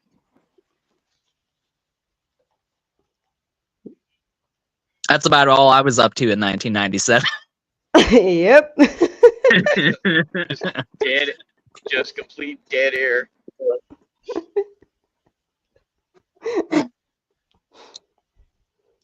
I actually told the guy to please put his feet down, which he reacted to by doing absolutely nothing. So he was Finnish. He might have been. Sounds like Danish. something those dirty Finns would do. He's one of those dirty Danes. Okay, I'm Don't get me started on the finish. I don't want to. Finland, or as I call it, Russia too. Because if you really think about it, This is serious. Russia too, electric boogaloo. Aiden, you want to fight with Sus, but I have to warn you. Aiden, guess who's here? He said hi to you all. Who's here? Your best buddy in the whole world. It's the Who's Posy that? Father. The Paz Father. Oh, that's interesting. Anyway, The Paz. It's gonna get cold. I'm eating it. Okay, Brianna wants me to leave because my food is gonna get cold, and she cares about my well-being or whatever. So I don't think she cares about your well-being. It sounds like well-being, but she doesn't care about your well-being. Uh-oh.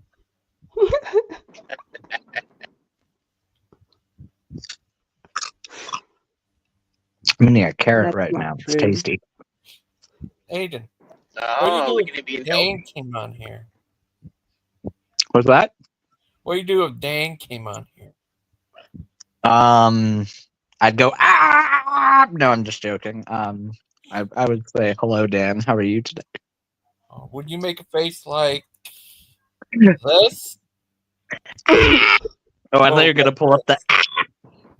I do. At first, I would be the first face, but then when Dan started talking, I would turn into the second face, and then by the time he was finished talking, I would be that face. I think wasn't Bruce in the chat earlier and just thought we were too full of demonic possessions or something today or whatever for him to stick around and talk to us. He didn't like what was being said, so he headed out. I think he headed out when I timed him. No, he came back a bit later. Oh, you maybe. timed him out. Yeah. He had a little bit more hatred he needed to spread, Deviant. He wasn't quite done with his daily quota. No. Yeah, Deviant had to time out for bad behavior. Mm-hmm. He was being insulting in the side chat. Yep. With 3 means. What with 3 meals? With 3 E's. Oh, Brianna showed me a photo of a chonky bee, and I said, that's a bee with 3 E's. Oh. Oh, I thought you said 3 weeks per second. I thought you were doing the thing from Adventure Time, where there was a thing in the Adventure Time cartoon where the Ice King, I don't know if you guys know Adventure Time or not, but Ice King was doing something wrong, and he was like, "You're grounded for a week." Hey, you can't do that. You're grounded for 2 weeks. And then it just keeps increasing it. Then it becomes 3 weeks, and then it becomes 4 weeks.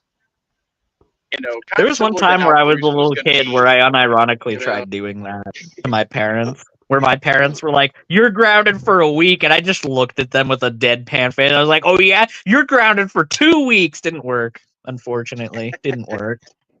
Yeah, well, I can't imagine why that wouldn't work. I mean, It didn't. I mean, for some reason, it didn't work. like a good idea. I mean, every time because you got to understand, like 6-year-old Aiden's mind basically consisted of when you hear the words "you're grounded for a week," you're just grounded for a week. Like that's just the universe itself has come down with the decision that you are now going to be grounded for a week, and there's nothing that you can do about it. So when I uttered the words "nuh-uh, you're grounded for 2 weeks," and it didn't work, it kind of shook my fundamental understanding of the world and how it works. But did it work though? Unlike Lupin, it did not. It did not work. No. That just tells us all we need to know about Aiden Linden. I mean, that literally explains everything. That was the entire book of Aiden right there. No, it literally, like, at the age of 6, it threw open the door to the fact that, oh my god, this punishment is a construct made up by my parents, and there's nothing that actually, like, backs it up besides my parents wanting it to be the case. And that blew my freaking mind. Sorry, Aidan. The sad thing is that happened a week ago. Mr. Pye, Oh yeah, well I guess I was right because I'm still here. I should be grounded right now by that logic. He's still staying. Pike, I'm in Get Georgia. You're in Georgia? I'm in Georgia. Why you don't got go by Georgia this back on my mind? What's that? Georgia. Georgia. Ironically, all my exes live in Georgia. All my exes live in Texas. That's why you hang your hat in Tennessee? That's right. That's right, Christian. How are you today, Birder Pike? Oh, I am finer than frog hair split 7 ways, Logan. Oh, that's pretty fine. Yeah. Yeah, especially since frogs don't have hair. Where's Deviant? I don't see her on the panel. Oh, now I do. I'm in Unadilla, Georgia right now. I have been to Unadilla a couple of times. I think it's pronounced Unadilla, but I really don't know. Unadilla. Oh, here's Christian. Hey, look out, Unadilla. Armadillo. Unadilla. Christian, I just want you to know, when you come out to Canada to marry us, like, you're going to get a lot of people going like, oh, you're from the South? Wow, what's it like down there? I'm going to put it on. Pike, Brother Pike, can you show me the way to Amarillo? I can. Every night I've been hugging my pillow. Oh, do you not know the song? Shit, Americans, I thought. I'm looking at a honeybee right now. The way to Amarillo. But Wildheart, I thought Josh already did that though. I thought Josh already put some of that greasy free grace on you, and you're all taken care of. No, he didn't show me the way to Amarillo. He showed me the way to something else, but it wasn't. Oh, to Amarillo. Oh, to Amarillo. Oh, No. No, you need to understand, all right, Wildheart. The strip club he brought you to was named Amarillo, so. Oh, that's the one. Yeah. It was they had a good drinks. Who would go to? Sorry, did I say strip club? I meant gay bar. I meant gay bar. Oh yeah, it was a gay strip club, obviously.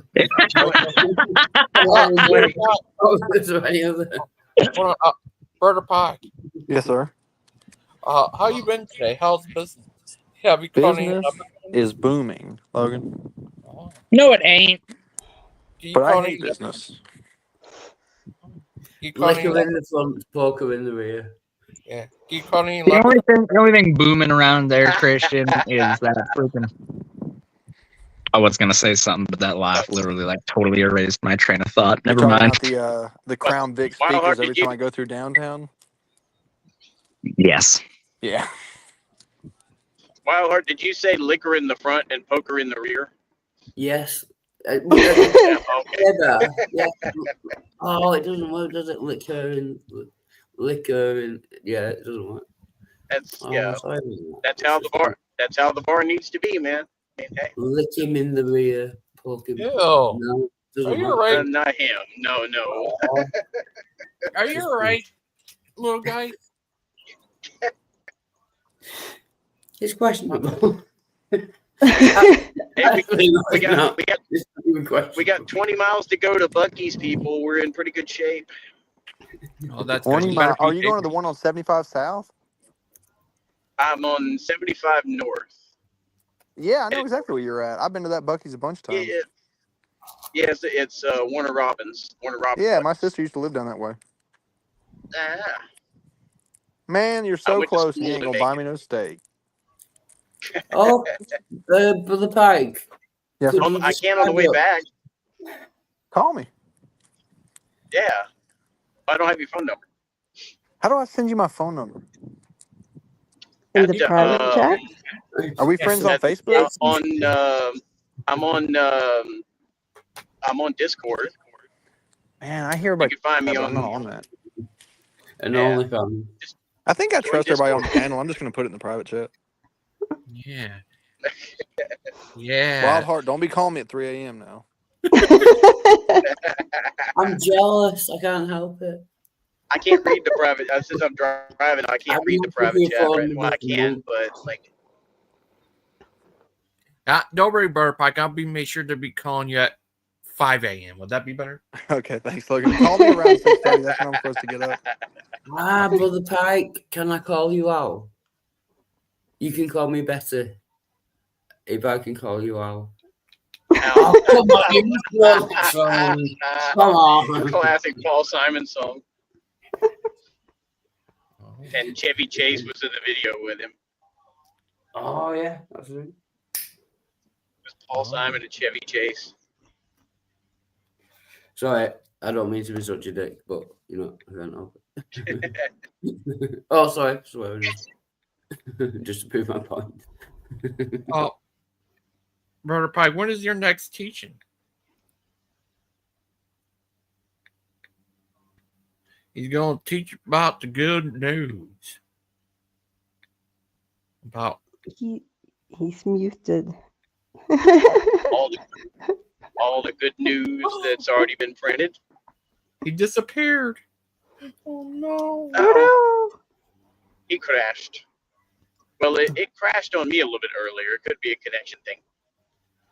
He's crashed on me a few times. I got it. Are you crazy? Yeah. We just met. Yeah, I know what you're going to do, Wildheart. You're going to call him at 1 a.m. and ask him, hi. 1 in the morning. Oh, we got Bobo over here. Yeah, you're going to call him at 1 in the morning. 1 in the morning. Oh, I get you. 1 in the morning. He going to tell him. He just... Yeah, just be like, I forgot, yo. He'll just be like, oh, I forgot that yo was 5-6 hours behind, behind me. He loves dick pics. It's fine. He loves I them. thought it was 11 in the morning, and it's 5 in the morning over there. I've sent him many. You enjoyed it? That's creepy. Oh, no, thank you. But wow. I think it's only creepy because it's true. Hey, Wildheart. I think I know the answer already, but when we had the lunar eclipse the other night, were you able to see any of it over there across the pond, or was it already too early in the morning for it to be seen? I'm not sure, to be honest. We Possibly. couldn't see anything here in Sweden, at least. Yeah. And we're 1 hour ahead of the UK. Okay. Yeah. 20 years behind, but 1 hour away. I got a good. The UK is 20 years behind. Yeah, that's true. That's true. 20. I got a good recording of it, and I didn't quite have a chance to get it up on my YouTube yet. I'm going to try to finish that finally tonight and make that available. But I got some clips from start to finish. Oh, that's good. It must. It was a lunar eclipse, right? Total lunar eclipse. Yes. Yeah. That happened for us. It was really very early Friday morning on the 14th. Sorry, I apologize. Was it a total eclipse of the heart? I'm sorry. It totally eclipsed my heart. It totally captured my heart. But I had another total eclipse of my heart that happened a couple of weeks ago, but I really don't want to talk about that one because it just didn't end well, unfortunately. Yeah, she did me wrong. No. No, I'm not talking about Missing Maud. Missing Maud didn't do me wrong. It's another gal that I just met. I'm sorry. Well, Did you at least see her full moon? Did I at least say again? Did you at least see her full moon? Unfortunately, no. Yeah, yeah. I didn't even get that. Yeah, I didn't get anything. So.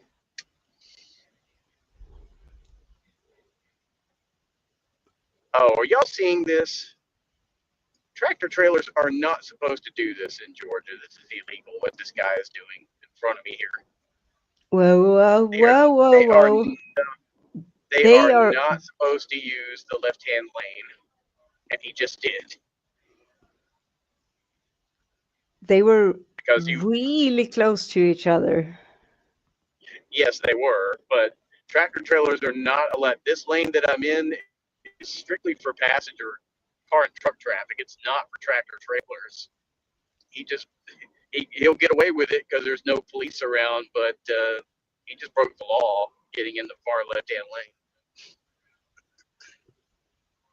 Because he's in a hurry, I guess, and has to pass everybody. That's the kind of thing that causes accidents out here. Mm-hmm. Is guys doing stupid stuff like that, especially in trucks. I hate stupid mother truckers. Yeah, that was a stupid mother trucker. Absolutely.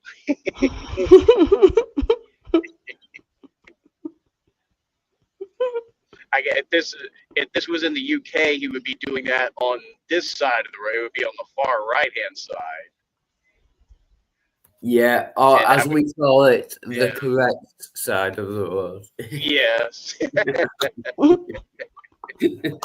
would really take. If I was over there, really driving around, I would rather somebody else drive me around. I would be, because I would forget and I would end up driving wrong. A lot of Americans do that.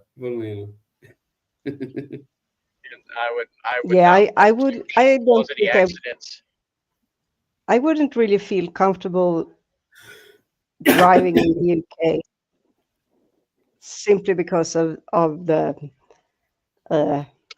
driving on the wrong side and sitting on the wrong side in the car. Sorry, Deviant. When you say wrong side, yeah. You mean correct side? I mean the left side. Opposite side of the right of way. Basically, the opposite side of the right of way of whatever the right of way happens to be. We invented roads. Yeah, so it's the correct side. That is true. Yes. But we can thank our lovely system of interstate highways that we have in this country that we call the Eisenhower Interstate System. We actually can thank the Germans and their Autobahn for that, because during World War II, General Eisenhower saw that as our armies were invading Germany, trying to run the Nazis out. And he brought that idea back to the United States in the 1950s in the event that we were ever invaded by the Russians or the Chinese or anybody else. And we would be able to, and so we would be able to get military equipment from one part of the country to another very, very quickly in the event of an invasion. And would be able to respond to it. I don't know. That's good. But so that was where the isn't there no speed limit on the Autobahn in Germany? There's no speed limit, is that right? Nope. No speed limit. No, there's no speed limit on the Autobahn in Germany. That's cool.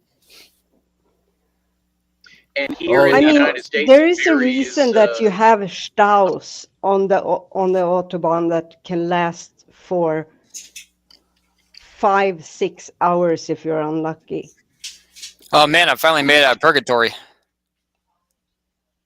No, you just entered it. Oh, yes, unfortunately. I'm stuck with you guys. I mean, Malcolm. Oh, sorry, I thought I was this.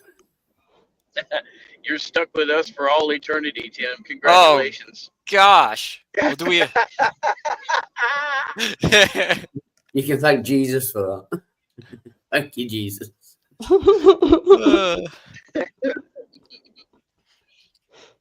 Don't worry, we've got Buc-ee's. Buc-ee's is up ahead. It might not be all bad.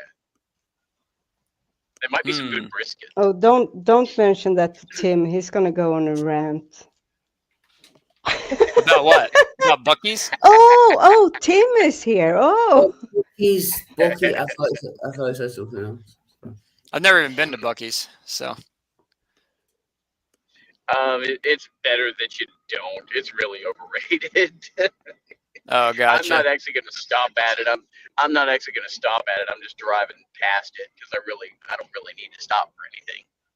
But back to what we were when you jumped in though, Tim, we were talking about the highway system and the interstate system in the United States, and that Eisenhower got the idea from that during World War II and to prevent military invasion of our country and etc. And I was going to tell Wildheart and Deviant in our country it varies, like speed limits vary state by state and county by county, pretty much. But I mean, for the most part, the interstates are under the whatever state highway patrol. Although local jurisdictions and counties police it as well. So they kind of, I think it's at the state level that they set like the speed limits. Like for example, Texas, they set theirs pretty high, almost crazy high. Like you could go almost 80 or 85 on some of their roads. But here in Georgia, the speed limit is 70. But Texas is massive, isn't it? It's probably a high speed limit because Texas is massive. It's actually bigger than England. Yeah. One state is bigger. Well, than yeah, England. that's yes. Wow. Because I mean, it took me the last time I went to Texas last year when I went to go watch the total solar eclipse. When I crossed over the border from Louisiana into Texas, it took a further 5.5 hours to get from there to Austin, Texas, where my hotel room was. And that's the length of the journey I'm taking today, getting from Florida to where I'm going to end in Georgia. 5.5, 6 hours, and you're not even halfway through the state. It's another, I don't know, like 7 or 8 hours if you were to continue straight across, or to get to New Mexico. Yeah, massive steak. It's a big old taco. It's a giant taco. Giant taco. Oh, that's the point. I realized the other day, I was talking to someone, I've never had a burrito. You've never had a burrito? Really? You're missing out. You're missing out. Yeah, I'm gonna get all the ingredients you need for a burrito. I've never had one.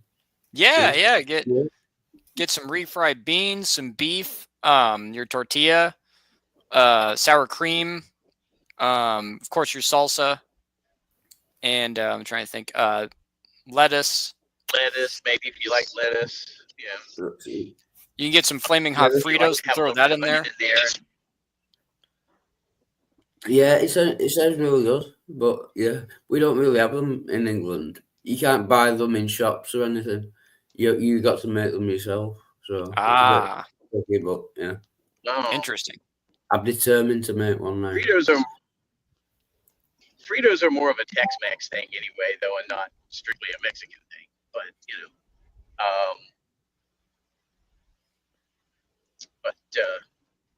and then but those are the common ingredients.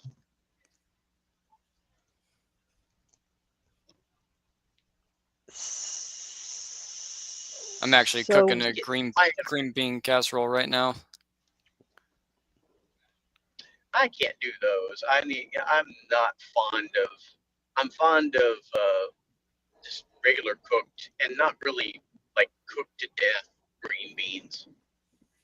Southern style green beans are good ones. So kind of Bond, Bond is going to teach me how to make one, and I have to go. Thank you, Gangster Ghost. It's a pleasure. Deviant. Oh yeah. Various. Then the Tim. It's Tim, isn't it? Yep. Sorry. Yeah. Good to see you all. Everyone inside chat. See you, man. Wildheart, Take before you care, go, is your Wildheart. before you go, is your tooth Wildheart? Before you go, is your tooth better? Yeah, they pulled it out the other day. I went to the dentist. Yeah, they took it out. Okay. It's not hurting. Yeah, thanks a Not lot. hurting. That's good. Cheers, everyone. Okay. Thank you. Bye. Take care, Wildheart. good. Always a Yeah. pleasure to see you. Yeah. Take care. Bond, I didn't say Cheetos, man. I said Fritos. I would never put Cheetos into a burrito. That is weird. I guess you could, but it would just be just different. Right. Cheetos Still corn. into a burrito. Yeah, Cheetos are still corn, but yeah, that's a bastardization of a burrito. Well, the fun part is you can kind of do whatever you want with those things. You could add whatever ingredients, whatever sounds good to you, and just wrap it up and munch. Yeah. Well, it's like making any kind of wrap, though. Like if it's if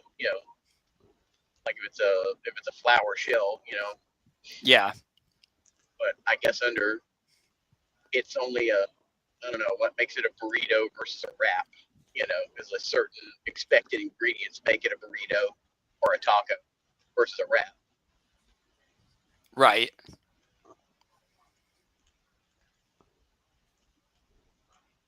And we are at Buc-ee's.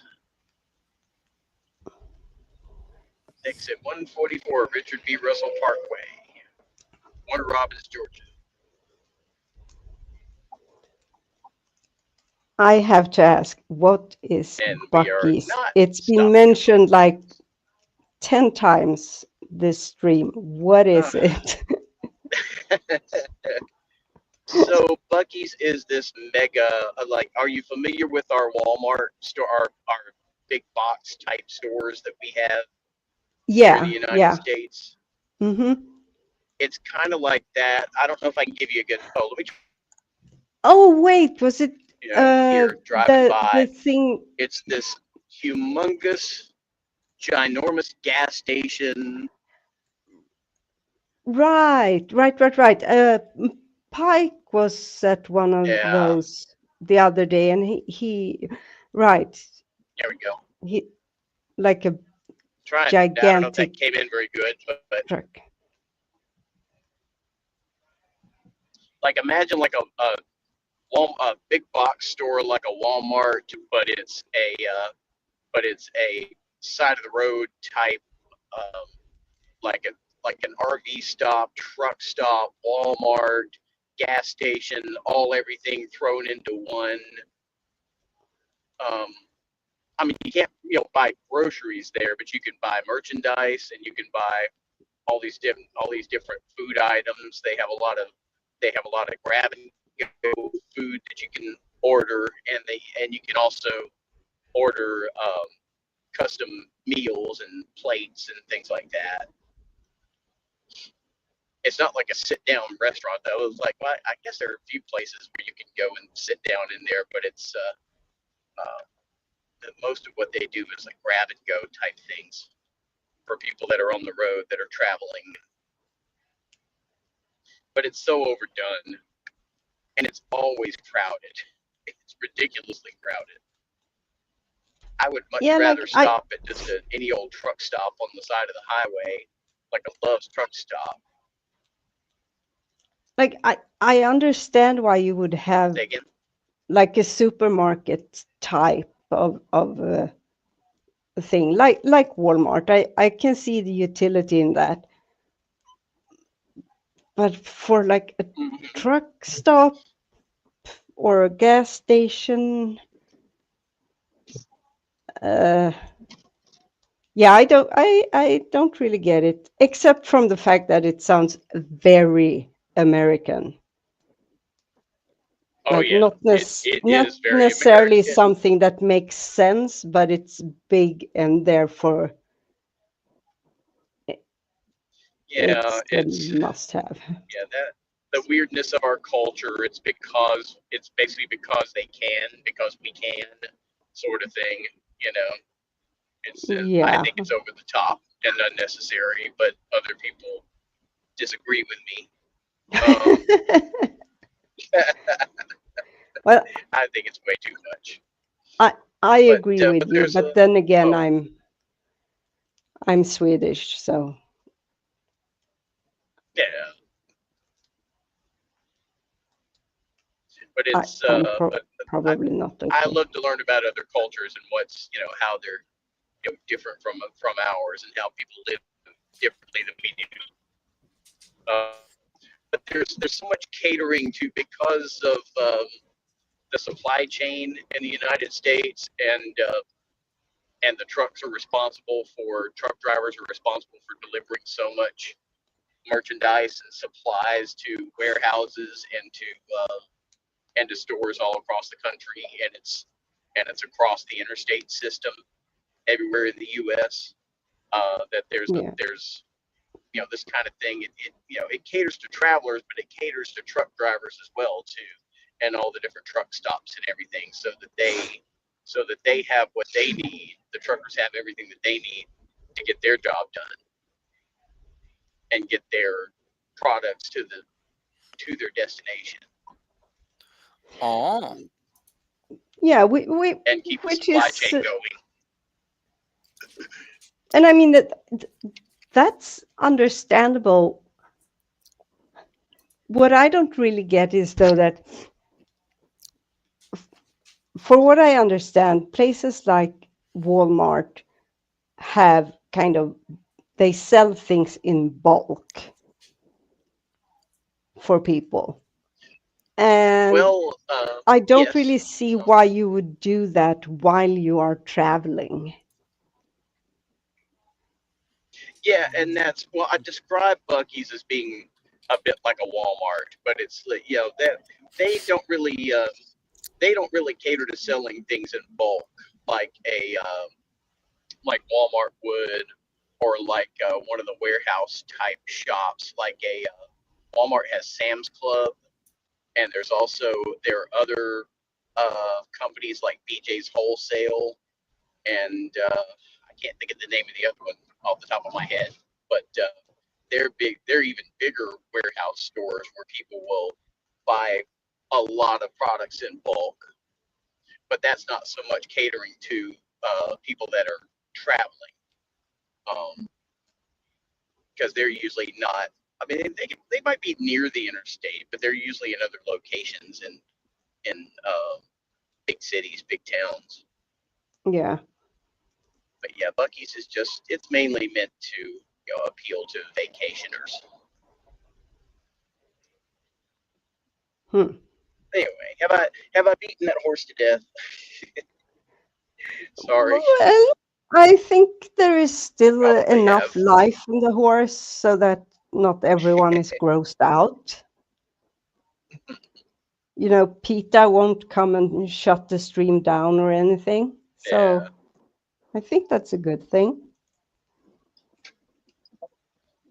And this is a common sight, this vehicle that's in front of me now, the people having campers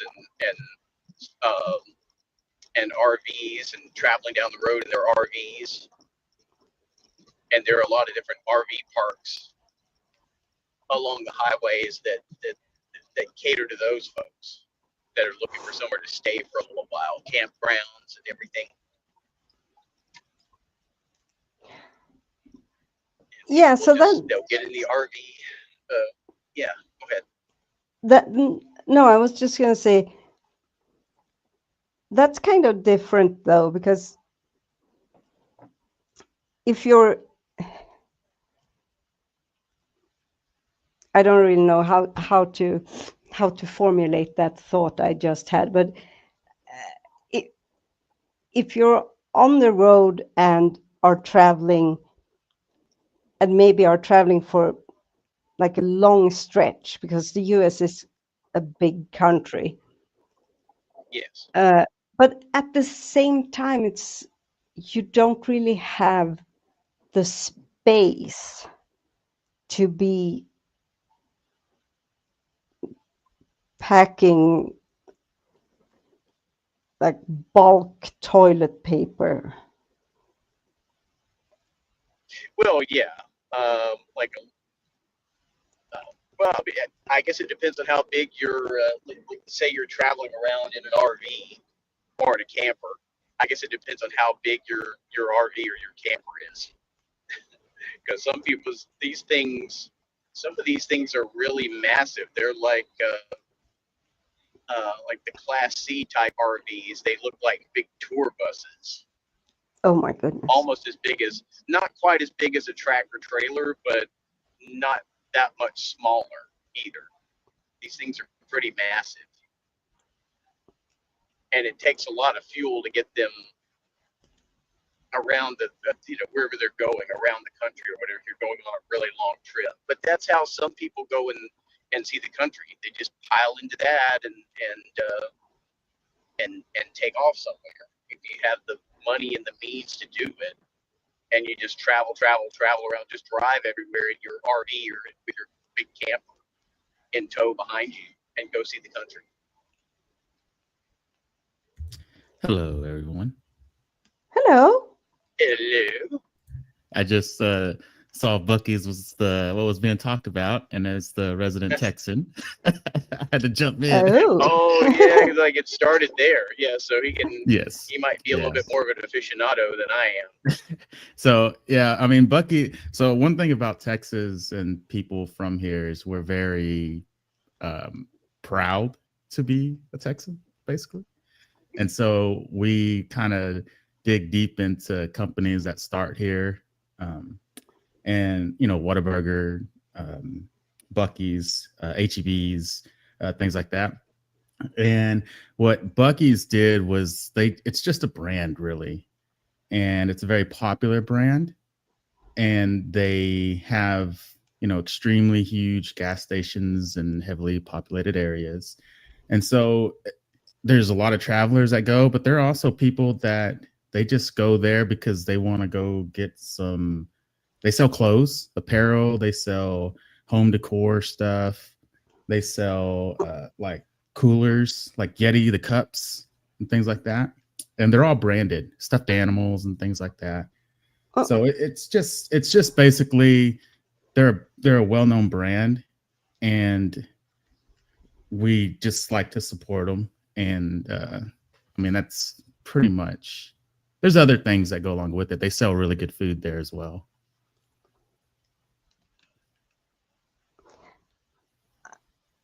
I mean,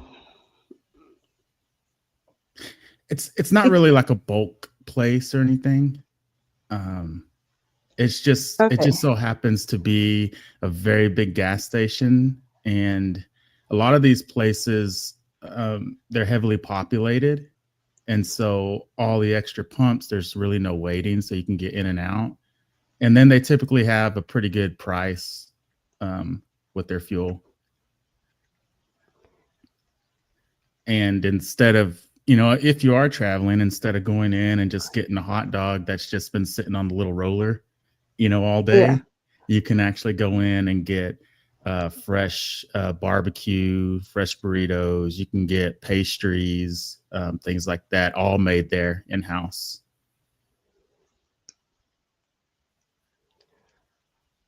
Yeah, it's kind of like taking the concept of, because another concept that's really caught on here in our country is like the local gas station that will have a lot of fresh food like that, or made to order, cooked to order type food, like a Wawa. Wawa has gotten really popular. I don't know where they started.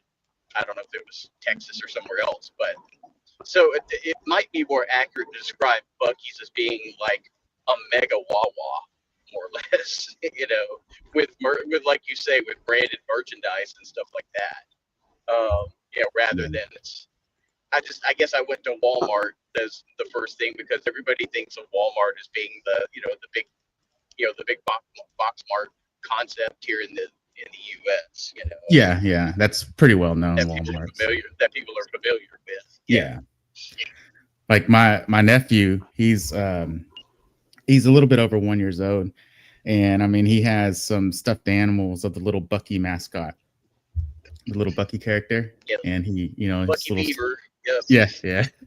He just little stuffed animals that he has that he plays with, and they're like you were saying, Frank, it is overdone. I will say that. I mean, they have the mascot. He's dressed up and he walks around the store like on weekends, and he'll take pictures with people. Oh, I don't think I've ever been there when they had the guy actually dressed up in the Buc-ee's mascot. But but then again, it's always so crowded that the last time that I actually went there, or time before last, was Father's Day, and I was looking for something for my dad for Father's Day because he's hard to shop for. Oh yeah. I was like, let me give Buc-ee's a try and see if I can get through all these people and find something interesting. Yeah, I mean, they have a lot. I mean, because it's kind of split up where you have the food and snack section, or you have the snack section, and then you have all the drinks, and then you walk a little bit further, and then you have that middle section where all the barbecue and all the food they're making there is, and then you go to the next section, and you've got like your kitchen decorations, kitchen utensils, and then like home decor, and then you have typically right across from that you have area. Yeah, that's right. That's the little pastry dessert areas. It normally separates the drink area from the clothing and stuff like that.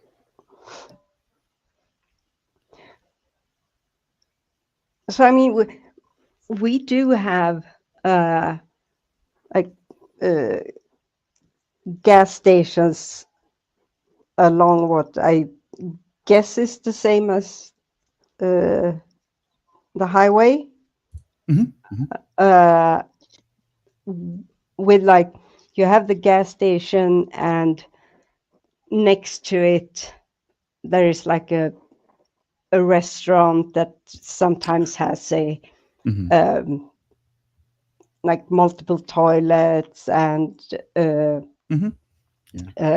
gift shop and things like that.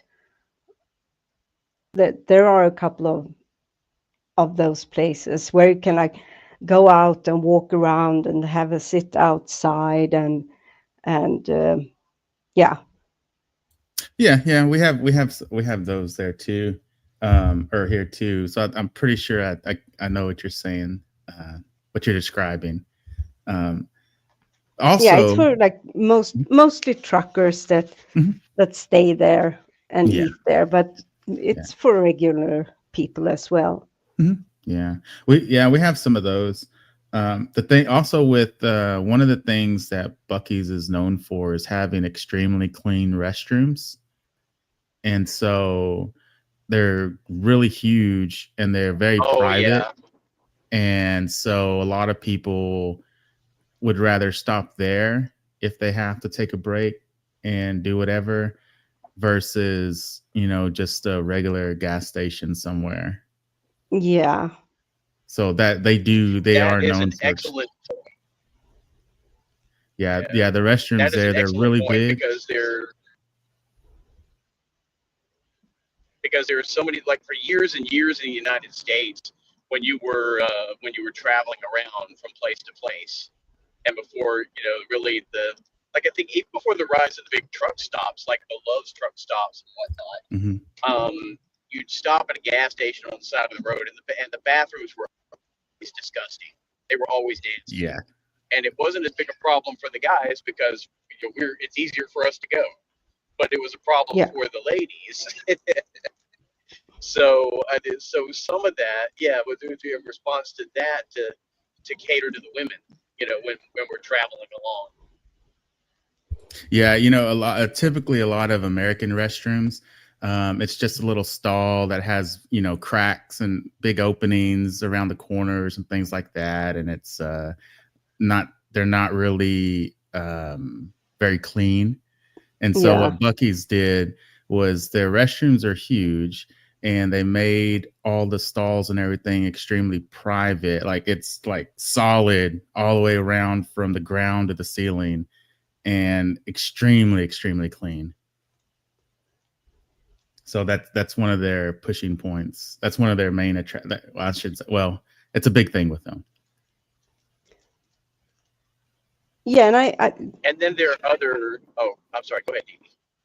No, I was just gonna say I really get that point because that's always an issue with like public toilets that the more people who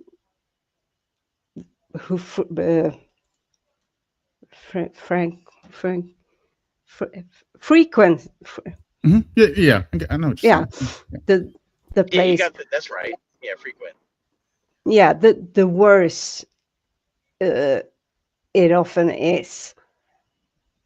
So even though correct, I mean it's still proper like toilets and with doors and everything, but yeah, gas station toilets as general is not very very nice. Yeah, they're not the best place to go. Very, no. Very the English word would be unhygienic. Very or unsanitary. Sometimes not well maintained, not clean. Or just say nasty. Yeah. Nasty places.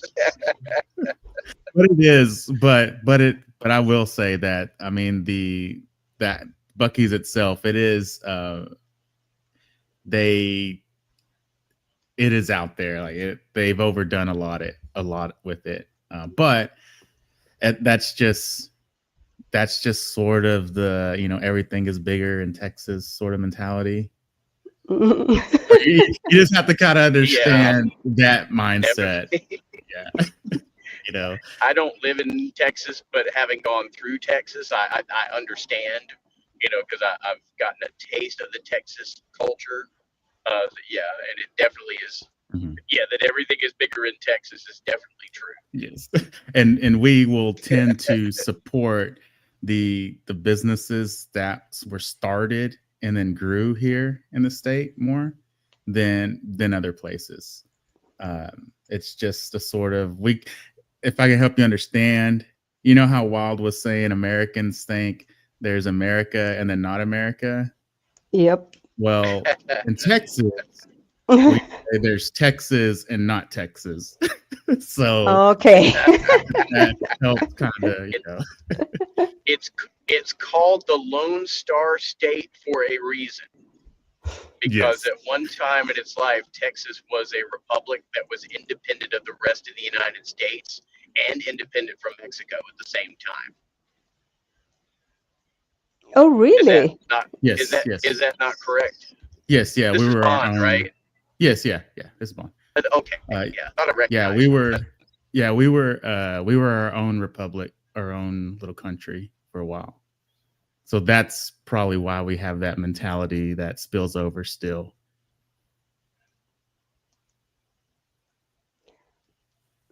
So what I grew up to learn about the US is that the mentality of the US is the bigger the better. But what I'm kind of drawing from this conversation is that that's actually the Texas mentality. That is a Texas mentality. I mean, it could be true for the whole United States, but that is definitely our mentality here. Okay. It is definitely our mentality here. And there is a certain national aspect to that, but at the same time, just like the different countries in Europe, have their own will be a little bit different in their own ways. The states here in the United States will be a little bit different. Because some states are going to be more conservative and are going to be more Republican, and then others are going to be more, more liberal and more democratic, or et cetera. And the way that they run their state, and the local traditions and things like that, and also depending on the people who immigrated there as well and settled there, the majority of the population, there's going to be these little subtle differences between all these different areas in the United States. But yeah, unfortunately, is that something that is becoming less and less, or more and more? If you look, I'm not talking like the last decade, but over a period of time, like historically. How so? Like becoming more uniform, you mean? Yeah. It has, I think, since really since the automobile was invented, and since and also air travel and the rise of the interstate system, these superhighways, that really did change our country a lot in a way that we've not gone back from.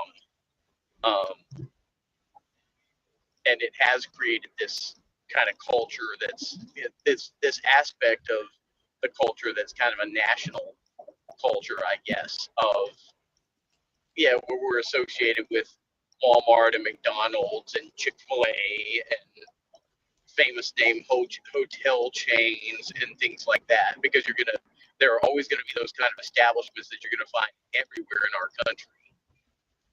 Yeah. But then you're going to find local businesses, though, in different places that you go to. That's what I like to look for. When I travel to an area, I don't want, when I'm making a choice of where I'm going to go have lunch or dinner or something, I like to seek out establishments that I can't find anywhere else, and aspects of the local culture or of that state or of that county that I'm not going to find anywhere else in the country, and learn about that. And you can do that, and that there's, that's one of the great things. Like you really have to seek that out. It's not going to, because it's just, it's not going to come and find you. You have to go seek those things out and find those. But it makes for an interesting journey if you're going a long distance in our country and going through several different states, and you're able to take the time to look for that. Did that kind of answer your question, or was there more to No, I think I understand. I'm kind of trying to make see if there is an analog and where the analog breaks down between the US and Europe. Because, I mean,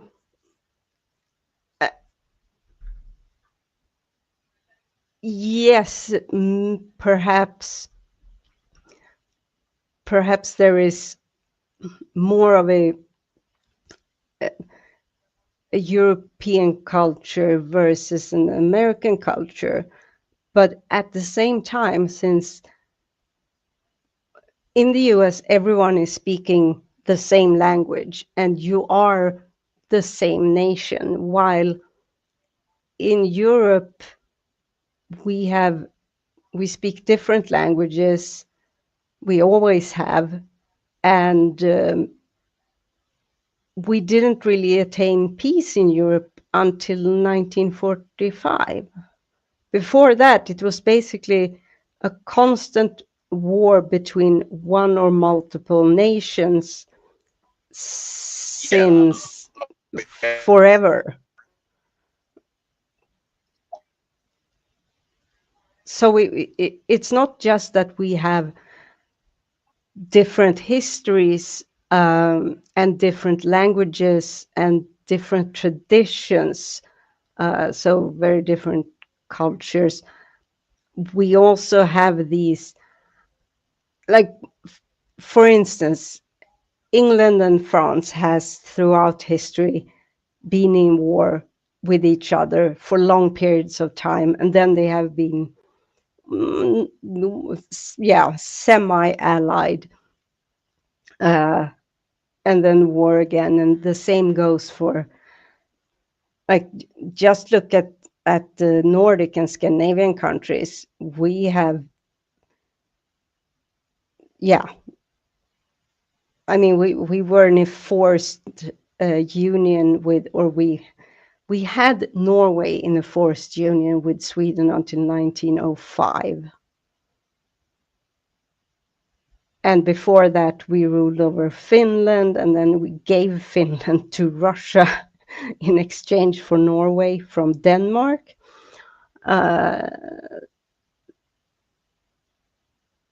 So I guess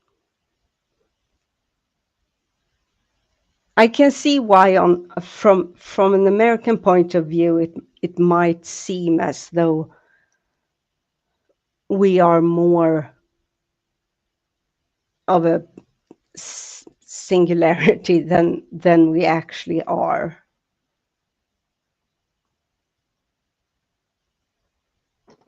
Yeah, because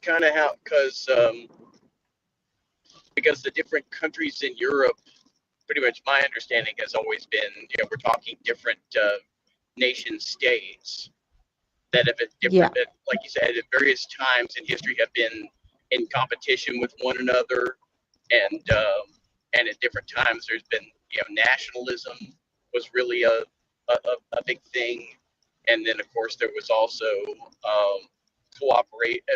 competition for colonizing other areas of the world and whatnot. Like particularly between, I know a lot of that was between England and France and Spain, and the Germans and the Dutch were involved in it a little bit, and things like that.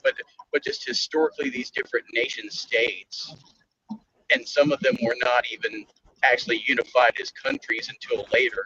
We think of Germany and Italy as unified nations now, but they weren't even unified nations until the 1800s. No, right, and with Italy, it's even worse, because they didn't become a unified nation until the 1920s under Franco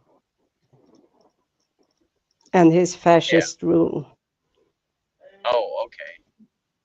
So the Italy or Spain? No, Italy.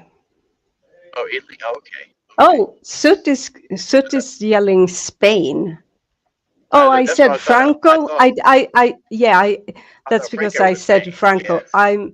Franco was in Spain. I meant to say Mussolini, of course. Oh, okay. Yeah. Okay. Yeah, that, and even then, I've heard that, like, Mussolini still, Italy still had a king. There was still King Victor Emmanuel, even when Mussolini was in power in Italy. Yeah. In fact, it was actually the king who finally gave him the boot when the Allies were starting to invade Sicily and Italy in '43. That he was deposed and basically rescued by Hitler and the Nazis.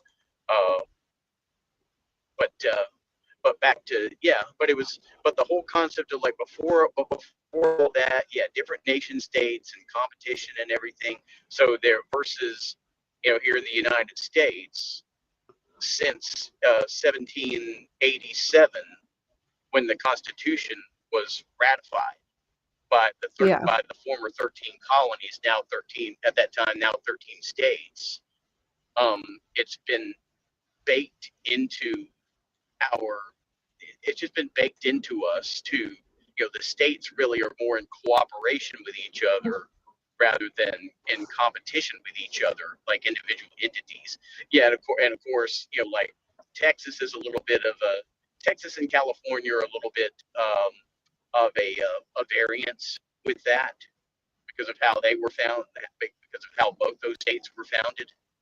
And then, of course, our Civil War period in the 1860s, where it was mostly the southern states were part of the Confederacy and the rest were the Union.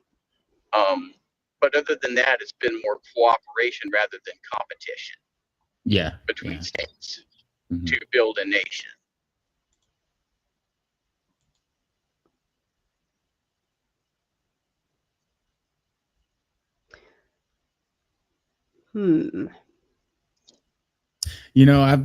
To be honest, I've up until here, whenever I started getting online and having conversations with people, I always kind of looked at all of Europe as separate countries, just united under a flag, but basically separate from each other. Yeah, and we're not under a united flag either. Well, is there not a UK flag? Or am I just wrong? I thought you said Europe. Oh no. Well, I think I probably did say Europe. I think I meant the UK just in general. Oh. Yeah, the UK, that's a bit the different. Well, that's like four. The UK was founded by the. I'm sorry. Go ahead. Well, no, I was just asking the UK because I mean I'm very low on my knowledge of anything in the UK or anything across the pond, and so I mean, isn't that made up of 4 different countries? Yes, the UK was founded by the United Kingdom was founded by the under the Acts of Union in the late 1700s, which they more or less twisted Ireland's hand to their whole body, really. If you think of Ireland as a person, they pretty much compelled them to join the United Kingdom. And then, of course, they rebelled against that. My family history might be tied into that because that might explain what happened to my 4th great-grandfather rebelling against that. But anyway, but they were, England, Scotland, Ireland, and Wales are the 4 independent countries that make up. And then, of course,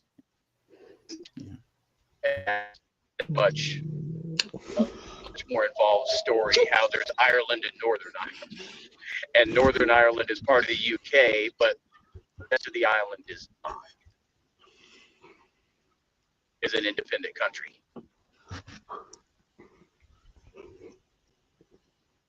Hey, why are you laughing? What's going on?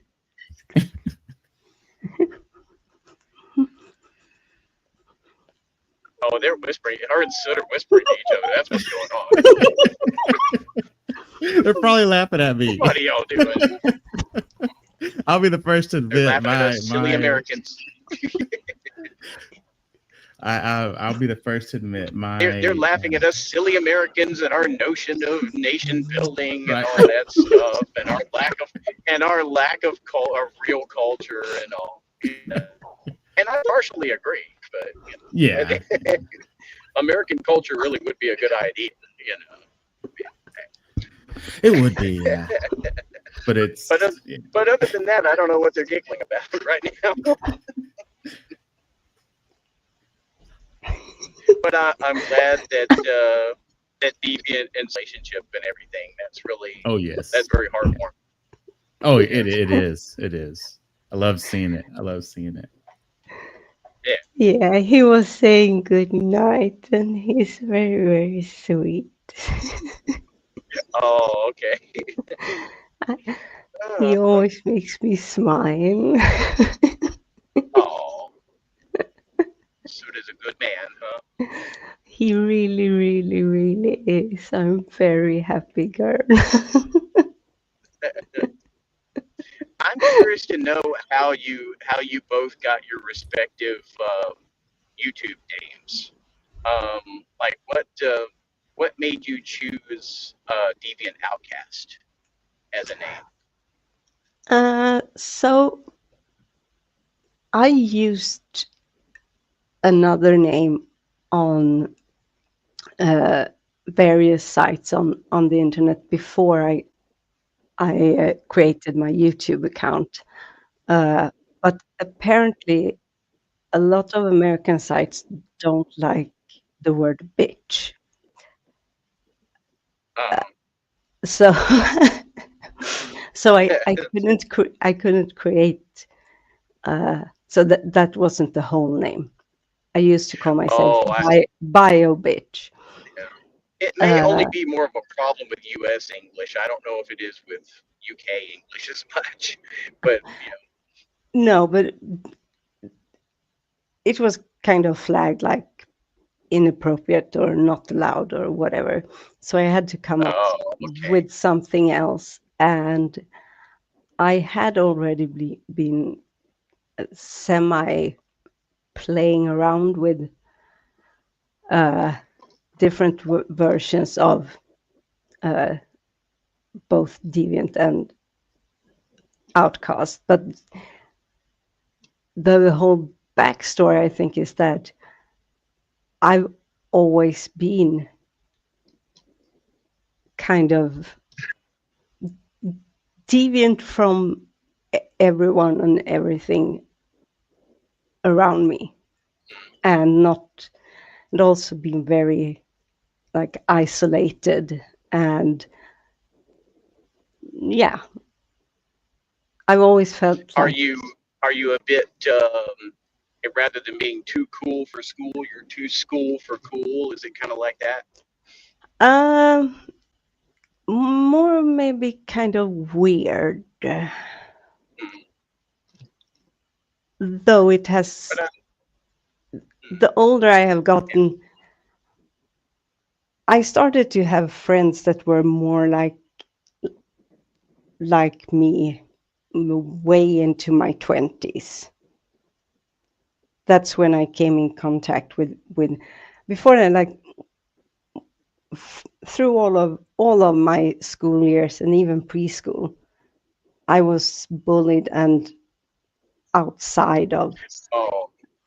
So, and the friends I got were kind of thank you, kind of the people who also were on the fringes and were kind of left out, and it wasn't so much based on us having things in common as like they allowed me to be part of their group, but I was still kind of left out from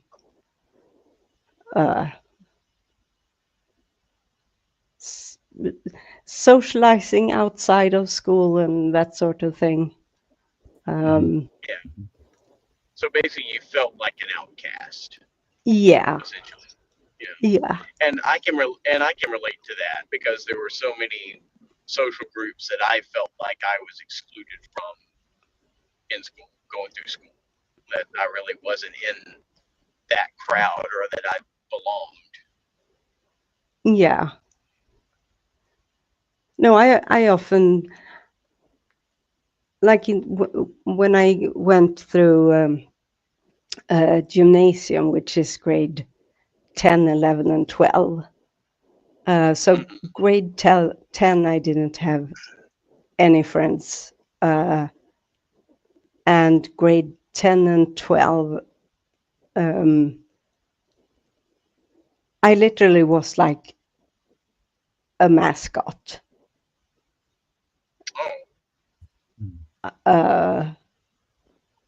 But I kind of accepted it because I'd rather have friends sometimes at school than spend all of the recesses and lunch locking myself in the toilet so that people wouldn't know that I was alone. Oh no, I'm sorry to hear that. I really Yeah. Oh, thank you. Yeah. I've gone to therapy now, so it's better. Therapy is always a good idea for really anybody, even if you think that you haven't been through that much and don't really need it. It can always be helpful. Actually, I very much agree with that because I can find that people, it's almost that people who hasn't been through very, like, how to put it, it doesn't have to be like traumatic things, but even though they haven't been clinically depressed or something that's diagnosable, it's a good thing to kind of get to know yourself and it's even good to know who just you to, are, at least. yeah, know who you are and also understand how other people may function by just learning about how things affect us. I think it would actually increase empathy if people were more in tune with who they are and why they are the way they are. And also, everyone is going to have bumps in the road, and unfortunately, people who hasn't had much strife in life, they kind of just topple over They're not equipped to handle it. Exactly. So when something happens, they're kind They of haven't gone through any adversity. And I'll use myself as an example. Growing up, really great life, no issues, nothing, sheltered, but I was allowed to be exposed to some things. And then once here recently, when tragedy hit, I was not equipped to face it. Yeah. And I went to some extremely dark places. And I where I could, one of the reasons why one of my avatars is the little mask, little neon mask, is because I do wear a very good mask out in public, and I cover up, a lot of things that I go through now after the event. Yeah. And so, I agree with you. I mean, if you've lived that sort of life and then once you get hit with something, you're really not equipped to handle it.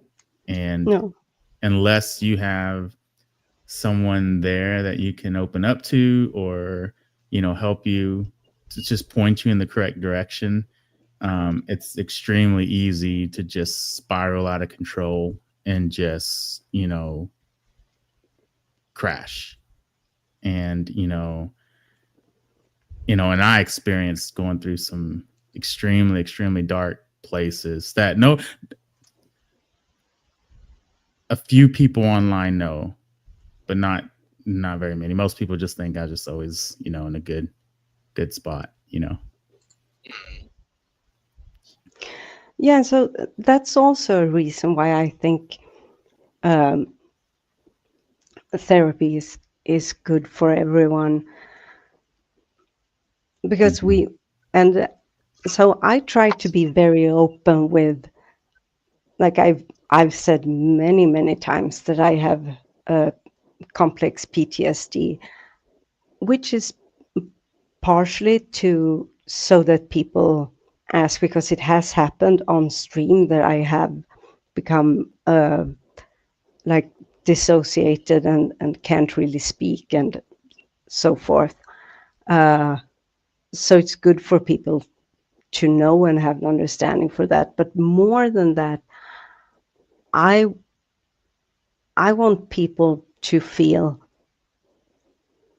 if I am open with it, the chance of others being able to not be ashamed and feel that they have to always be on top and on your A game, and if you're not, you're a weirdo, and there is something deeply wrong with you. And no, it's being, for instance, just something simple. Say something something happens in your life, someone you know, or maybe a family member is severely ill. You're going to that's going to affect you, and that's not you actually being sick or being not normal. It's the opposite. It's a natural reaction to something, and it's a healthy reaction. What would be unhealthy is to keep it in and just keep on smiling, and it actually makes people worse. Yes. And maybe to realize too that a lot of these things that happen, that's, we may be like, without having those discussions and everything and really exploring it, and like we might tend to blame ourselves sometimes for things that happen that really are not our fault. Yep. That's not, it happened apart from anything necessarily that you did to cause that. Exactly. And how to deal with that aspect. I hate to interrupt, but I'm going to drop out because I need to go talk to Wild. I hadn't talked to him today. Okay. I'm going to go see how he's doing. And hopefully we can be around when a conversation like this is taking place again, because it's very nice to have. But I will wish you all a good evening, day, morning, wherever you are. Thanks for coming on, Bond. Yeah, Bond, I heard that Maud is going to have a show tonight. I don't know if that's somebody. I've heard it. Yeah, I've heard it, and I will be on the lookout if she does. I enjoy her channel. Right. I enjoy seeing her around, and Tell Wildheart hi from me. I will. I'll it was say good hello to see him. Yeah, but I'm going to head out, and I will see y'all later. Take care, Bond. All right, y'all as well. Take care of yourself. All right, y'all as good well. to see you. There goes a true Texan.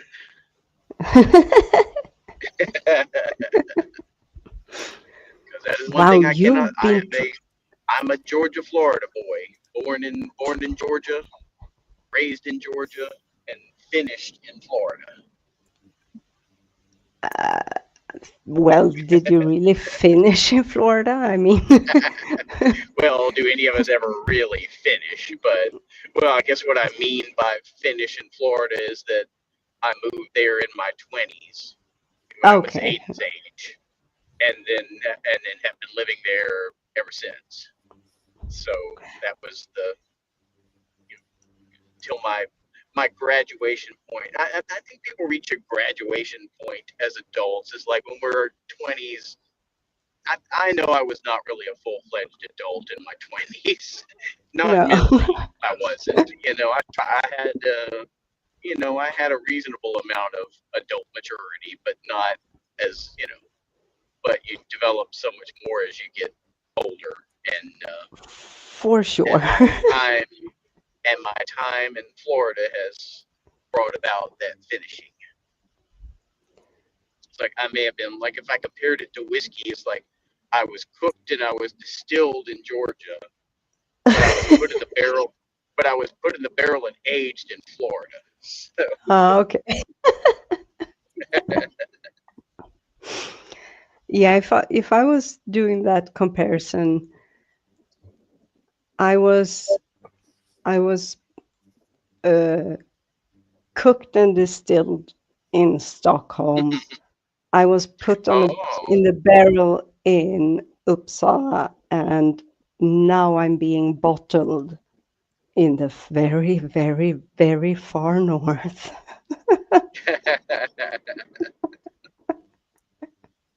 I would really love to visit that far north, because I imagine that I really do love to ski.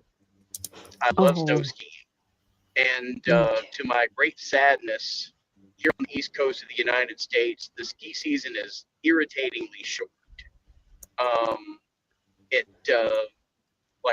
I'm talking like in the southeast, like not going any further north than, like, let's say West Virginia, because that's one of my favorite spots is there, and they wrap up in March because about this time, because it just gets too hot and the snow melts. But I imagine that there are places. I don't know. Am I accurate that there are places in Sweden that you can ski nearly year round? Not year round. So even in the I don't know if it has an English name, but it's called Treriksröset. It's where Sweden, Norway, and Finland's borders meet. Oh, okay. But even there, like, sure, if you go up on like a mountaintop, there might be, I'm actually not sure because I haven't been that far up north. Up here, it's so like last year, I know it was snow from October to April. This year has been warmer than last year, so like and every year gets a little warmer, doesn't it? Yeah, unfortunately. So now there is still snow, and people are going with what do they call, like snow scooters?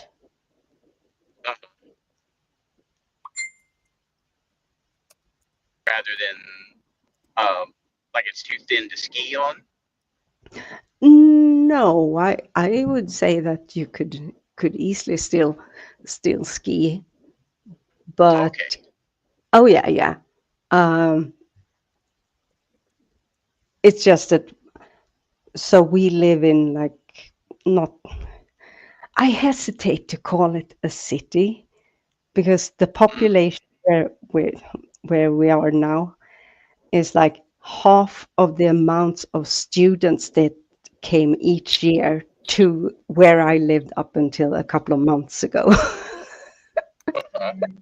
So it's teeny. But this is kind of towards the Botnian Gulf, near the coastline. So it's kind of flat here. There aren't really mountains here, which I was very surprised by. I've never been this far until last summer when I came and visited for the first time. Yeah, it's oftentimes I have to kind of catch myself because I realize how many like prejudices I I have about about life and people up here. And I mean, some of them are true, and Sut, of course, is good humored. He doesn't take offense, and also I'm not. It's not me being like mean or hateful or anything. It's just like, oh, there comes the Stockholm in me comes out. all that big city woman is just coming out. Yeah. So you're city and he's very country. Yep. Well, yeah. Well, that kind of explains the Soot Cat, him having the name Soot Cat a little bit. Yeah, so a soot kettle is, I don't know if you know what it is, but it's like a coffee pot that you put directly on the fire. Oh, yes. Uh-huh. Yeah, so it becomes not on the almost. stove, but actually in the fire. Yep. I don't Which know is that. Well, I've seen that done with like a cast iron type pot. Oh, right. Yeah, these are, I don't know what type of metal exactly. I think it's like, what's the word? Rostfri. Non-tarnish steel, I think. Stainless steel? Stainless steel, yes, stainless steel.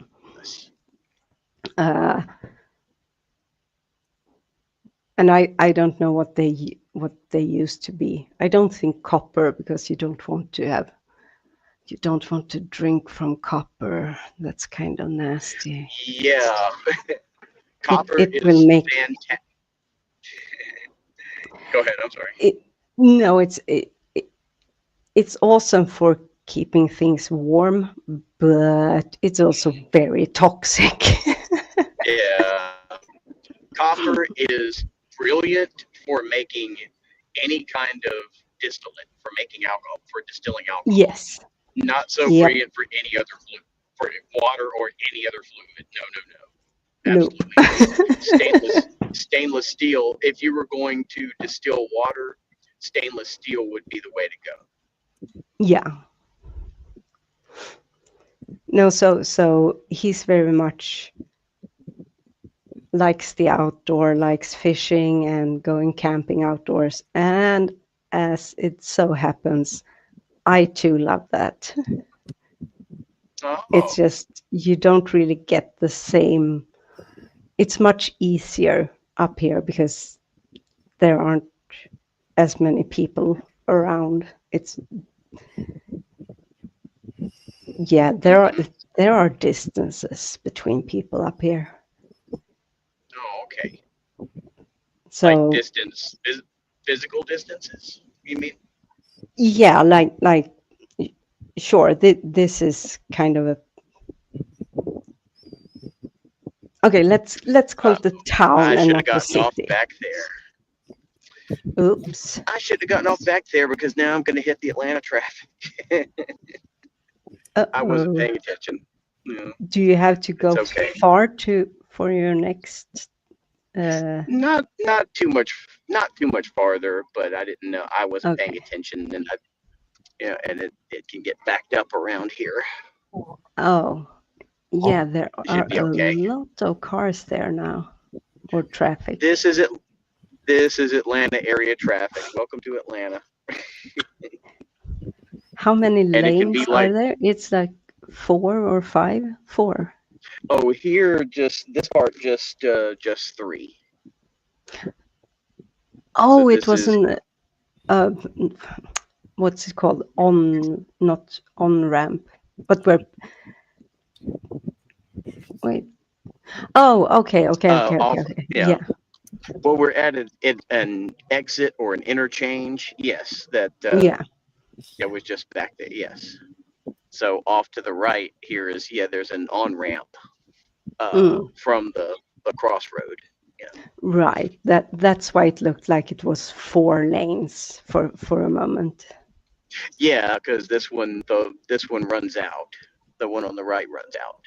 Right. And then it's Right. back to 3. But it's 3 just about the entire way up from South Georgia. Okay. A few places where it's a little bit more, but and then goes back. But It's not like yeah, in Moscow. I've seen. I've never been to Moscow myself. I've seen images, of course, and I've heard stories from back in 1980 when the Olympic Games were held in Moscow. Oh, yeah. And since they were going to broadcast it, they needed help to do that because they didn't really have the technology and the know-how, the technical know-how. So they got help from the Swedish Broadcasting Network. So my dad actually went there and was one of the people who helped them with that. Interesting. And he told me that at some point, and this is like in the city, it's 8 lanes in each direction.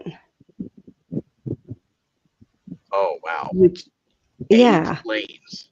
Yeah. Now there are parts of Atlanta that are like that are almost that many lanes. A little bit further north. I'm not going that far today. But yeah, it gets to where there are 6, 7, 8 lanes at times downtown Atlanta. Yeah. So I can imagine. What's interesting though is that the U.S. is a very car traffic. It's a trafficked nation. Yes. Yes, we are so dependent on our cars and trucks. Yeah. But this was in Soviet Russia. Yes. So these roads were practically empty because people didn't have, I mean, of course, some people had cars, but it was not like every person kind of thing. People couldn't afford cars, and it wasn't for sure that you could fill it up with petrol. With traffic. Yeah. No, you couldn't fill your gas tank. You might not be able to get the fuel. Yes. Yeah. Gas. So these highways were practically empty all the time, and I think it had to have been one of these things that they built just to show power, like a show of force, just to have them, and then they were just hardly used. Yeah, because the Soviet Union they were trying to hide it, but they were already in shambles at that point because they had invaded Afghanistan, and our country boycotted the 80 Olympics because of the invasion of Afghanistan. Jimmy Carter was president, and he said, "No, we're not participating in the Summer Olympics in Moscow." So they weren't getting. So the Russians were not getting any help from us to put on their Olympics in 1980. Oh, that's interesting. I wasn't aware of that, actually. Though when you say that some tiny bell goes off. But was that? Wait, when did Reagan become president? Was that like 82? 80. It was in the 1980 presidential election, and he Oh. was sworn in January of 81. Okay. And then he ended up being a two-term president, so he was in office for nearly the entire 80s, from 81 until 89, early in 89. But when... Oh, right. No. So George Bush, the elder. Yes. Yes. Was he president in the early 90s? Just before he was. Yeah, he was Reagan's vice president for all those years. He ran against him in the primaries in 80, and then eventually became Reagan's VP candidate. They were on the same ticket, so he was Reagan's vice president for that entire time, and then ran for president. The presidents are term limited, since there was an amendment that was passed. I forget which amendment number, constitutional amendment number, but it limits a president to 2 terms. And that was passed after when Franklin was president back in the 30s and 40s. He's the only president in our country's history to have more than 2 terms. He had 2 terms, and he was in office before the war was over. But they, I guess, did not want that happening again, so they changed the law that it was to only have 2 terms. The Reagan term limit, and so Bush in 8, and he was from 89 through 92. Okay. Wait, that's just 3 years. Well, wait a minute. Let's see. 80, all of 80, 89, 90, 91, 92. And then Bill Clinton won in the 92 election, and he became president early in 93. Oh, okay. Yeah. Okay. Gotcha. Yeah. Gotcha.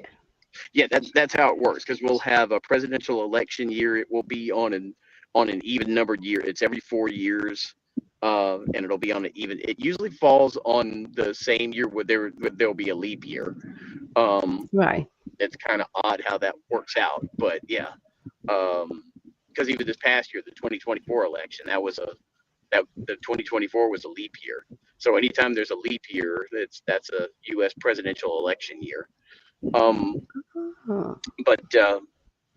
yeah, so then they'll win that year, and then they take over office very early the next year in January,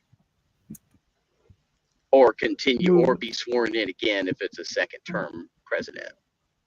Right. Yeah. Yeah, that's actually I don't know if I should admit this, but so we have our elections. We also have every 4th year since it was every 3rd year until 94. And since then it's been every 4th year. And we have our elections in September. But I don't actually know exactly when, if there is a change in government. I actually don't know when that takes place. I know it's not like it is in the US, like and they don't sit like to the to New Year's. It happens after that, after the election, but I don't know exactly when. And I'm not sure there is like a. So, for instance, our last election, I think it was the last. It has, yeah, it was last. Because we don't have just two parties. There are multiple parties, and to be able to form a government, they have to like be in union with other parties. Is it what you call a coalition, like a Yeah. coalition government amongst Right. the different parties? Yeah, exactly. So that they become like 50% or more, because no single party ever has. I mean, they could, as an idea, they could. There's no law against it, but it's not very likely that one party is going to have more than 50% of the votes, since there are so many. I mean, so many. There are like, sorry. That's the thing. That's the thing that maybe there might be a lot of people that get the impression that the United States is really just two political parties, but really it's just two dominant political parties that end up winning most of the seats and always end up winning the presidency, because there are other parties in this country, like the Libertarian Party, the Green Party. There's even probably still an American Communist Party. But they don't get enough attention and don't get enough votes. They don't get TV time, et cetera, et cetera. They don't get taken seriously enough. And people tend to treat it, because of how coarse our politics is in this country. They tend to treat it as like, oh, you're not voting for the red one or the blue one, then you're wasting your vote. You know, oh, that's just a wasted vote. You know, it's not going to count for anything. I get so irritated with that. It's that kind of thinking, but there's a lot of flawed thinking in our country, of course. But it's that kind of thinking that keeps us from real change in our country, that we have to pick the red one or the blue one, that there's not a real third choice. Right. So that's another thing that's really messing with me when it comes to US politics, because as you said, it's the red one or the blue one. And so and some people see them as pretty much being the same in a lot of ways, but you know, they are, and yet they're not. Sorry, I didn't mean to cut off what you were going to say. Oh, no, that's okay. No, so you have these two like colors that are connected to the different side. So the red ones are the Republicans, they are on the right, and the blue ones are the Democrats, and they are on the left, which is super weird to someone who lives in Sweden, and probably weird to most people in Europe, because red that's the left color. That's the color of the communists and the social democrats. Yeah, and now now the shift. Now there's actually been a shift with the color association in our country, and the current association with it being the red states being the Republicans or the MAGAs, and the blue states being the Democrats. That really is since the 2000 election between the younger George W. Bush, and Al Gore, that Bush finally won after the Supreme Court decision to stop the recounts that were happening, because essentially it was they were fighting over one state, and we could go into, there's a lot to unpack with how our electoral college works versus just being a straight, because we don't decide the presidency by just a straight majority vote. Right. I also been this Outcast. Sorry, sorry to interrupt. I just, yeah, I always thought. no, okay. I always saw red as Democrat. I don't know. In my mind, I always said that as Democrat for some reason. Blue as Republican, but it's And the other way around. It's just in my mind. I always see it it was. that. Yeah. Is that At one crazy? time, it was Gangster because I don't know exactly when the shift happened, but if you go back and you could actually find on YouTube, if you search for the returns from the 1980 presidential election on YouTube and find one of the broadcasts. Like a lot of Yeah. people have copies of the CBS broadcast from back then, and the states that Reagan won, the Republican, were blue, and the states that Jimmy Carter won were red.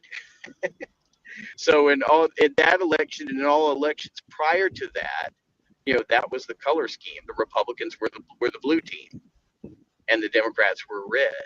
And sometime between the 80s and the 2000s, it shifted, and it's remained Republican red, Democrat blue ever since.